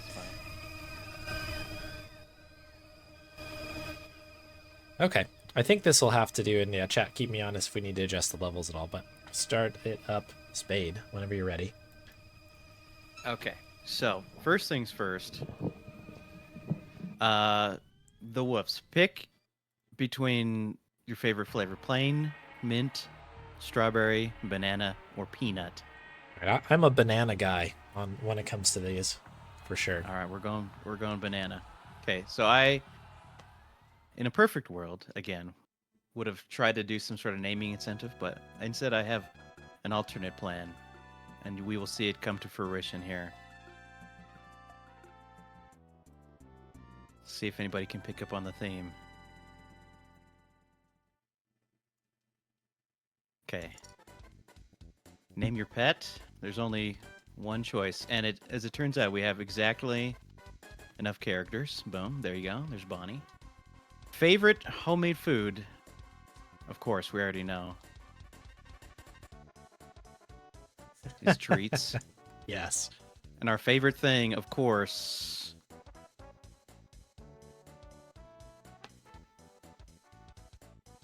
is we love grubbing. All right, so we have our crew, the grub crew. We got Bonnie, we got treats, and we got grubbin. And if you're ready on time, let's do it. Here we go. All right, I'm gonna count you in. 3, 2, 1. Let's jam. Good luck. Yeah. So I saw in chat earlier. Somebody asked, "Isn't Frozen Spade the Monkey Island guy?" Yes. That's mostly what I do. So I speedrun Monkey Island games. So the story of how I came to speedrun Earthbound Boogie Percent was a little event called... Let's see. And if I don't think for 2 seconds, I'm going to get it wrong. What's it called? I'm blanking. I'm not panicking, you're panicking. Is it the Speedremizer? Speedremizer, that's what it's called. Thank you. Speedremizer is a online speedrunning marathon where what you submit is not what you speedrun. So everybody submits something. And then those all get shuffled up and redistributed back out to everybody. So I submitted Yoda stories, if I recall. And I ended up with Earthbound Boogie Percent. So here we go. We're off to the races here. Opening cutscenes are done. So this is an old RPG from the SNES days. I'm gonna get the cracked bat, and I'm gonna go ahead and just equip that right away.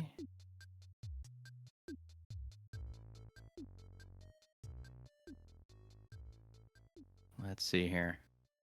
So early game, I'm just gonna be trying to do, you know, just keep our movement lines tight, and we'll see. Have I, played sped ran this recently? No, I have not. But we'll see how my memory does. Oh, behind the tree. There we go. So we just got to do one little story pickup here, and that's to go over and talk to Pokey.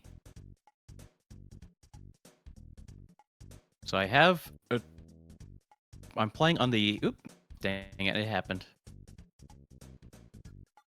There we go. Playing on the SNES Mini for this. It's probably not the optimal setup, but it's good enough. And I have this controller that has turbo on it, so you might see me accidentally get extra dialogue in spots because I'm not turning off the turbo at the opportune moments. Here we go. We talked to Pokey. We're going to head on back home here.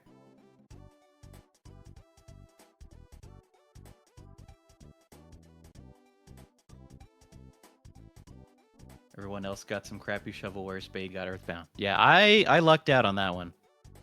Tell you what.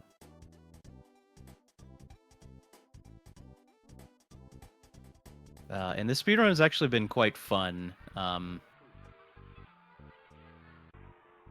And, they're in not too much longer into the speedrun. We're going to see some tech.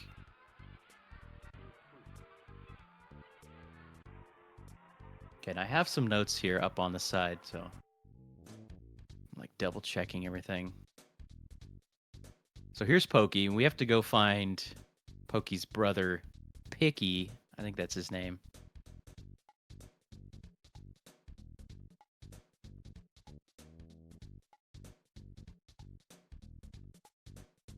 Let's see, so we're going to change out of our pajamas. There we go.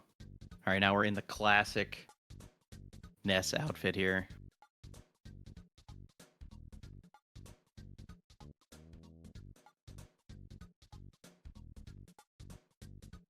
There's Bonnie.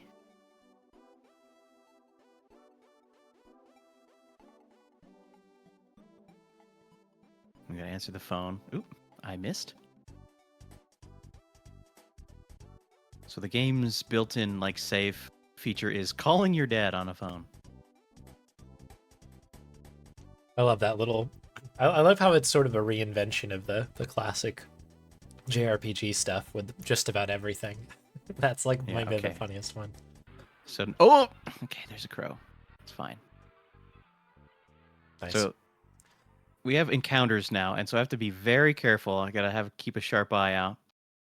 Those dogs are very difficult to avoid, so we're gonna just kind of inch our way forward, despawn enemies. Oop, he was coming after me there. Be careful. These, unlike Bonnie, are not good dogs, so we want to avoid them if at all possible. There's a snake there, but that's fine. We can despawn him. There's a dog there. Okay, so we're going to despawn the dog. And it's easy just to, kind of get enemies off screen a bit. He's still there. I need to go down further. But ideally, we don't want any encounters. I think I can go over here. There's a crow there. Okay, and the snake should be gone. Okay, I think we are in the clear for the enemies. That's always a touchy spot there. You can, the crows especially will, jump scare you sometimes. Okay, so that went well.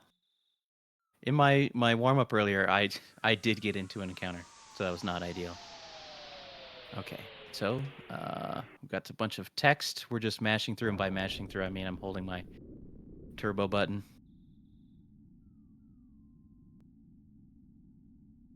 Yeah, we're gonna meet a special character here. This is Buzz Buzz.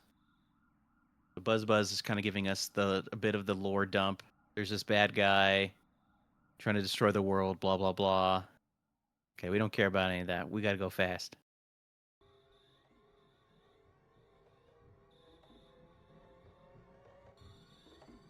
But we have our first quote-unquote boss fight coming up shortly.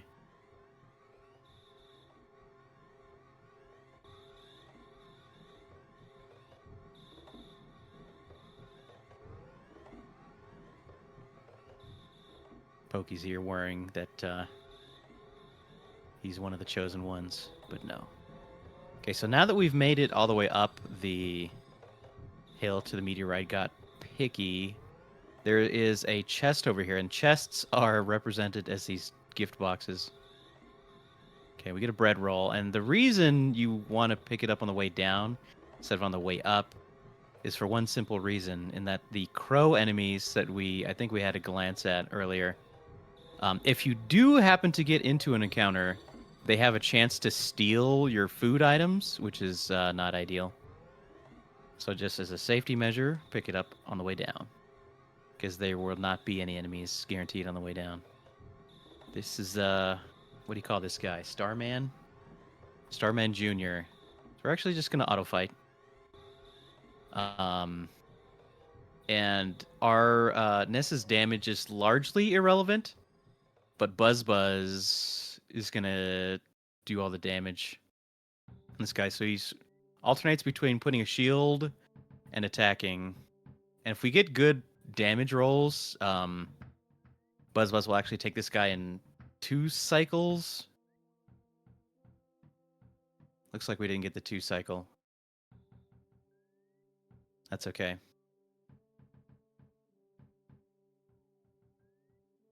There's another shield.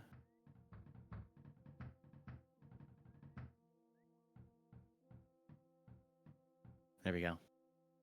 All right.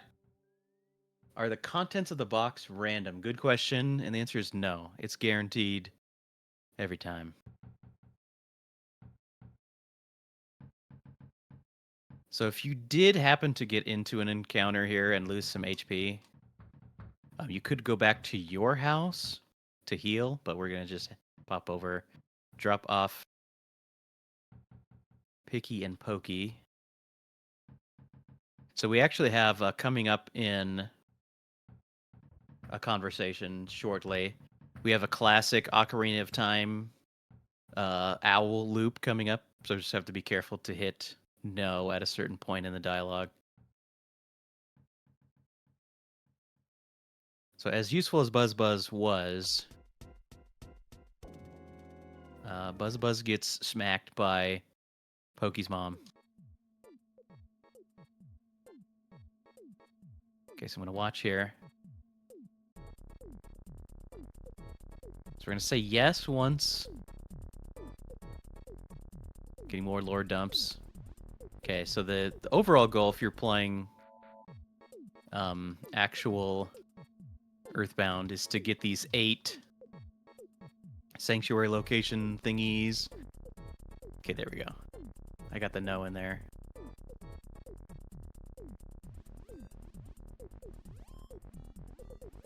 Okay, and now it is daytime. And so we're going to head into our first town. This is One-Net. I don't know. Do you have any thoughts, the woofs, on the pronunciation?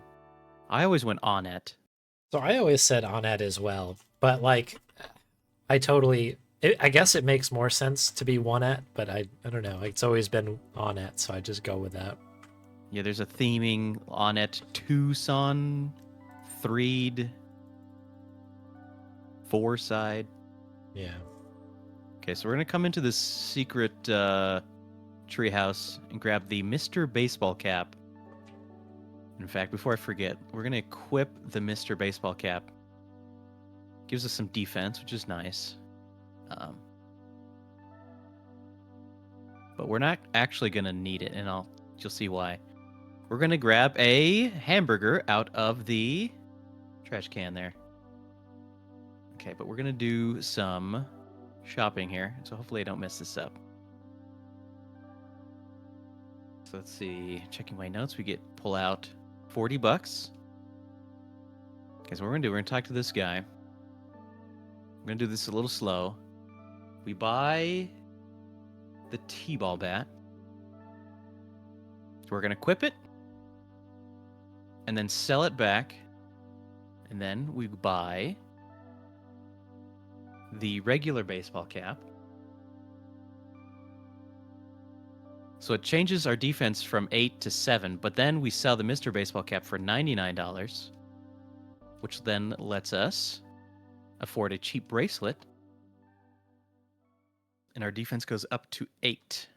There we go. And we're left with just barely any money left over. Perfect. So just get some basic weapons and armor. We're going to come over this way. And if you move in such a way, we should have despawned any extra enemies. I'm going to grab this safety can of fruit juice. And we're going to come talk to this guy. Okay. Hopefully, we don't take too much damage. Okay, a little damage there. Ouch. Should go down here. Okay, so I'm gonna eat, I think, the bread roll as a safety. So he guarantees drops a hamburger there.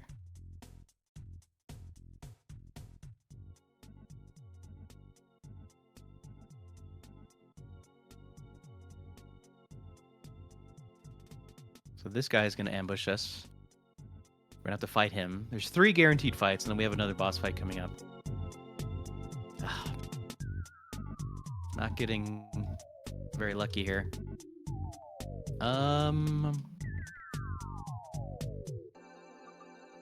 Okay. Gonna have to maybe do a manual heal.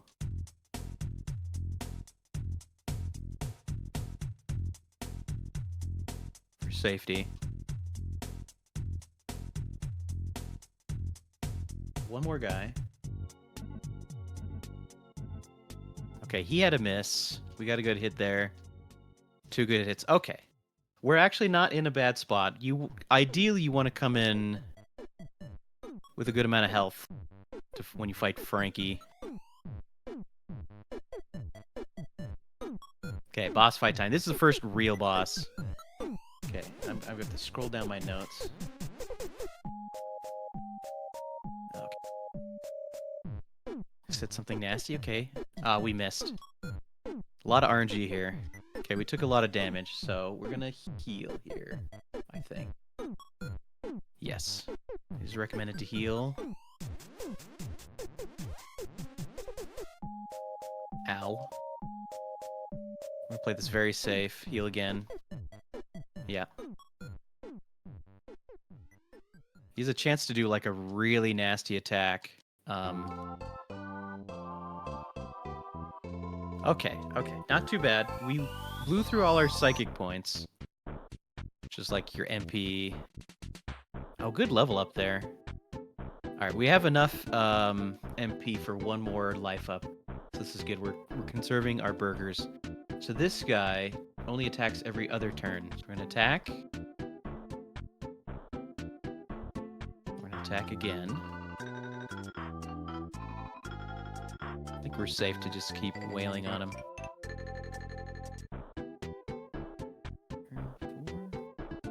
Yeah, we're at a safe HP. I'm gonna hit him here. I will heal on this one. Ouch.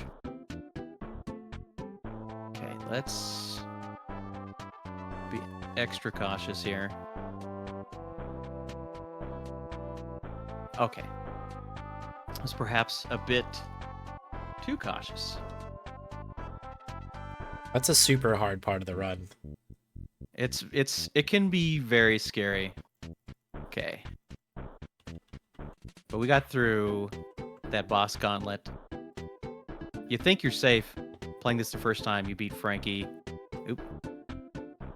Extra dialogue. But a little nifty trick, you can go out and back in. If you talk to Frankie again, he gives you a free heal. Okay, so now we go to yes, we got it. So now that we've taken out Frankie, we can go visit the mayor of On-It. He's gonna give us a key. This is gonna let us make our way over to our first like quest spot.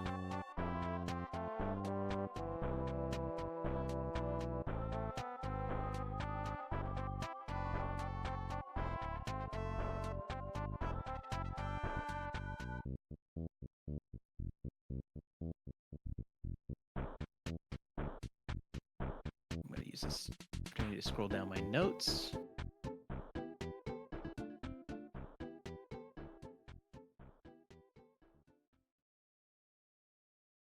All right, all things considered, we're doing pretty good here.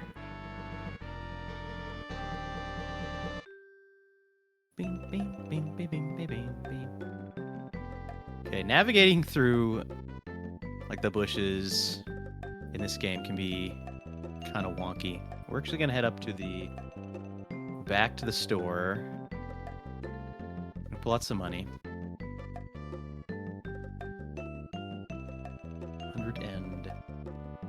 140 bucks. Yeah, that's what the notes say. And we're gonna fill our pockets. No, we don't talk to this guy. Just kidding. We're gonna fill our pockets with burgers. It's burger time, baby.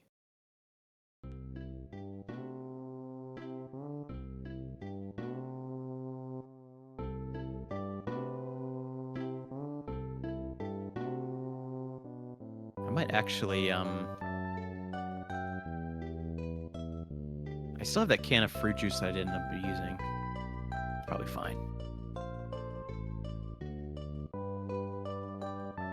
We have too much stuff. Okay, we should be good. We should be good. So now comes the part of the run. This is the grind time. In a moment, once we get over there. Yeah, I'm excited to see how you handle this one because this was always this is like the big blocker in this category, and Yeah, I know when I was trying to is- learn it, holy cow, it was tough. It is tough, but there is a secret strat, which I will show everybody. Okay, we're gonna kind of slowly make our way. There's a certain spot we want to get. So I'm kind of tiptoeing. Wow, no enemies. Okay, there's a rowdy mouse. You see he's kind of stuck there. So now what I'm gonna do is I'm gonna kind of go back and forth in a certain spot, and I'm looking for. Oh, there they are. I'm gonna lure them over to me. I only got a 2-pack. That's kind of annoying. I might have accidentally despawned a couple of these guys. We got. They're called slugs, so I'm gonna call them grubs. We're grinding grubs, baby. Yes. We Okay, sure so we gotta are. kill a whole heckin' lot of these guys. There we go. Level 6. We need to go to a minimum of level 8. So I'm actually, there we go. So I'm gonna do some little wiggles. I'm trying to like lure the slugs back over to my position. And we're gonna just try and respawn these guys over and over again. And ideally we were looking for 4-packs like this. Okay, so we need level 8 as a minimum because that's when we learn PSI grubbin, which is very important for the upcoming boss encounters. Come here. Another 2-pack. We're getting unlucky here. Okay, our HP is getting a little bit low. I'm gonna go ahead and do a life up here, I think. Just to be safe. Just to be overly cautious. No. So if you get kind of like in tune with the game, you can actually try and feel for the lag. See if you spawn in and you Grubs, come on. Come on, grubs. No? Wait, no. Unlucky today with grubs. Come on. Come on, grubs. What is going on here? But by kind of getting that rowdy mouse stuck in the corner there they are. Come here. Come here. I see you over there. Come here. I don't want to get the rowdy mouse. Okay, you know what? I need to go a little bit further back. There we go. Give me the grubs.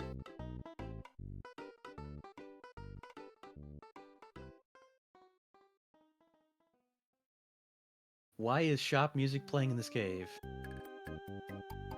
With more prep time, perhaps we could have figured out a audio routing solution, but as is, I'm playing not through an emulator.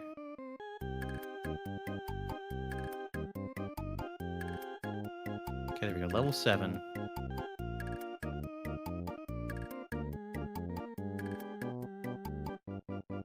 So there's probably a way to figure out the audio routing into Discord. Is that just one? All right. Let's see. Let me check in here. How are we doing? All right. Okay, there we go. There's the rest.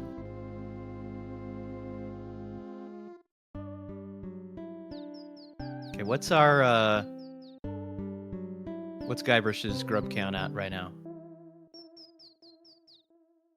All right, there we go. It's double muted. We are just handing in grub number 17,017. Nice. Double 17s. Let's go. We hit 17% today. What have the experts given their prediction on the BON-A-THON final grub count? Yeah, I don't actually know. I don't think we have any predictions today. That would be interesting to hear. I'm guessing that I'm ahead of pace compared to last year, but I don't know that for sure. Because my tech has been better, and I've got after an extra year of practice, I've gotten pretty good at picking these things up even without looking at this point. So I think we're okay, but I don't know where we might be. I think the figure we had last year is a little over 1,500 grubs from last BON-A-THON, so that's the number to beat. All right. So we're like about 500 grubs then, if my math is right, and don't do math on stream, but yeah, it looks like that's confirmed by Electric Dragon. Coming up on 500. All right. Very good. Well, you're beating my pace for sure. Come on. Not lucky today. There we go. So the conventional wisdom with this grind is to go up to level 8 because that's when you get PSI grubbin. But as a safety measure, we're going to go all the way up to level 9.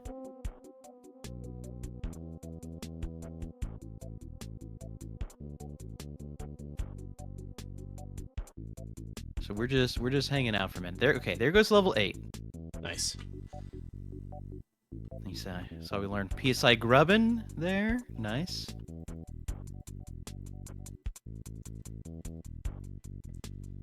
No. Yeah, the strat here with the mouse is crazy. It's like such an interesting manipulation to try to get in the right things. No mice will spawn. The only thing that will spawn is grubs. Okay, you get them just on the corner there. Come on, grubs. Grubs one time.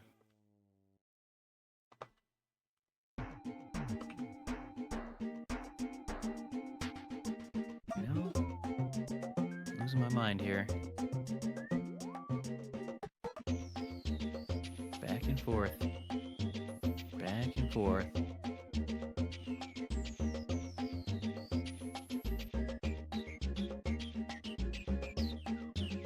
This is really some of the worst grub RNG I've ever seen.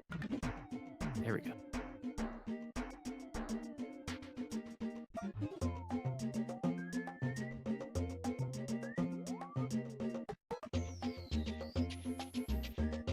Jeez, I'm gonna check my stats here in a second. Because what can happen is if you hit 24 offense, you're able to one-shot, like out of combat, do this kind of one-shot move. Okay, so we had bad RNG on the offense. We're only at 23. It's unfortunate. So we're gonna just play it safe. Okay, there we go. And just take the floor grubs here, first floor.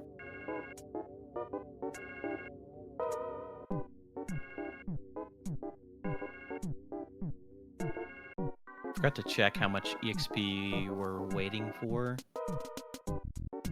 until we hit that level 9. So level 9 will be our safety. And I can try to like grab slugs or other encounters a little bit later on in the cave, but double check. Okay, I'm gonna see if I can get one more 4-pack of grubs, and then we're gonna like find 1 or 2 encounters on the way up to get us to that level 9. Come on. Come on, everybody, put your hands in the air and summon the grubs. There we go. Come here. Come here. Nice.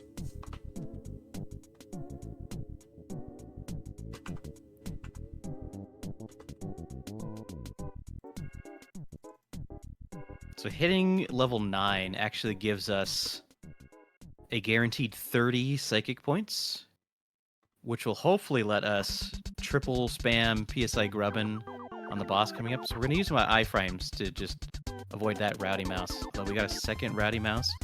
So I'm just going to take him. I'm just going to take him on purpose. Not afraid of the rowdy mouse. Should be able to take him out in 2. Ow. There we go. Okay. I have psychic points to spare. We will take a heal here. We should be fine. Okay, so we have to... This is going to be a little tricky. I'm going to use a technique called stutter stepping. There we go. Kind of tricks the AI into not chasing us. I'm not perfect at the rhythm of it. See a couple of these guys here. There we go. Getting past them. This is tricky. Okay, I might duck into this cave. No, okay, I got out of his range. So I should be able to despawn that guy. We're gonna poke our head up here. Okay, I don't want to mess with that. We're gonna despawn him. Nope, guy's right there. Oh no, okay. No, go away. This can be tricky. Okay. Just can you despawn, please? Okay. Can I get up? Okay, looks like the coast is clear. There's a guy over there in the corner, but they won't aggro onto us. Okay. So I still need just a touch of experience to hit that level 9. I think my health is full, but I want this butterfly to restore my psychic points.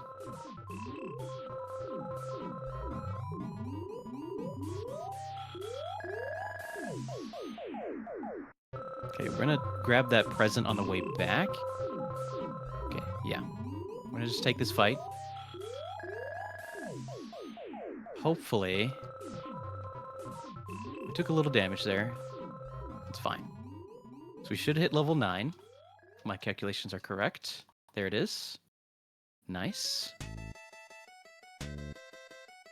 Okay, my health is a little under, but I'm going to use this can of fruit juice. And we should be at a good health amount. So we're going to... Oop! Okay, we must have hit that 24 offense. Got the one shot there. There was a cookie. You know what? It's cookie time, baby. Okay, here comes Titanic Ant. This fight can be very scary.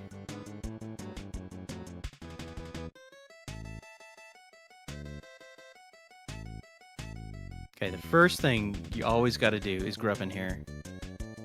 cast defense down. That's okay. This will take out... There's 2 little ants on the back. Okay, that was a good damage roll on the boss. We're gonna go again. Okay, defense down is fine. Give me a big roll, big money, big money. Nice. Okay, we're just gonna YOLO. Wow. Okay, this should be the kill. There we go, baby. Let's go. It all paid off in the end. Clean fight. That was really good. That is where all the runs go to die right there. So that's huge. Yeah, very nervous about Titanic Ant. But we did it. Okay, here it is.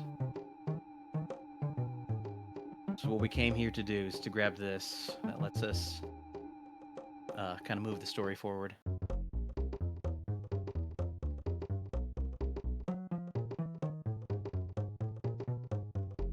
Let me pull down my notes. Oop. Okay, so now as we make our way back to town, any enemies in the cave should be running away from us. So we don't have to worry about that positioning was just a little tricky. Can you go away? Oh, really? Wow. Alright, well. Let's just do this. It's kind of annoying. I can probably grab... I don't like to be low on psychic points there, but I think we can grab a butterfly on the way out. Because there's a very high likelihood a butterfly will spawn on this screen. As I say that, there's no butterfly. Let me see if I can... There he is. There we go. So we should be full health, full psychic points. Because we have some fighting to do here. I mean, this screen, it's a very large screen, and a lot of enemies can spawn like packs of 4 grubs. So you can actually end up getting quite a bit of lag if you get a lot of big spawns. We're actually doing pretty good here. Just some rowdy mice. Okay. Looks like we're home free.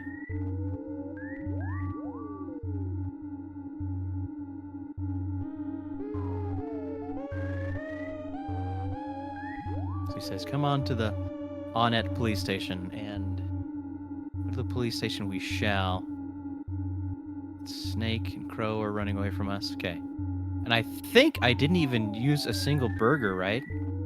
How are we doing on goods? I could fit 1 more burger in, but I think we're actually going to not even worry about grabbing any backup burgers.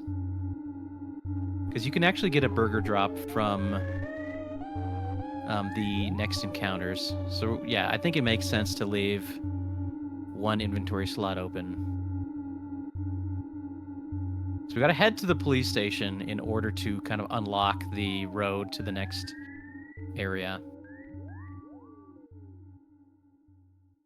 Okay, so we got the gauntlet here.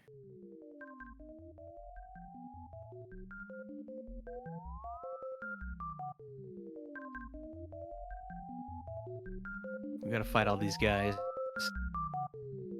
Oh, right, the police station. Yeah, this part is tough as well.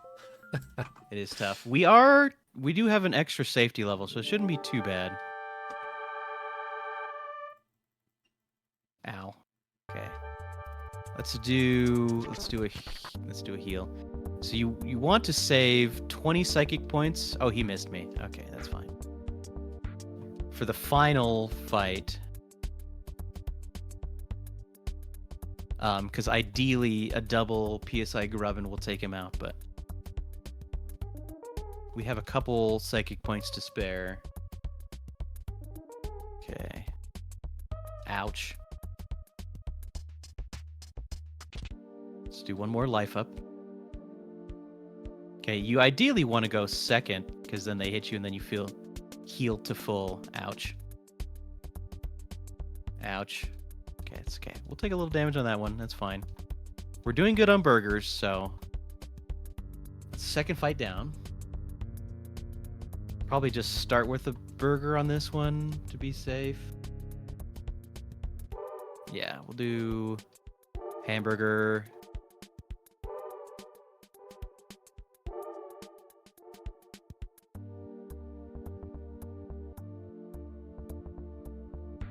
Go for it. Yeah. Okay, nice. It's 3 cops down.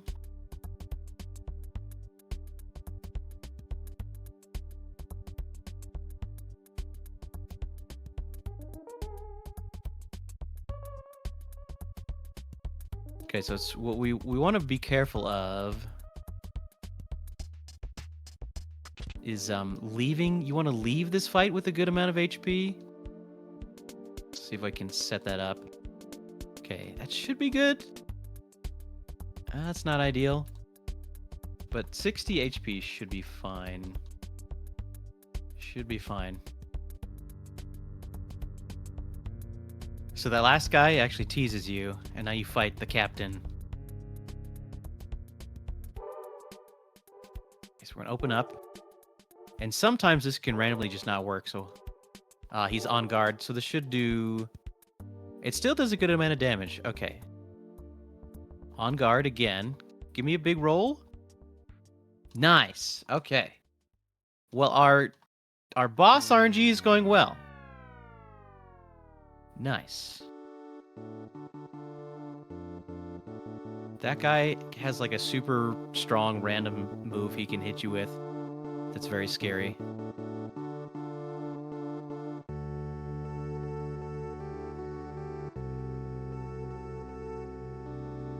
I don't know what it is, but anytime I've done that fight, back when I was doing runs of this, I felt like I got so unlucky. There'd be times where everything would crit, or like, something would just hit a little bit harder than you were expecting, and then you're always one hamburger short.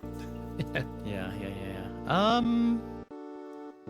As we're gonna exercise an abundance of caution, I'm gonna run back up and grab a couple more burgers for marathon safety. Let's see. Oh, it's this way.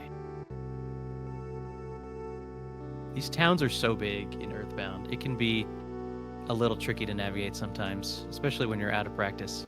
Actually, you know what? One time for the fans, we're grabbing a bag of fries. Yes, there we go. That's what I've been snacking on in the background here. Very good, yes. Okay. So now we're going to make our way to the south. The village of Tucson. Let's see. Can I navigate and scroll my notes down at the same time? Almost. Okay, so there are, on this path, some more grubs that should run away from us. But we have to look out for those mushroom guys. Those mushroom guys are... Okay, I didn't go far enough away, I guess. Can you go away, please? There we go. Is my inventory full? No, it is not. An extra safety hamburger. Okay, so we're stocked up on healing items just out of our mind. Ah! Oh my gosh, who saw that? That was terrifying. Okay, I don't like those mushroom guys. Did you see that hidden mushroom almost get me there? So I knew that was terrifying. They sometimes spawn under the trees on the left and right. So I always recommend that you go like right down the middle just so you're sure. I've never seen them pop out like at that at the end. That's terrifying. Holy crap. They are very strong. Okay, so we got to do some more, get some money. This notes recommend I grab $530. This is perfectly calculated for reasons we will see shortly. We're actually going to do a, I guess you could call it a safety save. But it's really actually for a bit of tech we're going to see later. Okay, so now we head down to Apple Kid. That's right. So we're going to make our way south here. And some random enemies can spawn in the town. So you just kind of... Whoop! Keep an eye out. Okay, we're just gonna navigate this way.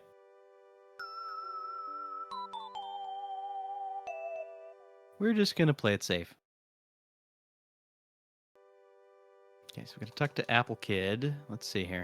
I gotta be careful to not over mash.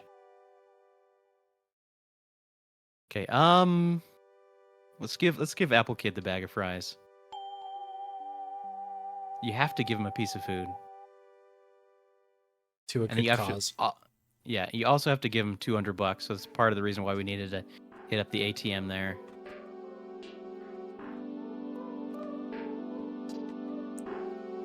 Oop. Extra dialogue. Okay, so now we're gonna head over to. Let's see, what is this place called? Happy Valley or something? Peaceful Rest Valley. I think is what it's called. Yeah, over to Watch out. Happy Village, I guess, after that. Yeah, Peaceful Rest Valley to Happy Village. That's the one. A butterfly in the sky? Oh, can you walk this way, please? No, he's teasing me. Oh, I want this butterfly. Some safety psychic points in case we do. We're gonna try to avoid encounters. But you can't always help it. Okay, so this cave. Yeah, plant there. And try and avoid all encounters here. Okay, so bad luck so far. Can I get a freebie? Okay.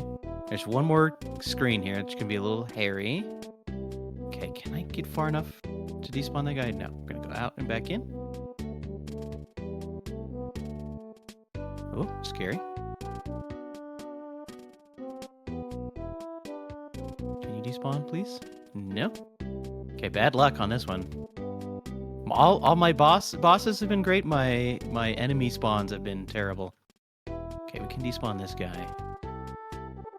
And the trick always with this despawning tech is that sometimes you can actually get sandwiched and get in a really bad spot. So there's some scary encounters can spawn here. So I'm going to be eyes open here. Okay. I think we're good. We just got to poke our head up until we see just a little bit of the pencil statue thingy. UFO guy. Do not mess with the UFO guy.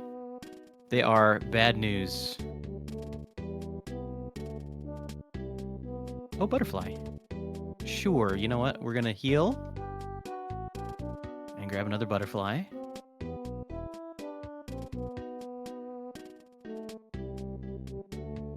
Playing it safe here. I really, really would just love to be able to finish this run. Because it's story time. So when I did my speed run of this at Speedremizer, which was, man, was that a couple years ago at this point? I don't know. It was a while ago. I had a very unfortunate situation happen. I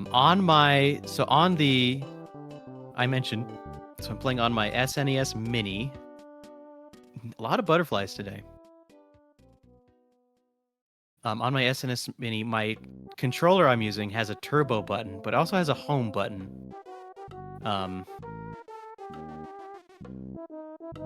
And what had happened is, as I was reaching over to hit my turbo button, I had accidentally hit the home button and like reloaded my save, and basically kind of screwed up the run. So, if we can finish a run here, we're gonna be so happy. This is the redemption arc right here. This is the redemption arc. Yeah, that's tough to hear.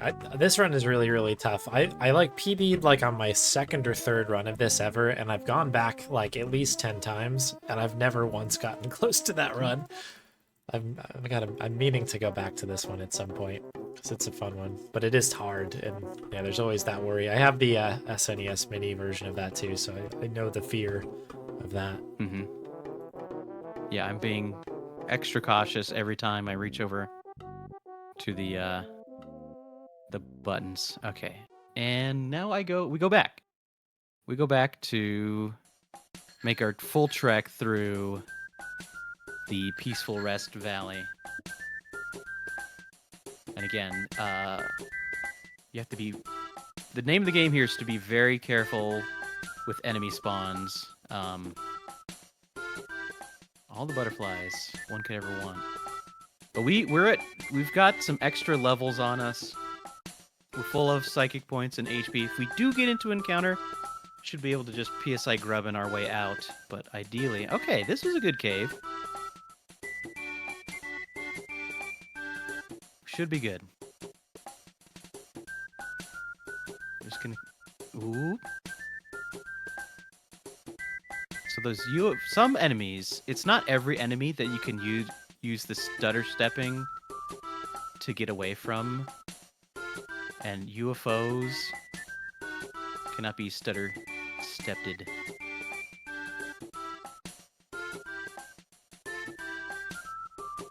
to be very careful.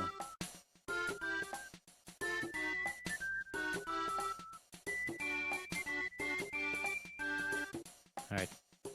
There's a UFO there. Luckily he was kind of stuck on the terrain. But their movement speed is very fast and very erratic. So if you get caught slipping just a little... Okay, hold on. There's like a specific movement you do here. You go up here, touch the rock. And this should theoretically... Yeah, okay. We're safe. We're safe from encounters on this bit of the map. Gonna head through here. Okay, that tree is also nasty business. And we despawned him. Okay, there's a tree up there, but we're gonna come back through that path. Should be gone. All the butterflies. Okay. There's those plant guys there. And a tree. That was nasty business. Okay. This is actually going rather well. Okay. We can despawn those guys. There's a tree above us, but... Ooh, okay, that's looking bad. We're getting some lag. There's a lot of enemies here. Ooh. There's those weird diamond-shaped guys that are just as bad as the UFOs. Very fast, very erratic. Okay, I might have spoken too soon. Okay, wait. I think we're home free. By home free, I mean we get into this bit. Okay. The snakes are annoying. I should be able to squeeze by the snakes. The snakes are actually running away from us. Okay. Whew. Again, we gotta watch out for encounters. But let's see. Ah, yes, we go this way. We go this way first. I'm like looking over at my notes here. Okay, we really don't want to get into an encounter here, because if we get an encounter in these caves, the enemies are unrunnable away from. Okay, that was good. These crows are annoying. I should be able to slip in here. And here's Paula. And Paula's going to give us an item. Oh, you know what, though? I think... Yeah, whoops. We're so stocked up on hamburgers, it's actually a problem. Okay, I need this item.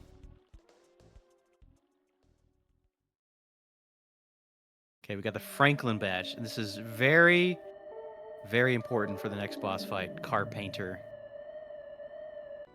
Okay, guaranteed, just like story-based encounter here.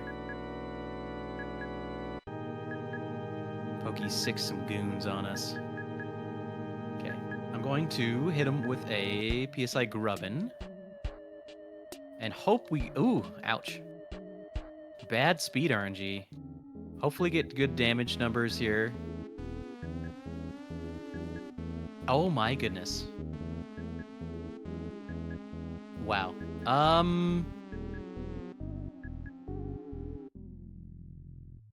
want to save a Grubbin. I gotta be safe here. Ow. Stop. Stop. Okay, I need everybody to die here. Or this is gonna be really bad. Okay, whew. Wow, that was a nail biter there. I actually stopped picking up grubs for a moment to be like, oh no. Okay, we have enough PSI for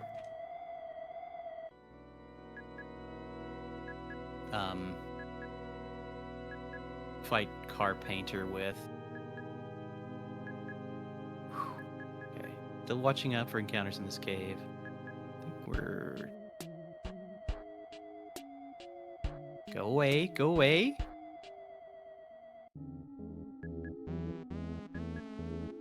Please, please let me out. Okay.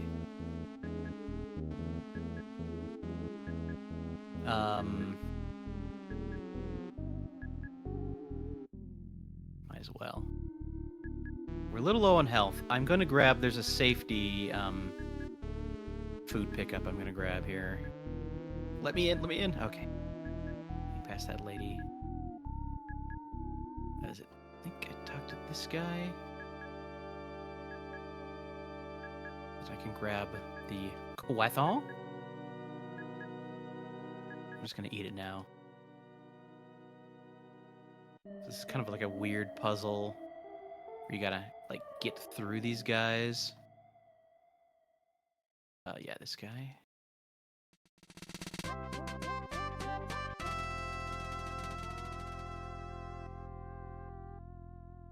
And let's do another safety skip sandwich. There it is. There it is. Okay, so we gotta fight this guy.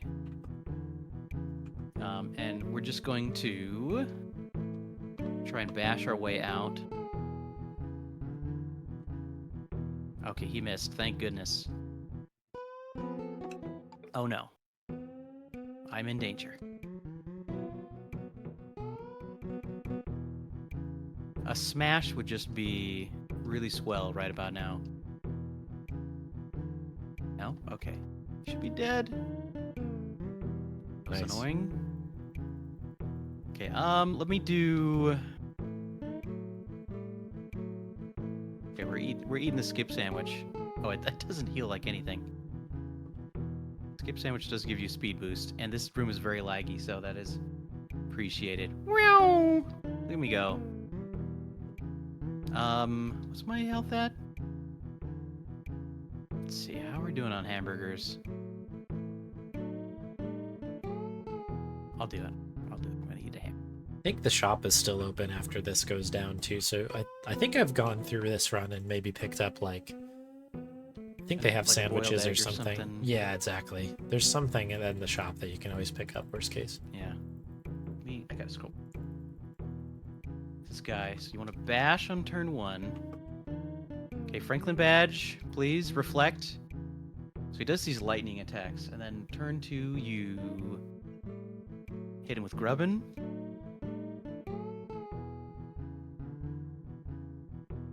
Okay, it's a good roll, and then we're gonna grubbin again. Ow. Okay. Just go for it. Come on, reflect, please. Okay, a little scary. We're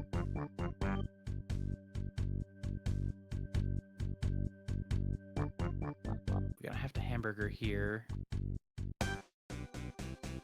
Ow. Please reflect one time. There it is. Be dead? Okay. Whew. That was a little touchy, but however, we're actually in a really great spot because we're going to do a death warp here shortly. We're going to go pick up Paula, and then we're going to do a death warp. So we got the key. This key will let us release Paula. Okay. So you actually want to be low HP here.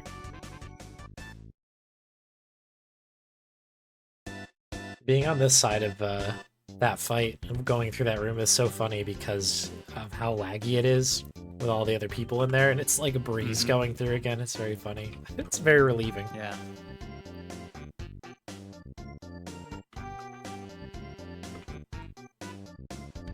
Yeah, okay. I think you talk to the sign?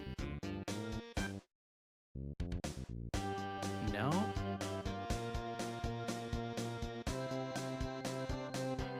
Okay, I guess that doesn't work. What's the other shop? I don't think they have food in here. You know, we'll be fine. We'll be fine.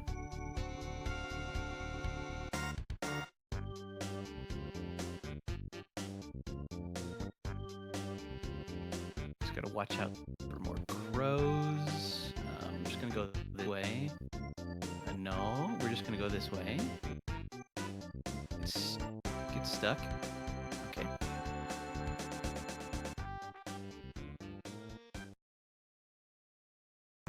Oops. No, I use the menu. That's what we do.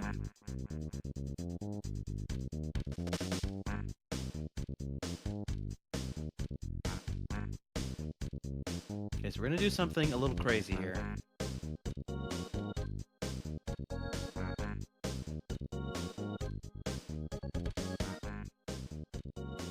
So we're gonna go into our menu, and let's see.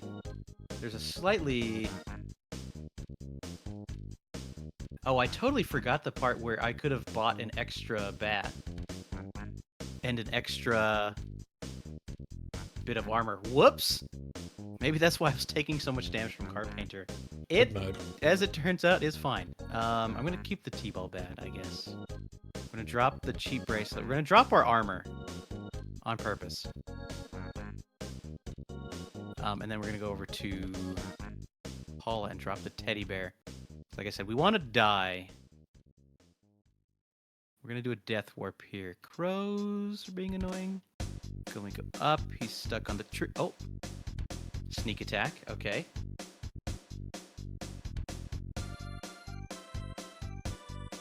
Ow. Get out of my way. This is not where we're doing the death warp. It would take way too long to try to get the crows to kill us. And we don't want them stealing our last hamburgers we have left. We're gonna go over to this cave right here. There's gonna be a mole guy. Okay, I'm gonna purposefully get back attack. I want to get hit here. Okay, there goes Paula. That's good. We're going to do a little trick. I'm going to use the ATM card to make nothing happen. I want him to hit me, but I don't want to defend, because then I'll take less damage. And I don't want to hit him. There we go.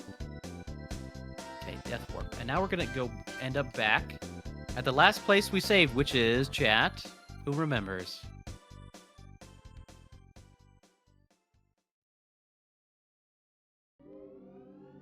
We're back in Tucson, and there's Paula.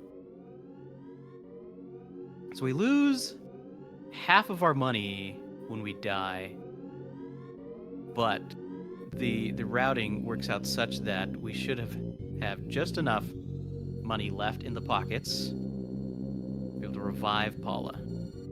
Nope. There we go. A little money to spare. So now, let me double check my notes. We go, yes. We go down here. I think I talked to this guy. We get a backstage pass. And then we go and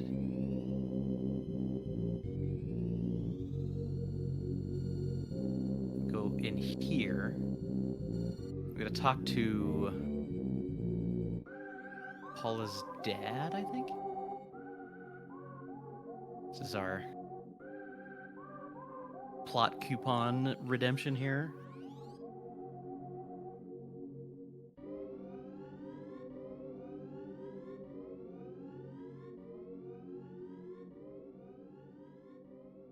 There we go. Nice. The random movement of the NPCs in that room can be kind of annoying.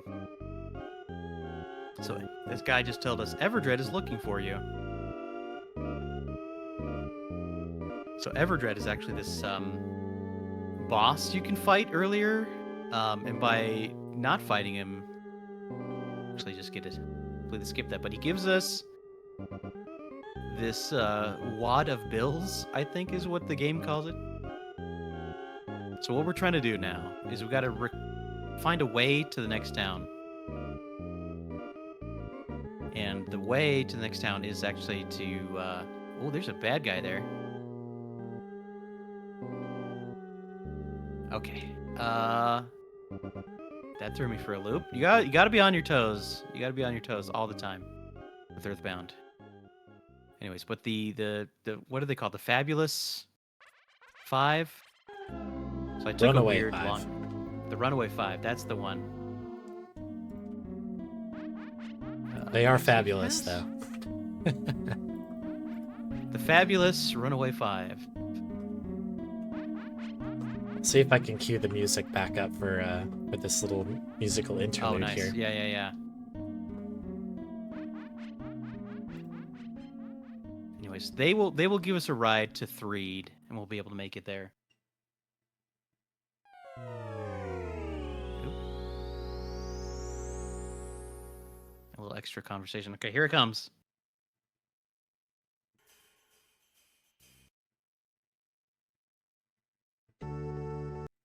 Any second there, and now. I think I got it kind of close. We jumped around a little bit. What we got there? All right.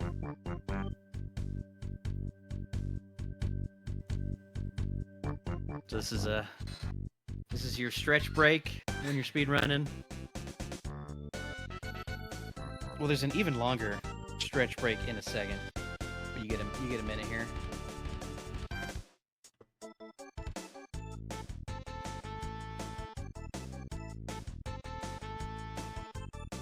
We're just gonna jam out.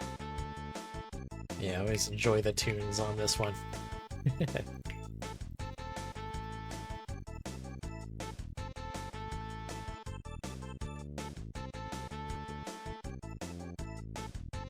And for those math aficionados at home, don't ask me why there's 6 characters on stage for the Runaway 5. Don't ask me. I can't figure out the math. Don't do math on stream. Okay, so now what we're able to do with the money we got from Everdred, we can pay off these guys' debt. And that'll let them leave. So we just go up to this guy. And go like so.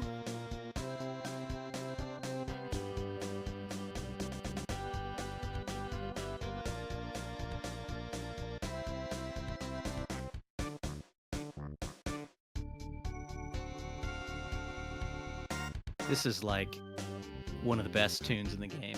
Sorry for the lack of music, but the you got to do like a weird movement in and out of the theater. This is a tech I haven't talked about yet, because I don't know that it... Oop. I think I just walk into the bus. There we go.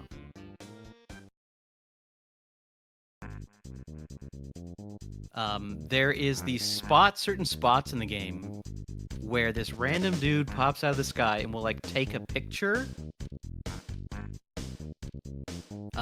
But by moving in, there's a few spots where you can avoid it basically by moving in a very particular way. So that's kind of why we kind of hug the wall in a weird way when entering the theater there, and that's to avoid a picture, which takes like a lot longer than you think. It's like 30 seconds plus for the guy to come in and snap the picture and fly away.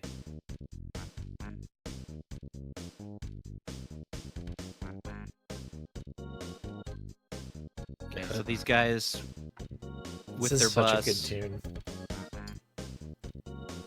Yeah. able to scare away the ghosts so we can get through the tunnel, make it to Threed. So Threed can be pretty scary, because there's more weird encounters you can get here in the town. So we're gonna, again, have to be on our toes here. That was a nice little break there. And some more hot jams.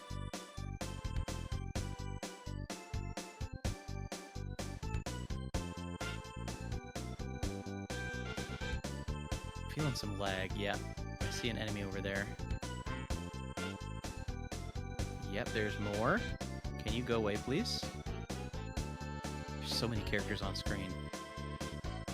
That's a lag. So I just have to walk to a certain location here. See some bad guys. Is it that trash can, believe it or not? Bad guy. Can you despawn, please? Bees. I hate the bees. They're very bad. Okay, be careful. I think I should be fine. Okay. Go up to right about there. Okay, that's triggered. Oh my goodness. No. Okay, I'm gonna have to just fight my way out. Let's see. I have no psychic points. Freeze? Ow. Okay, whew. That's a little scary. A boiled egg. Paula leveled up. Alright, I'll take it. Paula leveled up a bunch of times. Okay, I'm gonna go all the way over there, see if we can despawn those guys. Okay. Should be good. Should be good. If I get, hopefully no more encounters.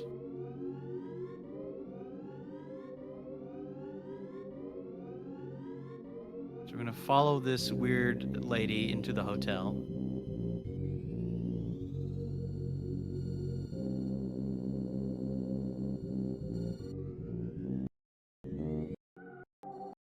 And then, oh no! It's a trap!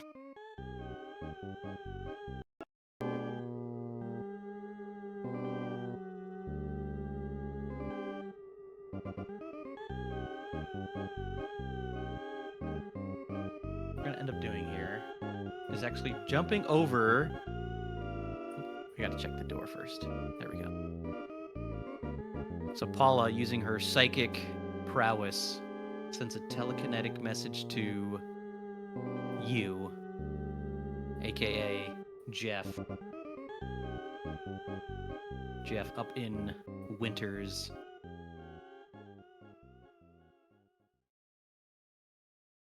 A small country to the north.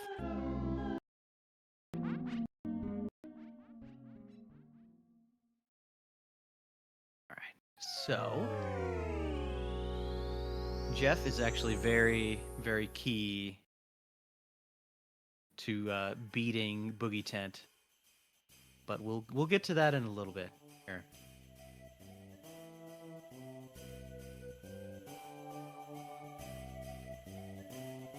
So Jeff is in this school, so we have to escape from the schoolhouse.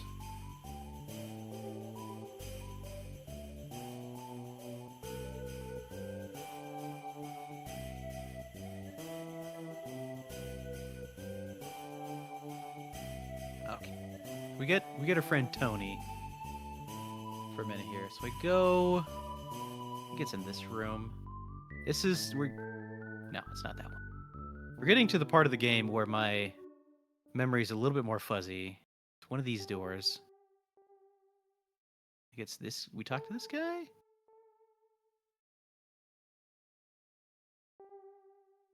Yeah, I think it's you talk to. You have to try one of the doors, talk to this guy, and then he gets. Ah, yeah. He gives you the tool or whatever. Yeah. And it's one of the That's bottom left lockers, I think. Yeah, I think. Let's see. The notes show me. this locker. Oh, my turbo's on. There we go. Key to the locker. Ah, that's right. And then it says the key won't fit, and you come back. And then I think he gives you a different key. That's the one. The bad key machine.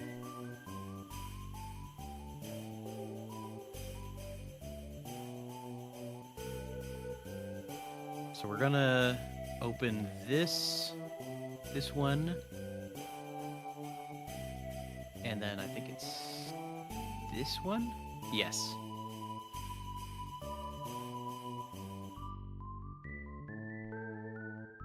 So we get a weapon and one piece of armor, and that should be good enough to go. Yes. So Tony's going to give us a boost. And hiya! There we go. Okay, so we're going to run over the shop. We actually don't need to buy anything else, and we don't really have any money. You need to buy a pack of gum for $1 out of our $2. And we talk to Bubble Monkey, and Bubble Monkey will follow us. It's going to be very important.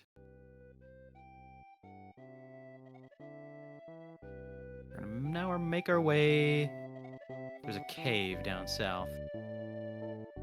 And we might get into an encounter, and that's not that big a deal. We're just going to fight our way out. Your Bubble Monkey can actually do a little bit of damage as well, so that's nice. This gets us a bread roll and level 2, so that's nice. And Jeff does not have any psychic powers. So it's just all to our own abilities. Butterfly there does nothing for us. Butterflies only heal psychic points. So there's a spot I'm going to try to line up, and you can actually squeeze through these trees here. There's a certain tent we're looking for, which is this tent here. So all these guys here looking for Tessie. So I can actually sleep in this tent, eat some stew.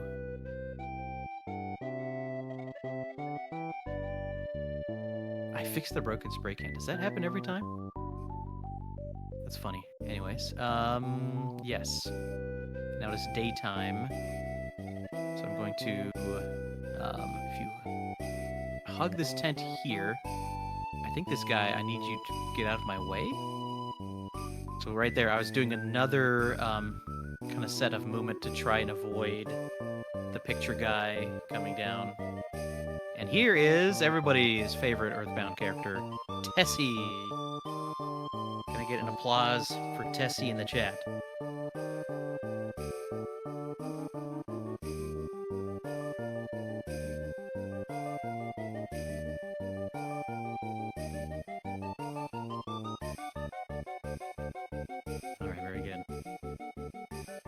Another, this speedrun can be very generous on the hands. Lots of time for resting.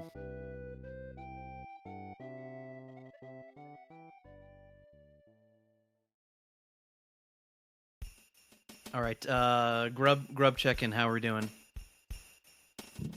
All right, let's see. We are in the process of picking up the 17,166th grub. All right, 17.1. Let's go. I think there's a chance. I know we're probably coming up against the back of the run here, maybe 15, 20 minutes. But I might make a run at 17.2 by the end. That's the goal. Very good. Okay, there is a trick here. Let me see if I can't remember how it goes. You're supposed to do a certain bit of movement to despawn an enemy. Let's see if I got it. Okay, yeah, and we're in the cave. So again, We're gonna try and avoid encounters here the best we can. This present, actually an encounter. And it's not really worth trying to avoid this one. Like, task could do it, kind of a thing. Can you die, please? Okay, I'm a little nervous here, so we'll do boiled egg. Oh no. Called for help. This is not ideal. Ow. Okay, we're in a bit of a pickle here. This part's very difficult because it's almost like restarting completely because you're with Jeff, and there's no magic to bail you out. Okay. I think I just gotta keep fighting my way out. Can I get... Oh, no. Can I get a good hit? Okay, whew. He tried calling for help. This is bad. This is bad. Come on. One time. One time, one time, one time. Ow. Please die. Oh, no, he's not dead. Oh, no. Let's go. Okay, that was scary. That was scary. I don't think I have any healing items left. We're gonna have to... Let's see, I think I can grab whatever this is. I hope you're a healing item. I don't even know. We're gonna find out together. Broken iron. Well, cool. Uh-oh. Can't eat that. There's... Okay, so here's what we're gonna do. So this duck on our left, I need to, we're gonna lure him down here. I'm gonna, come on. We want to get him stuck. I mean, he's kind of stuck now, but I need you to move this way. There we go. If I can get him down a little bit further. We're playing it safe. So if I get into encounter, I might die. Okay, that'll have to do. Hopefully he's stuck. Hiya! Oh, Bubble Monkey, you betrayed me. Okay.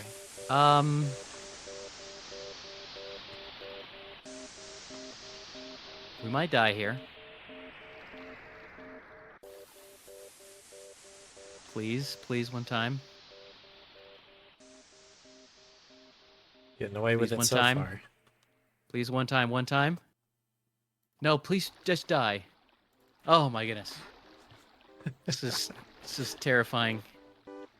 You didn't know it, but Earthbound secretly is a horror game. Okay. Can you be a health item, please? A Quathon. Okay, we're good. We will survive.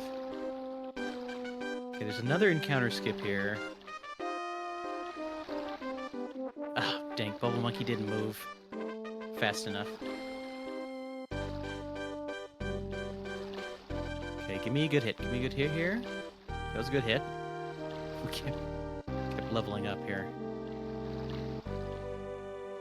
Okay, cool.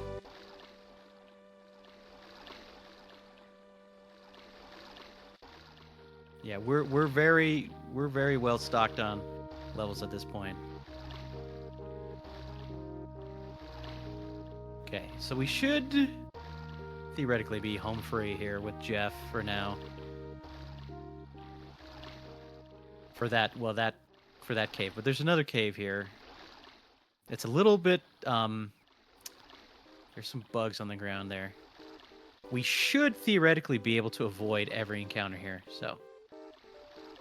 Rowdy Mouse. The return. Gonna be careful. Try to watch in front of me.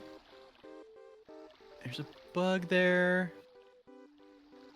See if I can't despawn him. Let's see. A lot of bugs, which I don't want to deal with. Too many bugs. Too many bugs. They're still there. I'm gonna stutter step my way into the doorway. See if I can't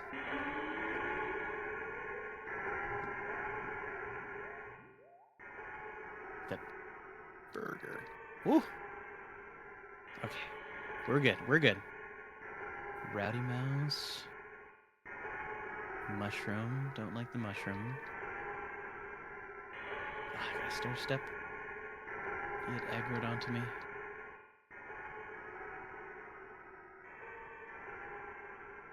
So if you kind of play it tight, you can kind of slowly inch your way forward like this and just pray that you don't get sandwiched on the back end. Okay, okay.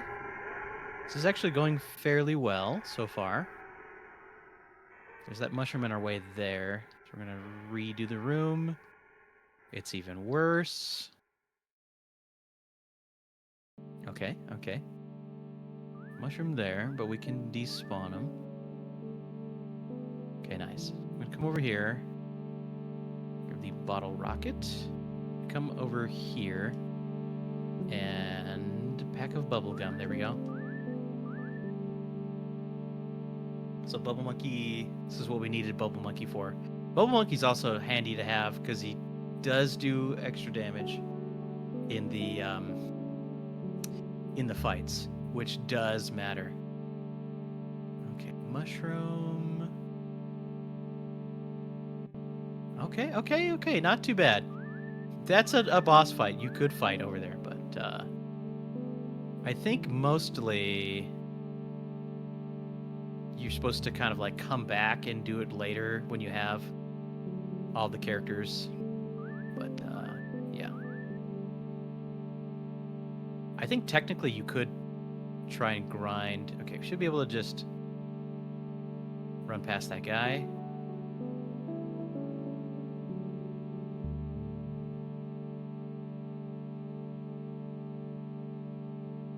Check my notes here. Talk to this guy. There we go. So this one's funny. I want to say no, and I want to say no again. So actually turbo button on B instead of A for this one. But basically what we're going to do here is Jeff is going to take this little flying ship and meet up with Ness and Paula, and then it's basically beeline it to Boogie Tent, and then we're basically done. However, Boogie Tent can the Boogie Tent fight can go a little bit awry if you're not careful. This is just we're in Cutscene Town. This is, I think, for this run specifically the longest cutscene break. So let me check in. How are we doing on the timer? So the timer for your run, we are up to, it's just under 1 hour 24 and a half. Okay. So we are under estimate. You are doing So quite well here. We're under estimate. We're not going to PB, but that's okay. We had some good spots and some bad spots, which is how these things go. We haven't died yet, and that's good. We had some close calls, though, I'll tell you what. Yeah. It did get dicey for a while, but it's been an entertaining run to watch, certainly. Yeah, it's fun. I like this one quite a bit. And, like, you can do it without learning the stutter steps, and it's pretty approachable, honestly. Like, and there's a plethora of great guides and information out there for picking up the run. So it was actually quite a smooth journey to get this one like sort of figured out. The ceiling is pretty high. Yeah. Like, I think the record for this category, it's definitely under an hour. I don't remember exactly what it is. I think it's like 56 or so in that range. Somebody in chat can look it up and fact check me. But I feel like I remember it being like quite low and having just insane RNG, like on If you remember back to the car painter fight, he does this lightning attack which you can reflect back, and you can kill him in like one turn if you get like perfect RNG, and like crazy stuff can happen.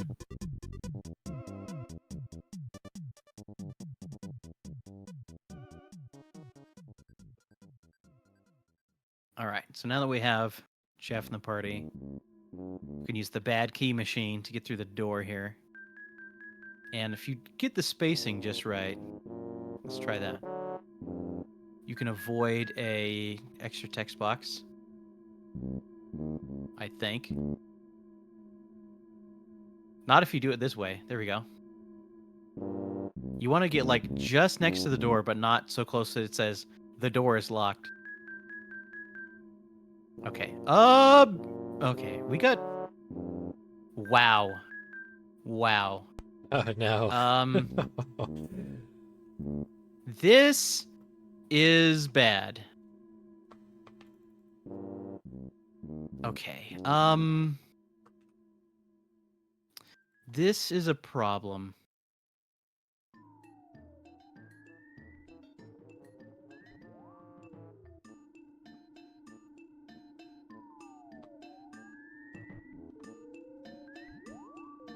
Okay, speaking of not dying. You had to say something, I guess, right? Uh-huh. Okay, well... Shoot. I don't think Where this does sets you put back me? too far, because I think it must be when Jeff joins, It's probably, right? It's got to be back in the cave. The trick is...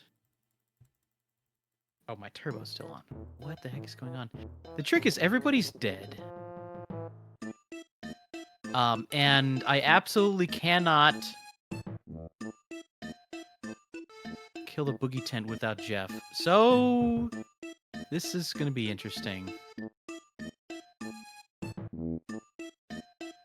much money do I have? Ooh, okay. We're gonna figure something out. There's that little guy on the left there, who is a bad guy. Okay. Where, if I were an ATM machine, where would I be? Where's the drugstore? Bakery? I think There's the hospital. It might be near where the hotel is. Here's the maybe? drugstore. Okay, there you Here's the drugstore. You definitely have some Hope money there's money in saved the up. ATM. I should. Okay, and we're just give me everything. Because I don't know how expensive the revives are going to be.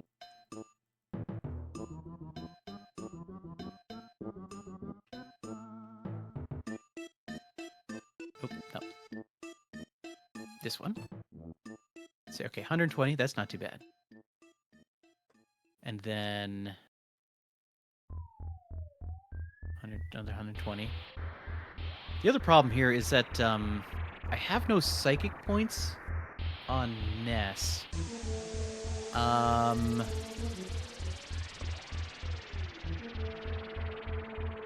have an idea. This guy sells some stuff. I could buy an extra bottle rocket. I could buy a bomb. I'm gonna give Paul a bomb. That just sounds like a good idea. I was hoping he had one of the psychic point refiller things. I think as an overabundance of caution, I should be able to sleep in the hotel and it'll be fine. Oh, there was an ATM here. Oh, I don't have enough money. Come on, game. You're killing me here. Okay, we're gonna finish it. Don't worry. I should have just enough. I think. I think you will. Okay. Let's go. We're gonna get everybody topped up. We're gonna go fight the boogie tent. And it'll be perfect.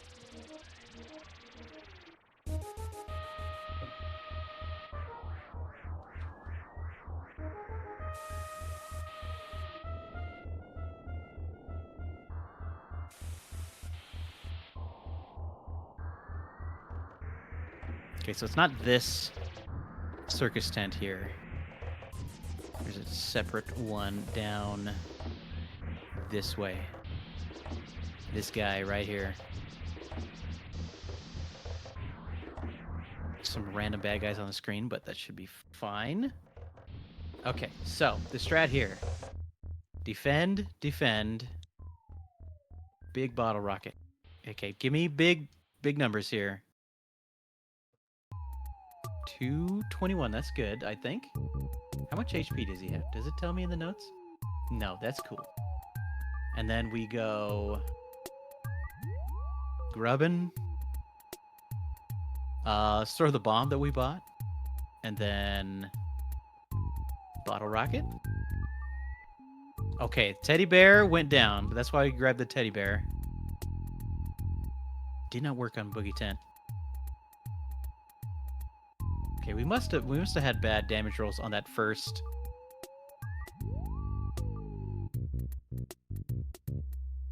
Big bottle rocket. I got nothing.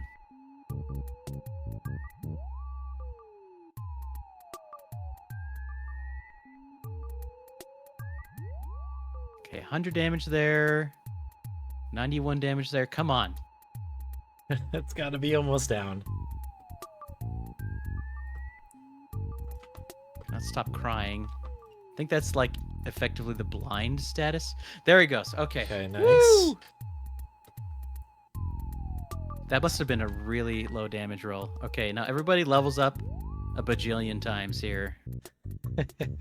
Okay, and so time is once we pick up the fly honey here. So we're almost there.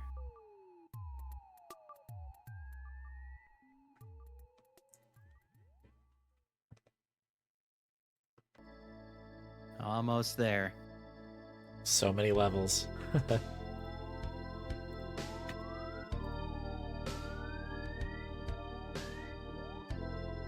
And get ready, and time. Very good. Big GG's. That's such a tough run. Oh, man. Whew. That was stressful, I'll tell you what. That was on the brink of falling apart a number of times. You did excellent to pull it back in. That game's really, really hard. Yeah. That is... It's tough. We did it. All right. Nice work. So finished with a 133.30. And I think considering the hurdles there, that's actually an excellent time. That, yeah, sneak attack right after coming out of the cave there was just... threw us for a loop. I think we would have snuck under estimate had that not happened, but... Yeah, I think so. That's okay.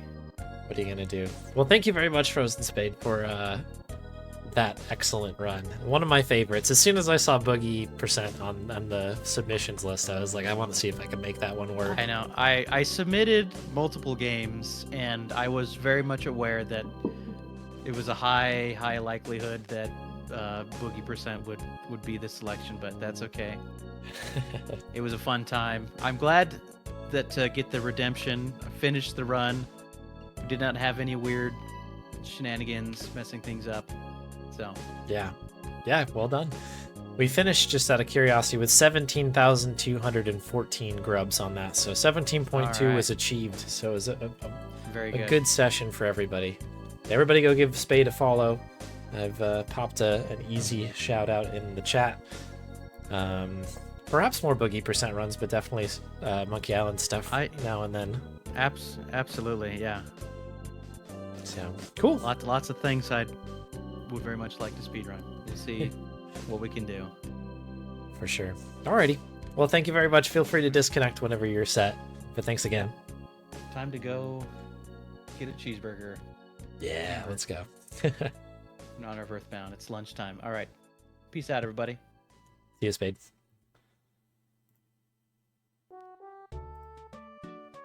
All right. Big shout out to Spade there. That is not an easy run.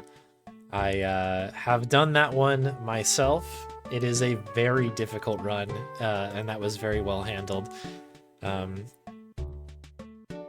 Again, one of those runs where I PB'd like the second time I did the run, and then every run I've done since then has been, I've just died so many times. I've finished them. They're always fun, but That is a tricky one. Yeah, but big ups there. All right, so we've got, what do we have now? So we're all clear for grubs for the next 27 minutes. And then Havorius will be popping in to do some Stargate Adventure, which should be a fun one. Stick around for some powerful AGS fan gaming. And then after that, we have Tony Hawk's Underground with Finesse and Psychonauts from Omesta. And then we'll be grubbing in between. So we've hit nearly 6 hours on the stream so far. The timer is at... yeah, it's like it's just under 7 hours still left in the stream here. So I am going to, if hopefully this is okay, I'm gonna go take a quick stretch break because I have not moved in a little bit of time. And I'm also going to clear some of the dishes out of here because the food has been piling up. And during Spade's run there, I was trying to eat as much as possible because it was all very good, and also I was quite hungry. Yeah, I'm going to take a quick break. When I return, some grubs, and then, of course, Stargate Adventure to follow. So just bring it to the BRB, and I will BRB. Hang tight.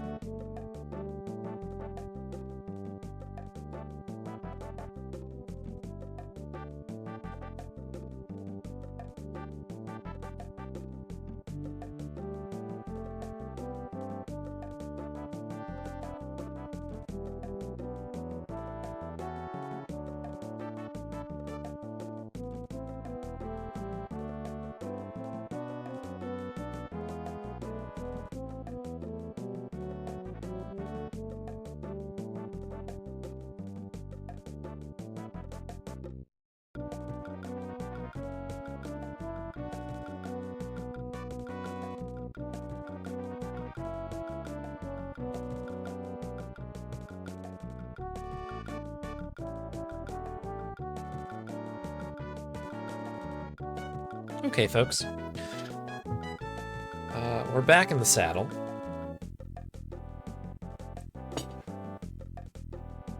So a much needed stretch break. We've also got a treat redemption here.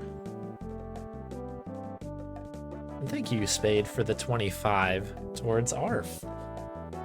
Completely blowing away my expectations for this stream, so thank you everybody who has donated to this. It's been so nice.